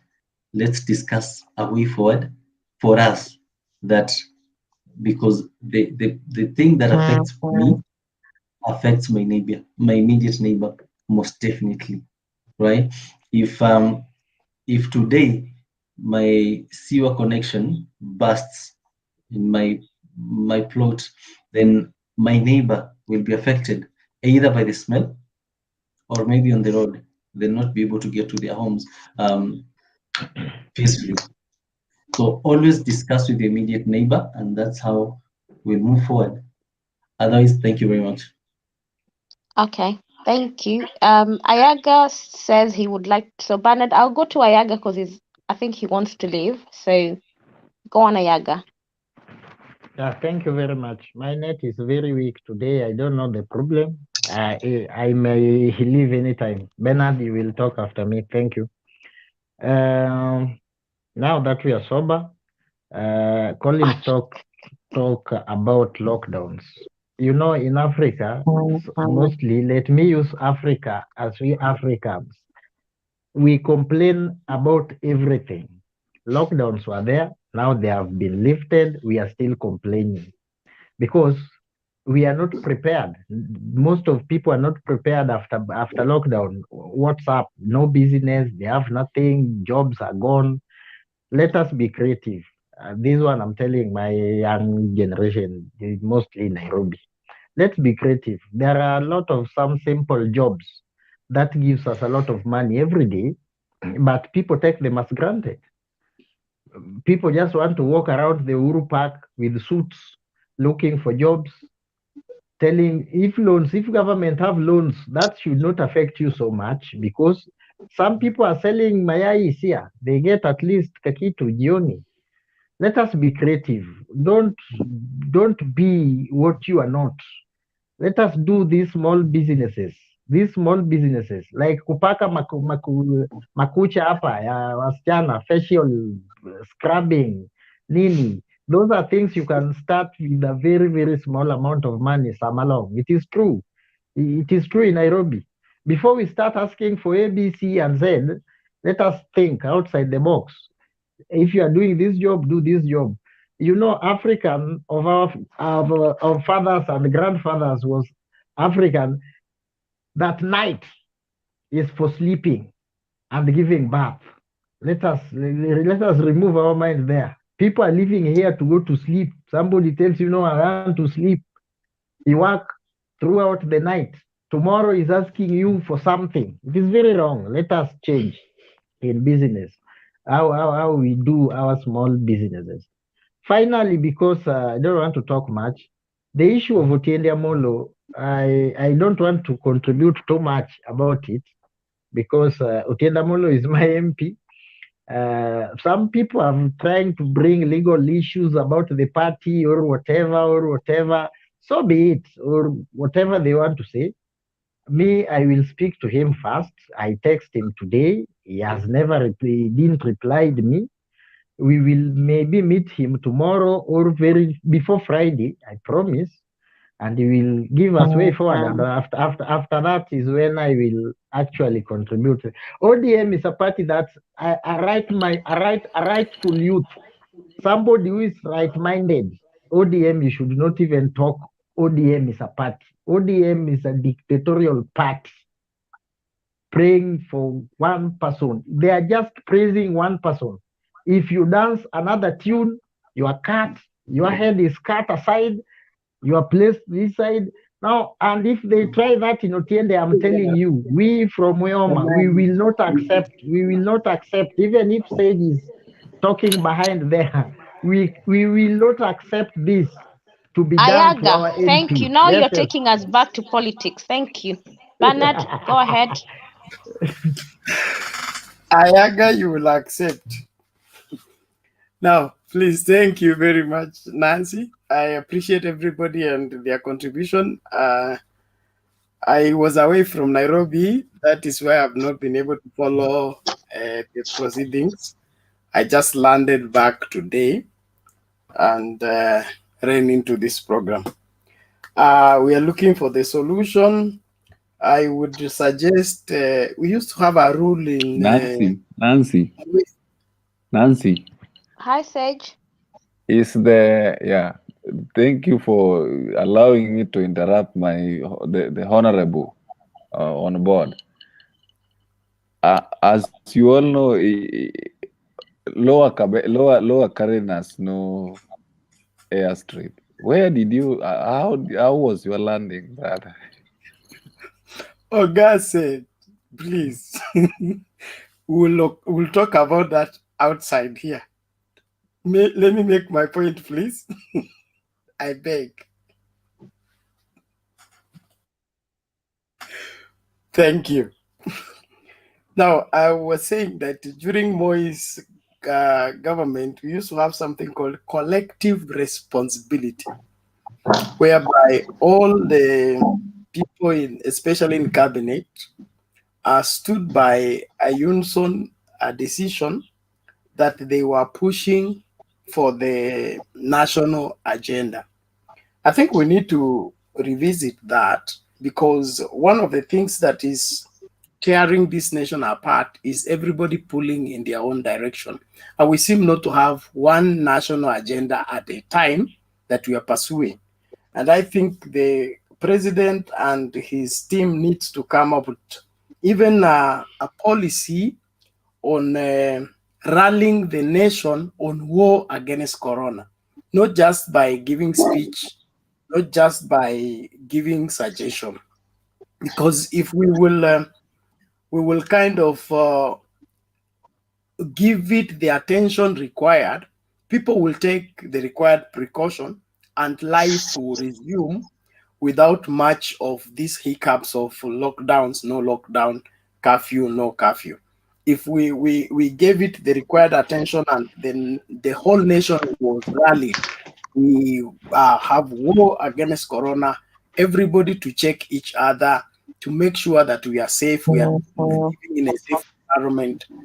That will help us get out of where we are faster than all this blame game. We are looking for who to blame, who has run away with which money that was meant for corona. So we need a national dialogue on this, in the sense that the people in power should rally the nation in this, in a way out of this crisis, so that everybody feels he's represented and his view is important, and what the government is offering as regulation is not something that they are using to punish, because there are people who are interpreting lockdown as a punishment, curfew as a punishment, and it's not all accepted or received in good faith. And so in the process, we have people who are flouting the rules and helping the spread of corona. So we need to kind of give it more attention than and give it more coverage than what we are giving to it as at now. I think I'll leave it there so that everybody will get their time to say what they need to say. Thank you very much. Thank you, Mr. SJ. Thank you, Nancy. First, I have to appreciate that today I've met friends. I've been following this program, but in behind the scene. Let me just share some small view, because now we are on the solution.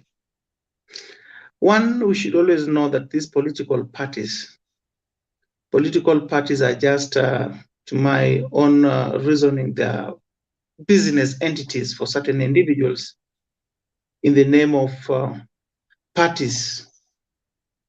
Now, I've learned certain things during this corona situation in the world.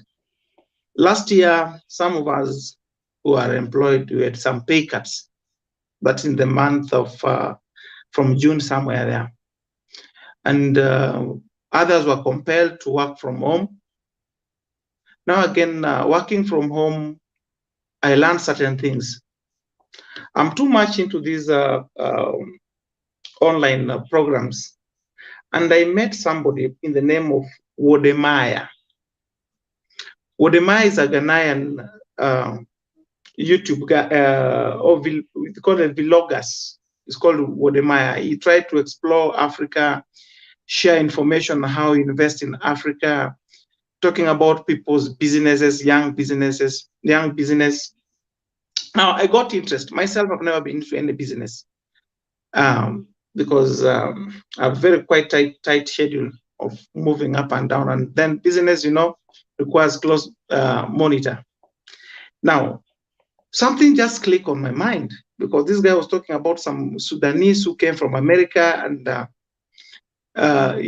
Sudanese is living in Nigeria. This guy started some small poultry farm, and now the guy was having by then last year 20,000 birds. Then I say, why not me? Why should I start something like this? Then I went to do some research, read books about poultry, contacted some these guys who handle veterinary, got some training. They sent me some books. So I started with 150 birds in Nairobi. That's poultry. As we speak today, have 2,000 birds, and I sell 30 crates of eggs after 3 days. So in other view, you find that I earn more than what I'm paid as my salary, you know, job that I do. So I believe in business now, and I believe in determination. We should not focus too much on politics because, like I said, there are people who have mastered the game. It's business to certain people. When you go out there to fight for them, they might not fight for you, because with them, that is their business. That is their employment. Then what do you get? I see so many groups, and Mr. Yaga will agree with me, that there are so many WhatsApp groups where young people talk politics. It is politics from morning to evening. But then what does this put on their table? When your mother, God forbid, your father, God forbid, become cancer patient, it's a very tragic moment for someone to go through. It's sad. And maybe you get yourself alone in this. You don't see these politicians you are fighting for. And again, as youth also, let us see people and judge people with policies, with blueprint. Let us discuss politics on matter of policies, not on the depth of your pocket, on how close you are with the powers that may be. And from there, we can move forward as a nation. Another thing, Nancy, I would request, and I believe there are people who are following us behind the scene. When we get such platform, this is a point for networking. We can go behind the scene. I speak to Ayaga there. Nimulize, my brother, now, how do you make it? Let's now put politics aside. How do we move on as a society? How will Collins add value to my life? Let us not be like talkers. Let us also act. Friendship is always very key. Maybe just to take you back again, let me just go contrary again with the murders here. I believe in friendship because I've gone up through friends, not even family members. And I believe some of you will agree with me that sometimes your friends are much closer to you than even your family. And such platforms, if you get people with the serious agendas, we can even make this platform better. We have the resources, we have the ideas, we have the content. We can perfect this. We can help our brother Mtembe there, so that we become a serious, good platform that worth to be watched. I'm not saying that what we are doing is wrong. We are doing very well, and I'm happy. That's because I joined it because I enjoy it. Thank you, Nasi, and may God bless you even as I sign.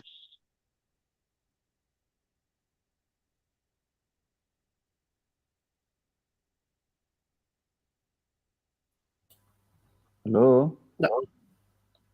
Hello. Lena, It's like yes. I'm seeing people leaving, and I have a serious point to make. We were finishing. We are giving our solution part. So I think said you can go ahead. It seems Nancy is cut off. Yeah, it falls. It falls there. Hello. Carry on. Hello? Carry on. Now, what SJ has said is very, very true. I don't know whether you are getting me. Yes, I can hear you. Thank you. I said when I was joining this platform that I said that with this kind of mind, we can make this thing either an international forum, a registered entity, or even a global TV station. Because we have the resources, we have the ideas, and already they are clients, or what we call partners, both online and those the very people who are online are also offline. So just to add some flesh on what SJ has said, I think we need to have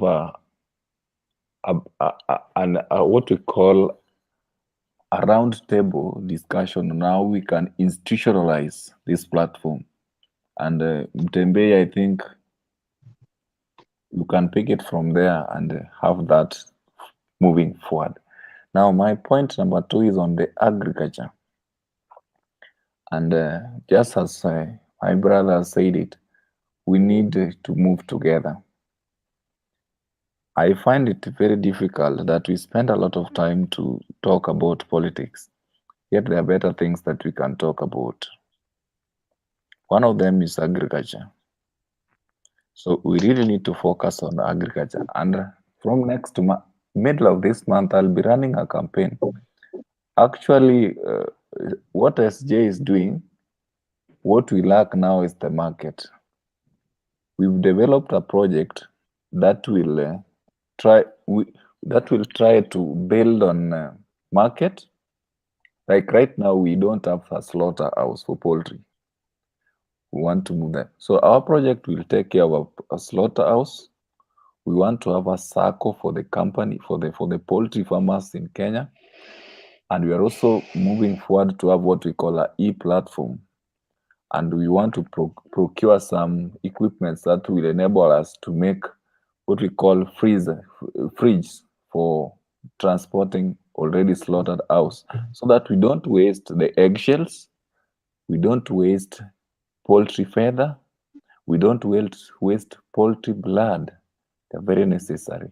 So it is along the value chain. So I'll request the network that I'll be running an online campaign, and Mtembe, I'll request, though it is official, kindly if I'll be able to get your email or your personal number, because there's how we need to talk behind the camera. Then also I'm sharing my email. Yeah, Yaga, you are very happy today. I'll give you a call before you sleep. Don't switch on your phone. I will call you today. You are lucky. You are no longer orphan. Now, I'm giving my details so that at least we see. I want to see how we can roll out something, a concept, to be able to galvanize the needed synergy to make this very vibrant, so that we can have what we call forward-thinking kind of discussions.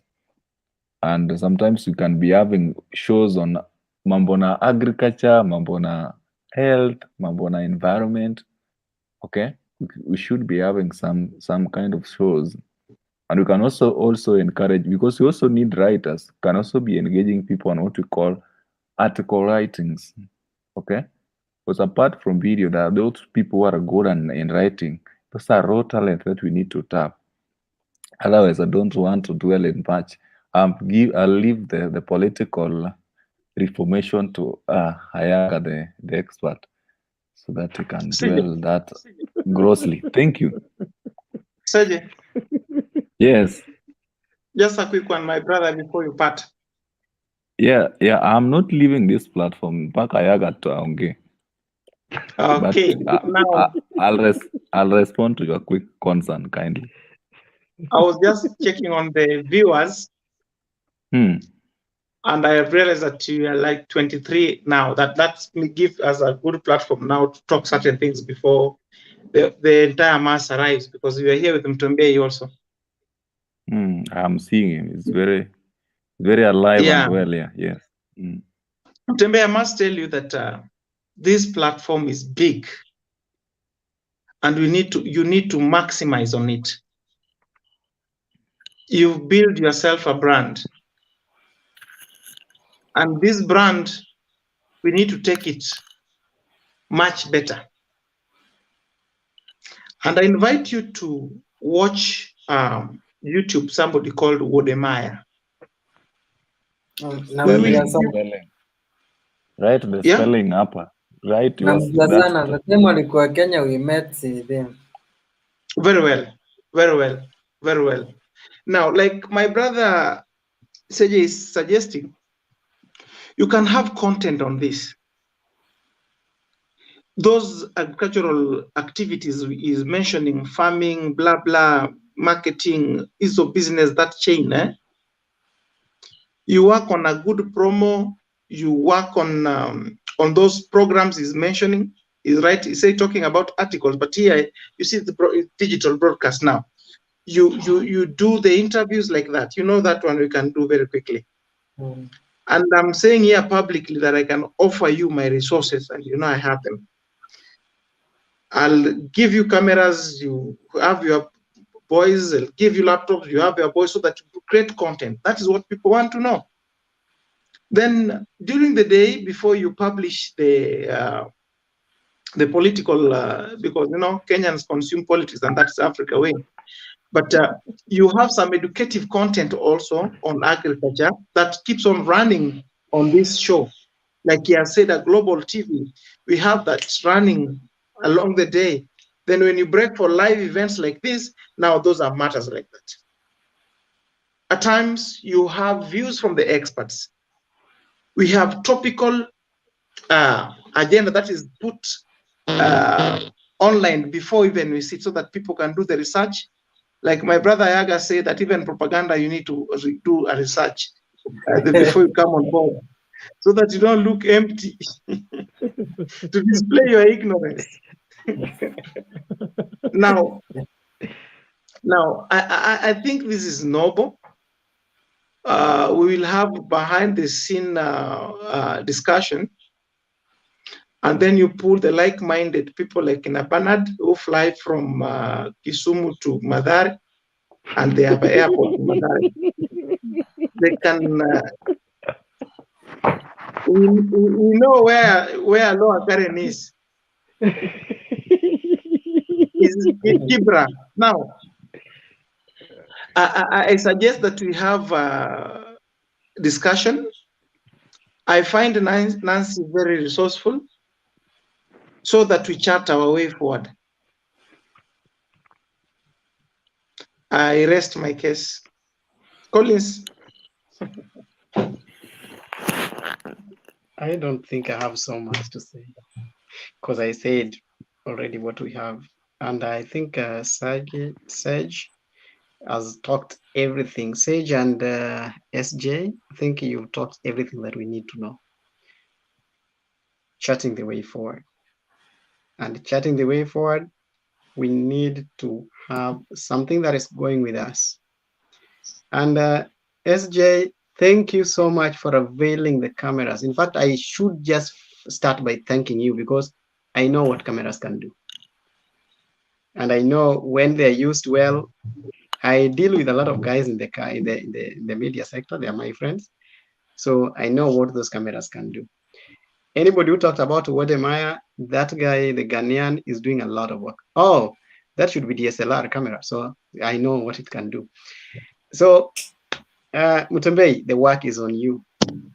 We can't keep this platform for politics and it will be seen like it. I saw it turning into another comedy where people are posting pictures.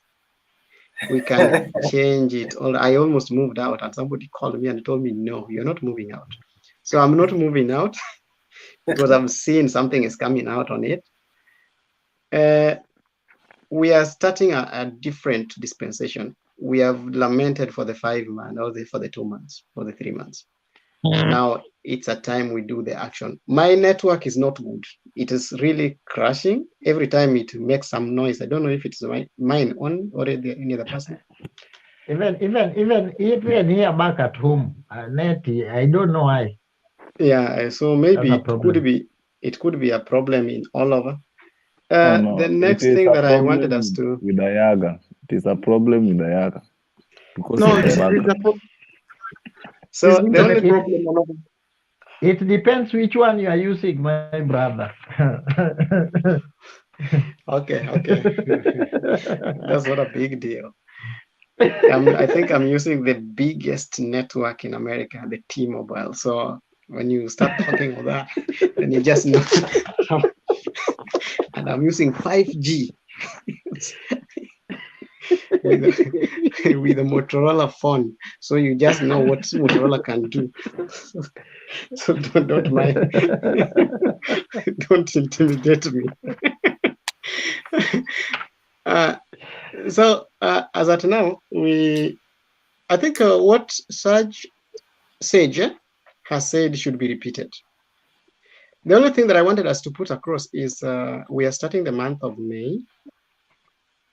And this is the month where we have a lot of the green cards being given out. So I think Kenya has 2,500 chances for this year. So those 2,500 chances for the green cards, they may be opened on 5th. They are saying on 5th, but I think this time it will go up to 10th because it went late. So if you applied for the October thing last year, so you can check on it. If your friend or your neighbor applied in last October, let them try and check on it from this 10th. There was a password that was given, they can check on that. If you have somebody who has gotten the green card and it's positive, the result is positive, I can take him through. I can give myself, I can volunteer, I don't charge anything.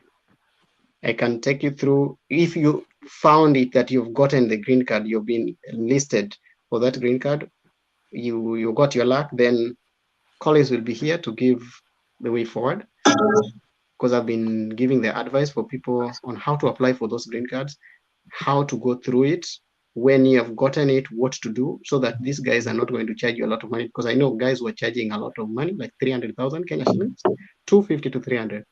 I can do it for free for a member who is in this group. I'll not charge anything. That's good of you. That's kind of you. Thank you. What's that? Yes, I just say thank you. Yeah, I can do the advice on how to do this. And also, I can also help on when you are being called at the interview at the embassy, I can help train you on how to answer questions at the embassy so that we don't have people being taken to the embassy and then they go back home. It pains and it hurts when somebody goes to the embassy, it's almost next to America, then he finds himself going back home. So I think I can facilitate that so that I don't give money, but I can help you see which types of questions can be set. And if you are asked like this, answer it like this, and what preparations you need to make. If suppose you qualify for the green card, I can take you through what is expected of you and what is required and what you can do so that you get it. Again, we have a lot of scholarships that are online. If you are getting any scholarship and you think you are not finding the right one, and you think you have gotten one, I would be able to facilitate on how to answer those questions and which ones are genuine and which ones are not genuine. I think that's the best I can give. I deal so much in the academic side, so I don't, because I'm a medic, but I deal so much in the academic side. Nini Collins. Yeah. Good. Now I have something that is related, but it would for this platform, right? Yeah. You deal in medics, eh? Mm-hmm. And right now, what you know the Kenyan situation when it comes to health, mm-hmm. and you know, PLO once said that you do it like a white man, right? Mm-hmm. If we were to register this platform, okay, mm-hmm. Mm-hmm. best because me, if you tell me your embassy, that's an institution, that's a country, huh? Mm-hmm. Now, if we were to register this platform as a registered entity, maybe a private, what we call media consultancy, or maybe an NGO or a foundation, Mm-hmm. through the networks and the landscape, when you are in US? Yes, I'm in the US. Are you able to maybe team up with some of the people there so that we are able to get some donors? Because I know in the US, or even if you were to venture in agriculture, I know there are a lot of organizations that do support, but they need someone there in the country. Yeah, this is something that are you able to if we have that plan, are you able to help us out? I'm always very open with myself, and I'm very truthful with what I say. Yes. As at now, I cannot do anything about organizing donors because Collins came to America as a student. His status alone is still remaining a student, and I'm a full-time student with 16 hours of studies per day. Okay. So that means I don't have any other extra. Even now, as I talk, the book is here. So like this it's is not what easy for me to mingle with people. I don't have the way that I can mingle so well with the people. And again, most of my friends are students. So still, I have not had people who can maybe donate anything.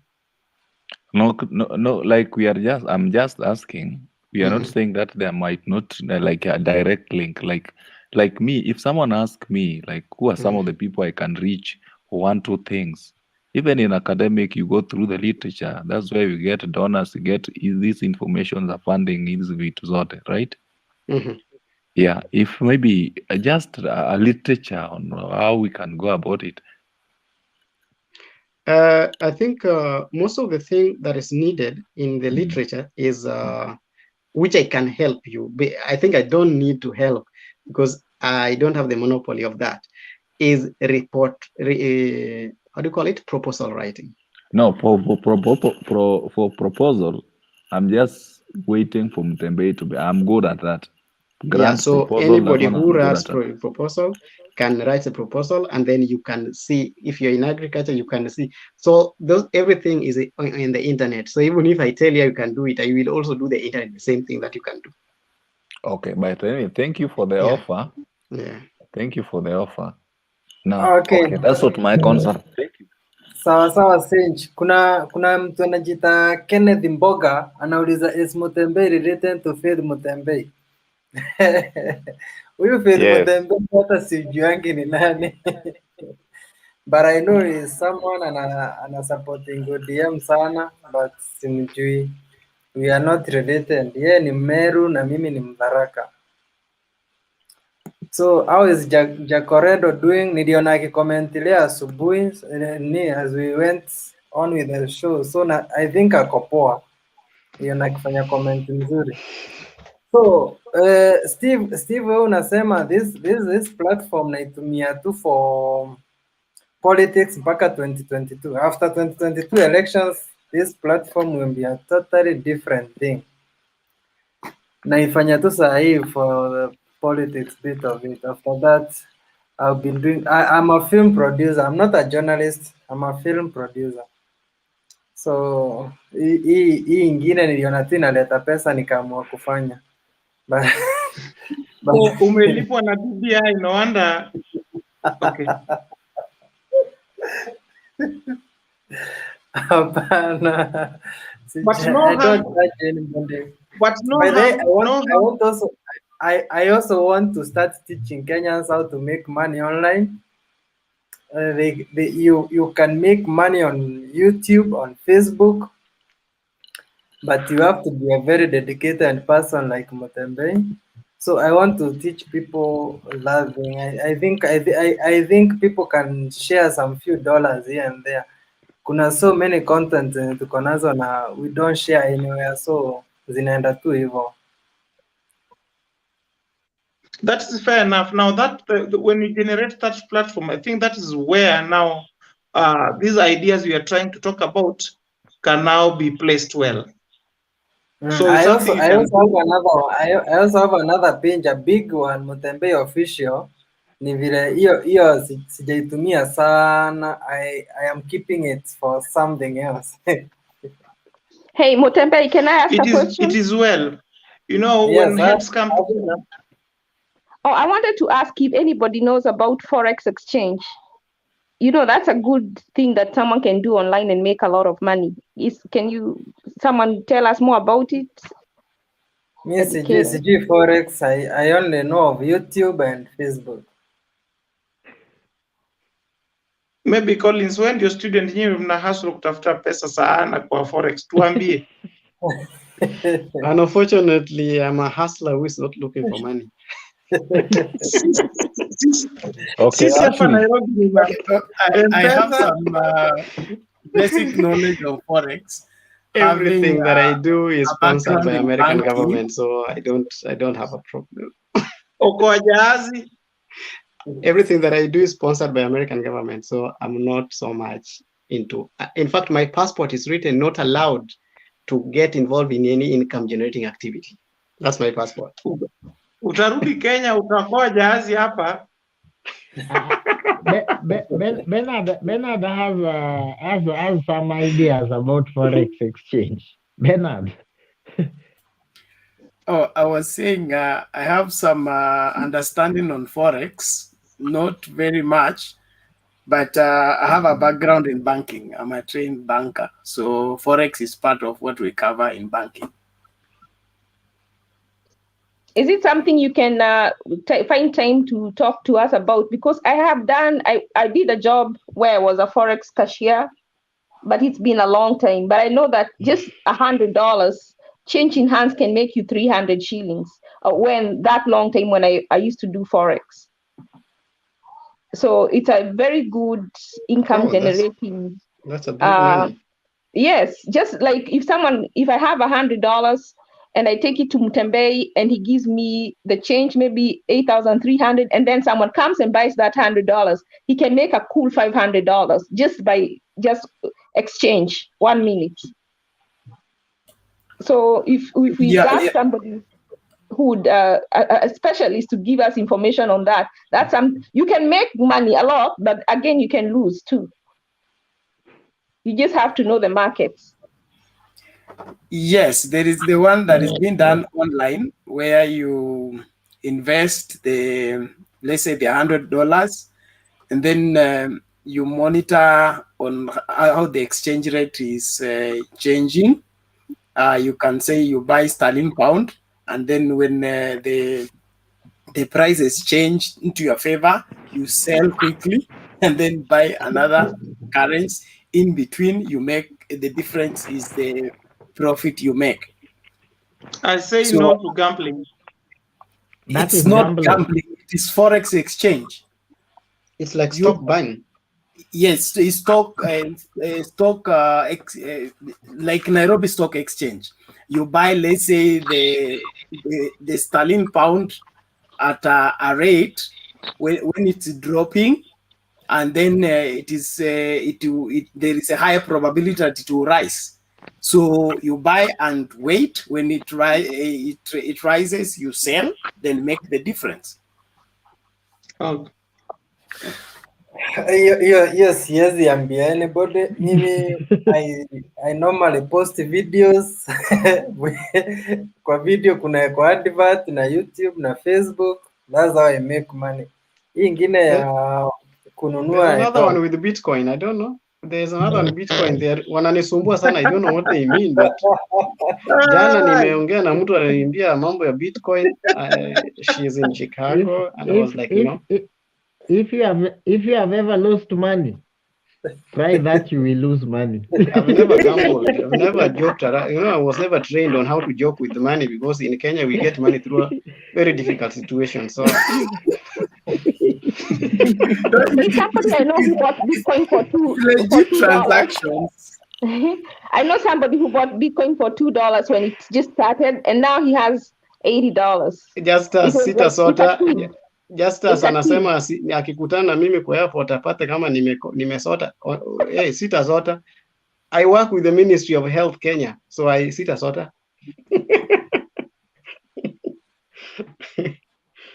Hello, Mtembei. Yes. I think we need to be accommodative. We need to be accommodative. If you have a solution like Bernard, Forex, to you it might be a gambling. You know how we define things different. So I think the best kind of response will be you give the brief idea that you have. The rest we can leave for a background talk, so that at least we don't demotivate someone. Okay? Maybe they are looking forward to help a friend or even to invest. Yeah. And it's not gambling. Like if you go to the airport, if you go to the airport when like someone is coming out from another country, that's a business. The product is money. Yeah, so it's a business, but it's a high risk business. Yeah. So if the person is willing to commit to such risk, if at all there risk, then the best thing is to just give a platform where they are able to try their best. Okay, Bernard, kuna mtu najua anafanya that business. Maybe you can just share with that. You can even take a number. Yeah. Actually, yes, if there's somebody I will contact and then let us know. We had I had some revisit lessons with him for a while, but I didn't pursue it to conclusion. But I still have his contact. I'll find him out and then let you know. Actually, I talked something very serious about exchange of money at the airport. Somebody sold to me Airtel line when I landed in Kenya. Somebody sold to me Airtel line at $15, and then I realized $15 is 1,500, and this person has already sold for me. So it's like, yeah, I gave $15, and $15 American dollars is like 1,500. And she told me like, with this you have a $5 as a credit. And I come from Nyanza. That credit I never used it, because when I reached Awasi, I was supposed to tell somebody who was going to pick me, and I told the guy that I'm calling you when I reach Nyamasaria. The credit could not even reach Nyamasaria. So I don't know how 500 it was, but it's forex language. And I bought the line at 1,000 shillings. People capitalize on others' ignorance. And when I reached Kisumu, nikapata kumbe line ni shilingi 50, and I bought it at 1,000 shillings. Welcome home. Bernard. Yes. Bernard. Yes, sir. How can we destroy? Welcome home. How can we destroy the system of M-Pesa? What other alternative that we can use? Maybe banking, in the banking sector, so that at least we make our own empire through the transactions. There's Titus Kamau. That one will require something else, because M-Pesa has become an empire in itself. In fact, trying to go against it, you may lose all your investment because of the routes they have already taken. Every Kenyan is relying on it for exchange. But we can come up with an alternative money transfer platform that is cheaper, because M-Pesa at times it becomes very expensive. Now, if we can offer a different platform that is cheaper and then be able to market it enough so that Kenyan buy in, you still make money. Yeah, because you cannot say that. Remember, back then we had in Standard Chartered Bank. Yeah. We didn't know that M-Pesa could outdo them. So let us not have that luxury. Anyway, are you able to lead us in that towards that trajectory? From where you sit, I know you are in Karen, Lower Karen. Which Lower Karen? I told you I stay in Upper Karen. Why are you taking me to Lower Karen? Okay, the guy with Lower Karen is not in today. All the same, forget about the Karen. Sometimes you need to laugh. I'm in between Karen. Now, like I said, matters forex, there is a guy I can bring on board for the same. Then this other M-Pesa kind of unajua hiyo money business is the government is watching you like this. Like now they have invaded the apps for giving loans. They want them to be regulated. So ni kitu ambayo lazima tuweke vichwa pamoja. By the time we venture into it, we need to have a good capital, and then I tend to feel like there's no need of reinventing the wheel, but we can look on how to leverage on it and make money. Like there are guys who are trying to how to buy credit from Fuliza.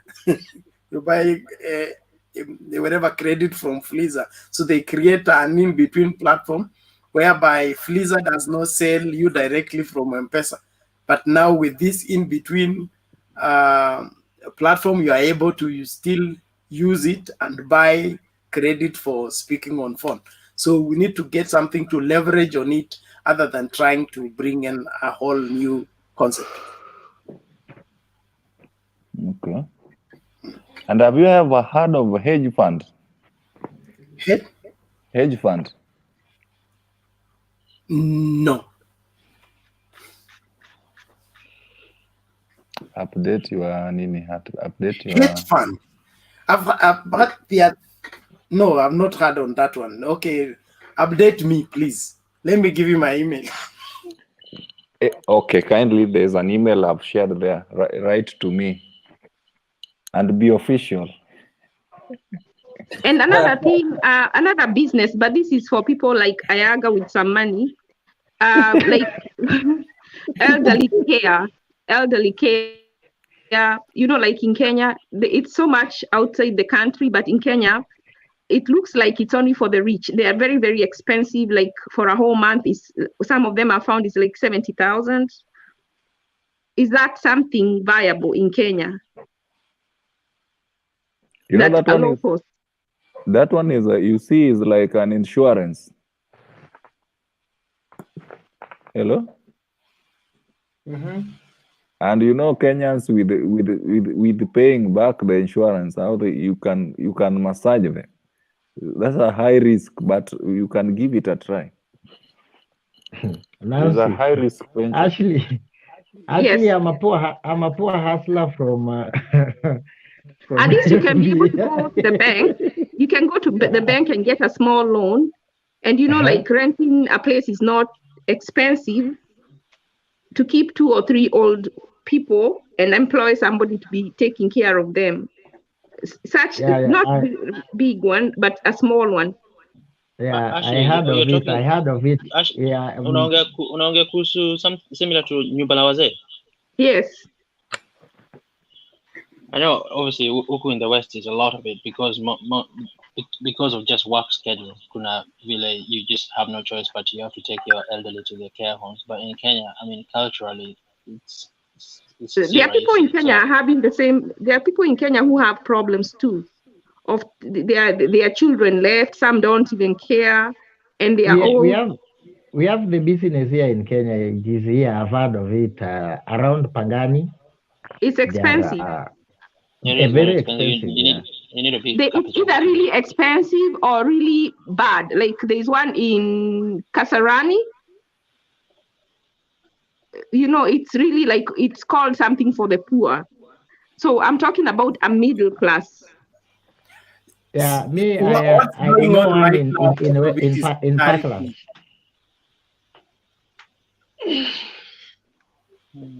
The nyumba ya wazee that I know is for I think it's run by a Catholic church. Yeah. Yes. So it is not as a business, it's done as charity, the community, whatever program by the church for the elderly. It's for the poor. It's for the Bernard, poor. I was asking if it's something similar. Something similar. It's not exactly the same. It's actually similar. Yeah. Here we call them that care. one. We call them care homes here. Yeah. The one he's talking about is for poor people because you have to qualify. And then there's another one in Westlands, but it's extremely expensive. So I saw a need for the in-between.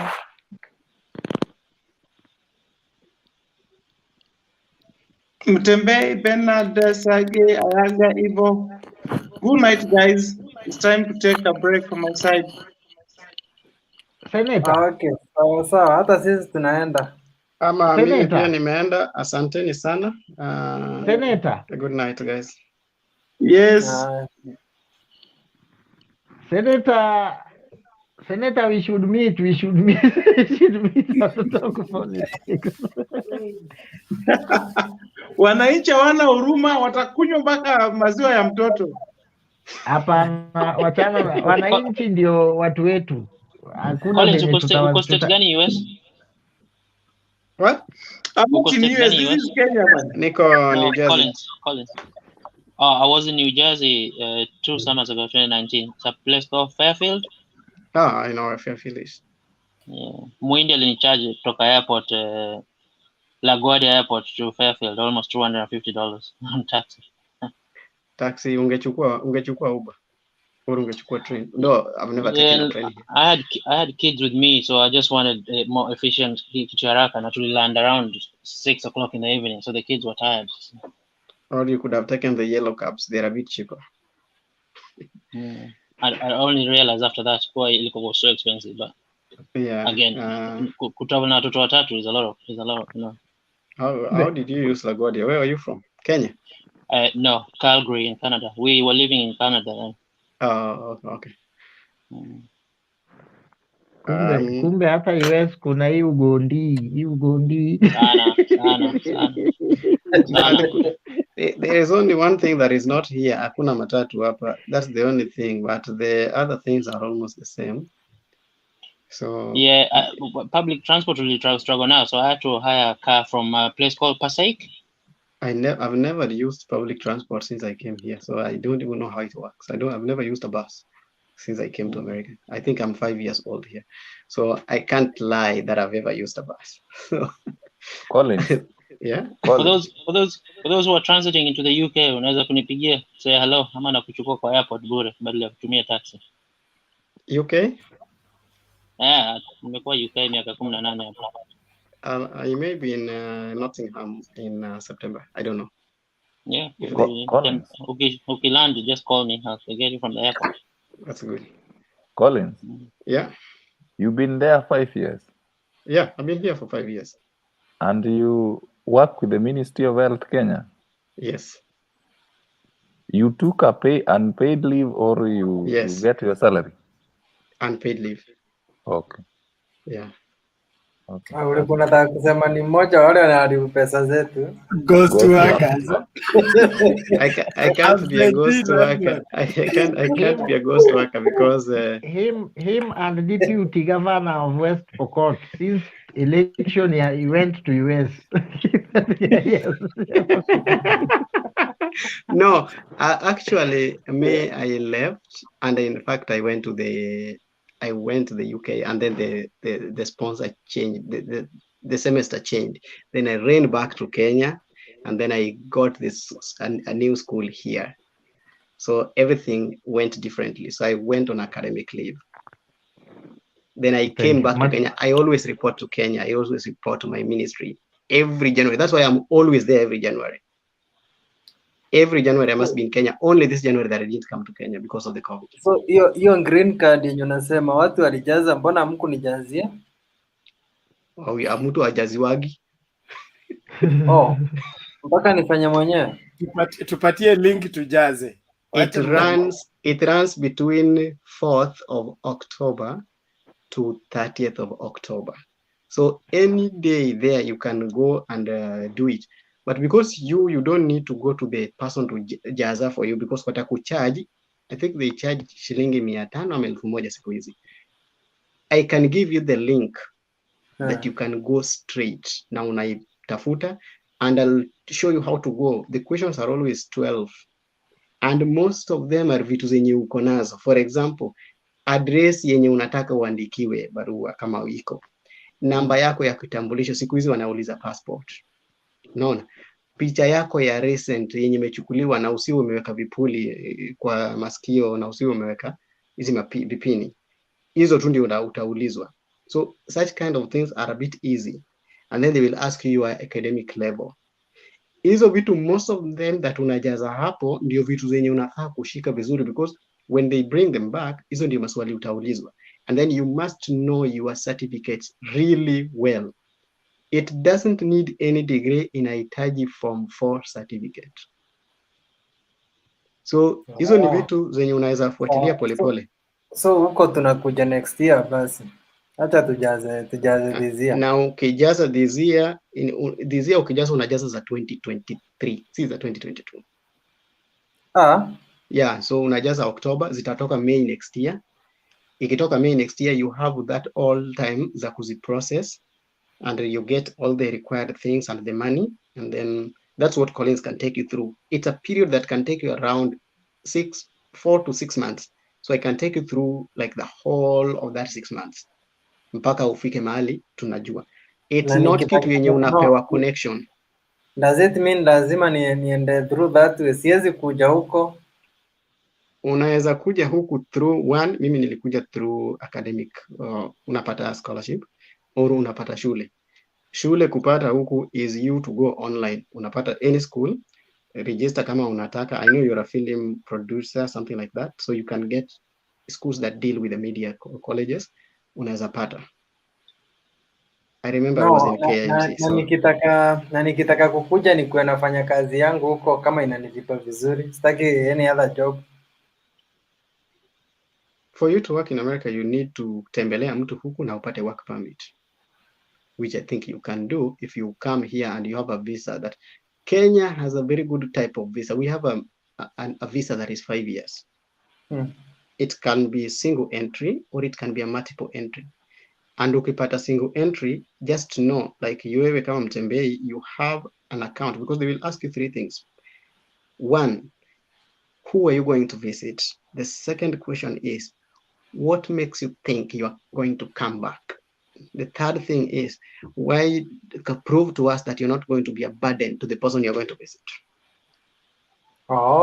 Hiyo si ni rahisi sana kwangu. Si ni job. Atakuwa nasaka job. You will be getting like you're not going to be a burden, because wewe uko na biashara yako yenye unaendesha Kenya. What makes you think you're going to come back? Uko na birth certificates za watoto wako wenye wamebaki nyumbani, so you can't leave your children, because America values children. So if you tell them you value your children, better. And the next thing is, show us that you can visit somebody that you know. You will get somebody mwenye ako huku.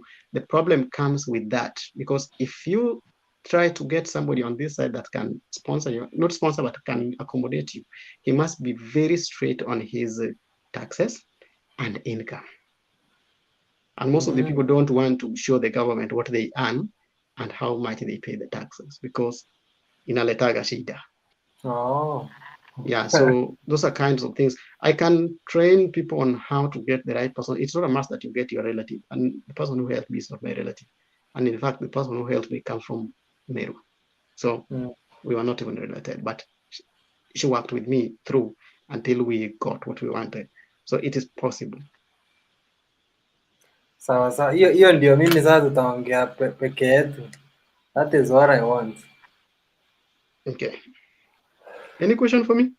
Somebody asked me like the drones. Titus Kamau aliuliza mambo ya drones. The drones can be gotten straight. The drones can be gotten straight for film production. You can get alikuwa kwa comments. You can get the drones from Amazon. Yes. Drones can be gotten from Amazon, but because we have a very good e-commerce in Kenya, it's called Alibaba. You can better get them from Alibaba. Because if you get a good drone from here, it will cost you $1,400 or $1,600. That is 150,000. And they will want you to have a license from the aviation. So hakuna haja mimi niende nitafute hapa the license from aviation ya hapa, and the drone will not work from here. So it's easier you get from Alibaba and then get the license from aviation ya Kenya, ambayo pia wewe mwenyewe kama I think you also know, you can get it without going to the aviation. Upate kwanza, ikuje, ndio uende uregister. And if you're just doing for funerals and this harusi, unaweza itumia huko ma village without the government knowing. Hizo tunajua zinaweza patikana, so that you don't pay a lot of money. So Titus Kamau, I think I've answered that question. So it's easy, we can get it here, but nikipata hapa na niende nichukue license ya aviation alafu nikulete hiyo license ya aviation hapa itakuwa imenisaidia. It will make it expensive. I brought some laptop to Kenya. This is some of the things I brought to somebody. Alinituma nimlete laptop, I describe everything. And when I brought the laptop, wakati nilifika nayo jamaa aliniambia hiyo pesa hizi lipa. And nimenunua. And that's the laptop that I'm using. Nilinunua at $940, which is 94,000 Kenya shillings. Nikifika nayo Kenya, the person didn't even want to give me 56,000. So it's disheartening. Yeah. Okay, so yeah, can I say one more thing about? Yes, Ashley. It's about Canadian visa. They have something starting on May the 6th. They said 90,000 spots for immigrants, refugees, and citizenship. So they are launching 6 new immigration programs that will make it easier for international students, temporary workers, and French-speaking currently residing in Canada to become permanent citizens. So I don't know whether that's important for people on the. Then last year before COVID started, there was a new one that was for people from outside to come into Canada and have the opportunity to become permanent citizens. I haven't looked whether that opportunity is still available or not. So maybe that's something maybe we can talk to about next time. But there's one starting on the 6th. Ashley, you go Canada? No. Oh. But you know, I look at stuff to see, you know, like, and sometimes like the one before COVID, I had tried to tell a relative of mine, but they didn't want it. But I'm going to look whether it's still available. But it was in the remote parts of Canada. But you go there and you get full permanent citizenship. I mean, like residency, and then after a while you get the citizenship. I have a brother. Ashley, where are you? Yeah, US. Where are you? Yeah, you're in the US, but which state are you? Florida. Oh, okay. Mm-hmm. Mi nataka kutoka Kenya because Facebook I monetize live videos. Then pia yani nataka tu kutoka juu ya monetization of my pages. Because ukitafuta lawyer ukitafuta lawyer anaweza kukusaidia kupata immigration on special like your speciality, because kuna speciality visas or green card. So I think if you spoke to a lawyer, you might be able to use your work to get a green card without even having to wait for this other one. Mimi nataka nikikuja huko, I don't want to work, I just want to do my job venye tunafanyanga hapa Kenya. Yeah, unaweza patiwa visa green card ila utapatiwa na hiyo kazi yako, kwa hivyo ukikam unaendelea tu na hiyo kazi yako. So you might need to talk to there are actually some Kenyan lawyers here. Nitafutia. Cliff Ombeta. Okay. You know this lady who is called Ombeta. I'll get your name that you know. I won't say it here, lakini nitakutumia kwa WhatsApp. Okay. It's someone you know, someone famous. Okay. Yeah. Mimi nalala. Okay, Evo. Bro Benson, naweza kuambia kitu tukilala? Mimi by the way, you know, kenye kuwa kinafanyika, mimi kenye watu wengi wajui, mimi US na Kisumu inakaa tu kama nyumbani. I usually travel back and forth like right now. So kitu yenye watu wajui mostly na kuaga na nikikuja na kuaga New York State.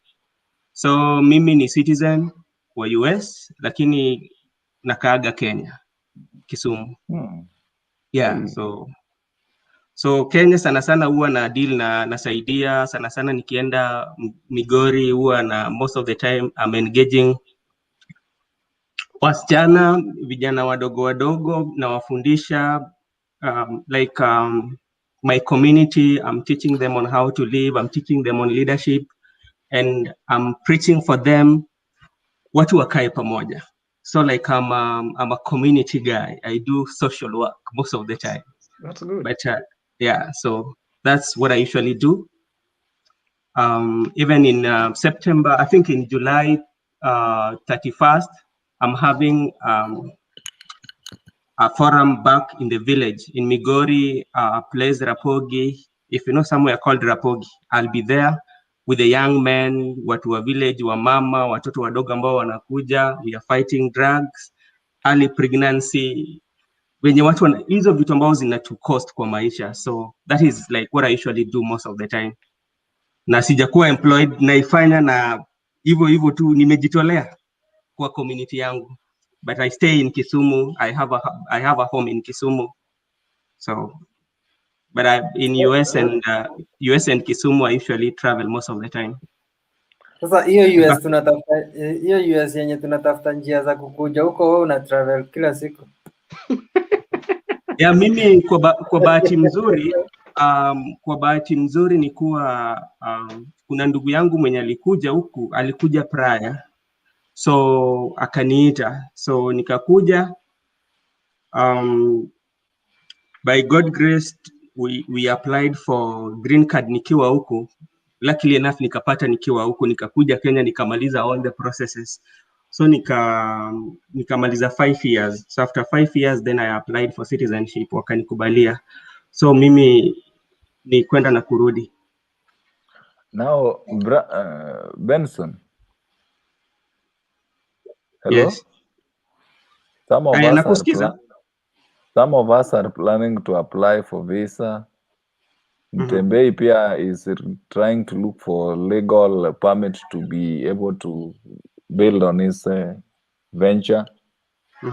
But we are lacking hosts now that America is home. And you have been law-abiding because you can't travel that often, and you are not filing taxes. You are not law. Are you able to host us for 5 years? The possibility. See, I'm not filing taxes because like there are days like when I'm here I have to work. Unaona? So I'm saying maybe you didn't get to my point. I'm saying now because you know you are traveling often, like you are law abiding, meaning you are fine with your taxes. You do all that. You are able to commit, because I think even the air ticket is a lot of money.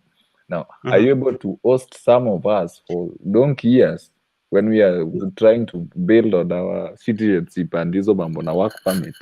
Yeah, so hiyo is not something that is very difficult. Ni ile tu tukikuja tuelewane vizuri, na we pia ukikuja uangalie how the situation is. Unaona, ukikuja ukuje na understand the situation and you know this is what is happening. And kitu ambacho mimi hata Collins, I think you can bear me a witness. Kitu ambacho kinafanyika hapa hapa uchagui kazi, yeah. Ni ile ukiingia before unajaribu kutafuta your footings, yeah? Usichague. Ukiweka utachagua, babangu nakwambia hautaweza. Mimi one thing that ilikuwa imenidemoralize when I came first, unajua like nilikuwa kwa real estate back in Kenya. If you know a company called Crystal Value, I was a manager in Kisumu. Then by the time I was coming, I was doing my second degree majoring in finance. But nikikuja huku sasa, ile wakati nataka kuenda kuanza shule, wameniambia lazima nifanye what we call prerequisites. Si Baze John, nilikuwa nimekufa, unaona. So unajua umetoka na degree na pia umetoka unafanya kazi, lakini sasa unajua unakuja unapata yani you are nothing. Hiyo 4 years yenye umestruggle yote is nothing, you know. So it demoralize you and unastukia tu ni kama hata uipendi, lakini itabidi ile iko you fanya kazi iko, then you start to explore. Like most of the time mimi kazi yangu sana sana ni I do most of the time najaribu kutafuta marafiki na collect pesa narudi nayo nyumbani, nafanya hivyo narudi nayo nyumbani. So niko na some of the friends wenye huwa wananisaidia because I mostly deal in the community thing. So most of the time hiyo ndio siko na ile kazi naweza sema ati hii ndio yangu. Nikikuja I think I can help and I need to answer that question, Benson. Yeah. Hosting in America is not so difficult, but getting the legal way of hosting is the problem. Hosting, yes. Because the government expects you to prove that your salary can support an extra mouth. Yeah. So it's not about hosting. That is what I was asking. Yes. Is like, is he able to provide that for 5 years? Yeah, no, there's nothing like 5 years. Even if you come here for yourself, you will not. I was hosted for 6 days. So you will not be hosted for a long time, because if luck is on your side, like I always say, if the gods are on your side, you'll only get something like 2-3 weeks or 4 weeks, and then you get something to do. Once you get something to do, you yourself, you will be seeing the people who went to America 5 years ago and the people who went to America 2 years ago. There are sometimes you'll find the person who came here 2 years ago is far much ahead of you. Yes. America is not like Kenya where wenye walianza zamani wako mbele na wana ride mbele. Hapana. Somebody comes yesterday. I know the person who came here a year after me, the person has bought a whole house na amelipa yote. Ako na nyumba yake yenye iko na bedroom 3 na iko na mlango ingine iko na bedroom 2 and ako na mpangaji na amelipa yote. Na mimi nimekaa hapa miaka 5. So these are different. And I know a person who came from Kenya, ameuza kila kitu, alifika hapa alipata nyumba inauzwa. When he came with his own money from Kenya, aliuza kila kitu. He came here with the 3 million Kenya shillings. When aliingia hapa alinunua nyumba straight. In the first two weeks, yeye alikuwa na nyumba. So these are different things. And again, what is, yeah? You mean nyumba ya US ni milioni 2-3? It depends on which side you're buying, and again, it depends on the value of the house. For example, hiyo nyumba yenye nasema huyu jamaa mwenye alinunua hiyo nyumba, alinunua around 3 million Kenya shillings. Today, we looked at the house on last weekend. Tulikuwa tunaangalia hiyo nyumba yake because we were asking, umeshatengeneza ile nyumba? Akasema bado. So we were looking. The house today is valued at 68,000. That is already in a period of 4 years, the house has gained a value of 6.8 million. Akitaka kuuza leo, ataiuza around 6.8 million. So things do change with the economy. So in terms of nini yenye Benson anasema, hosting inategemea. Mtu anaweza kukuhost. Again, Bernard has said something about choosing a job. That one, the way Bernard has said it, is the way it is. Benson, the way Benson has said it is the way it is. Look for anything. I came to America with degree mbili and a diploma moja. I ended up working in the truck. Mimi nilikuwa taniboi tu hapo. And you know, you don't choose, because I got my job in the first 7 days. So the first 7 days I was already, this my 7th day. Nilienda kuangalia venye wanafanya kazi. Wakaniuliza, unaona venye tunafanya kazi? And I told them, yes, I know. And nimeona venye mnafanya kazi. And they told me, unaweza kutupeleka leo because mwenye tunaenda na yeye ni mgonjwa. So I went with them one day. And because I did my BD, sijui hiyo nguvu nilikuwa nimetoka mashambani nayo, I don't know. Nilifanya BD, the person mwenye alikuwa anafanya na mimi ndiye akasema, huyu jamaa ako na nguvu. You can do it tomorrow again. The tomorrow again became my job. So I got my job and I was earning more than your MCA. So I know it's better. So you don't need to bring your education around. And again, Collins can show you how to work with your degrees from Kenya. I never did anything called prerequisites. I can show you the right way in which your degrees in Kenya can make sense in America. I think share your that is number. very important. Share your WhatsApp number. Yeah. Some of these things we have to go personal. Nancy, how are you? I'm good, my dear. Benson, where are you? Now I'm in Kisumu, but mostly I usually stay in New York. Oh, Albany. I'm coming to New York. I'm somewhere next to where I usually stay is in Albany, the New York capital city.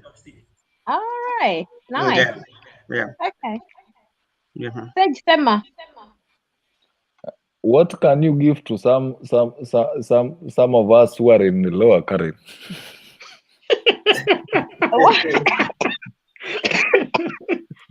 What can I give to people who are? We are talking about networking. What opportunities are there, even if it is picking ways to what? So in we the are UK, in lower current. Yes, I'm in lower current currently.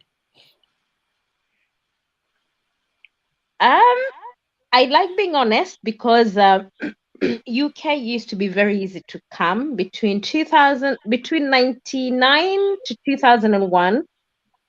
Now it's not as easy, but the best way to get here is to come to uni. Then when you get here, you find I don't know, you know, this thing is public, so I don't know how appropriate it is to say it. So share your contact if it is public. Sema kwa Kiswahili ya kuoana. Sema tu hiyo ndio. Unatafuta mtu wa Eastern European unamuoa. Kuenda kudiscuss vitu zingine kwa WhatsApp. So hiyo wachana nayo, tutasema kitamu, tutasema the other side. That's why I have said share your contact. Yeah. So then that way, because if you're legal, kazi huku ni mingi. Kama sasa niko naambia, I was telling somebody who was chatting to me. That's why I had come, or someone called me. He's been given a visa to come here, and he's landing here on Wednesday. So he was asking me whether I'll host him, and I said, I'll host you, but only for a short time, because we don't, especially UK, we don't live in mansions, as most people would want to believe. But Americans have mansions. We don't. We don't. We live only a few of us. You live in containers? No, but not mansions. They are apartments. So we live in apartments. So bungalow. Apartments now. No, apartment, like 2-3 bedroom apartment. So if I like it's like a townhouse in Buruburu. Yes, but it's inside. It's very modern, so it can't be the same as Buruburu, but it's nice.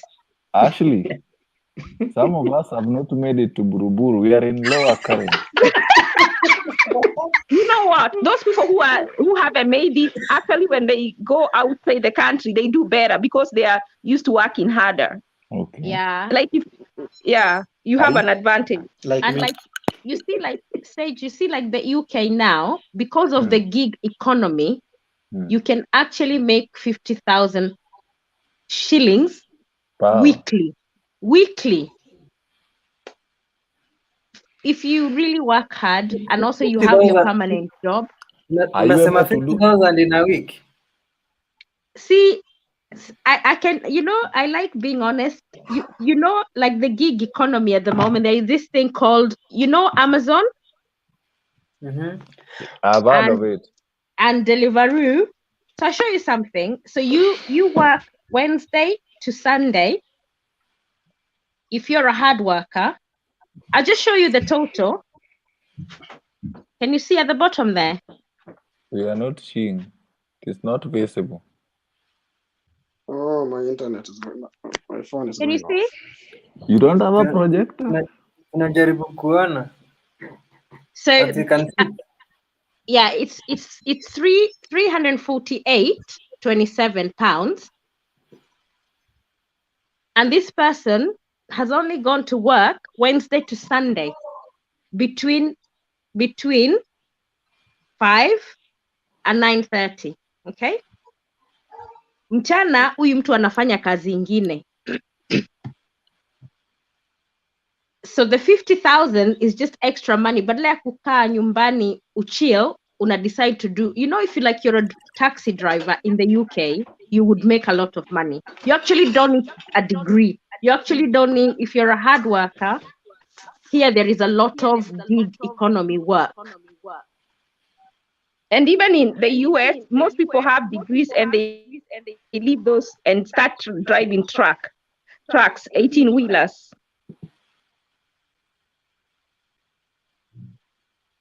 So are you recommending I should go for a college, driving school, college? So if you can figure out a way of getting here to come to uni, then working is not an issue because you'll have a student visa. They'll give you a student visa for 3 years. At the moment, that's the only way to get to the UK when you're a student. Any other way, it's tough. Okay. Na nikitaka kununua nyumba huko, siwezi pewa residence. You are a Kenyan. No, like now you Mutembei, because you're a journalist. Like when I've met Mwaura Wahiga here. I've also met this other guy who went to the CNN guy, and they all, I think they were able to, because they're media personalities, so to get a visa is very easy. So when you have that visa to come here, you're able to learn the system for the month or two that you're here. So for you, it will be very easy because you're a media personal. Like when we do Kenya in the Park, we can invite you that you're coming to cover that as an interest thing that you have. So organize that tomorrow. See, we have to wait till Corona is over. I'm happy to send you the invite. Siwezi kosa kukutumia invite. And when I'm a stand-up comedy. Na Mtembei, tuambie kama watakuwa wanataka watu wachange pia, I can contribute mine hata kama nitakuwa Kenya. Ukitafuta hiyo air ticket. Kuchanga tunajisimamia, hatuna shida. Shida ni kufika huko ndio shida. Wewe tutakuchangia hiyo, hata ukifika huko pate kitu utakula bwana. Ukuwe na pesa yako kidogo kwa mfuko. Cheki Nancy. Hello. Yes, endelea Sench. You see, Kenya is full of comedy. What if you are a stand-up comedian? You want to make it there through that? David ako huko akifanya taxi. So are you able to be given work permit pia? Visa? Work visa? I think alienda kama students. Okay. Aya, sawa guys, zilaleni kesho. Tunaweza lala hapa na watu wanaongezeka kuwatch. Okay. Asanteni. Ashley hajanitumia namba yake. Collins. Nani? Ashley. Utakuwa huku August. Yeah. I'm coming in August. I think I'm around because I'm still having online classes, so I'm around. Okay. I may be in Kenya anytime in June. Anytime. Okay, yeah. No problem. Yeah, I may be in Kenya anytime in June because I need to do something. I was supposed to come on last week, but it never happened. So nikifika, I'll tell you. Okay, all right, no problem. Thank you very much, Mr. Mtembe. Okay, thank you.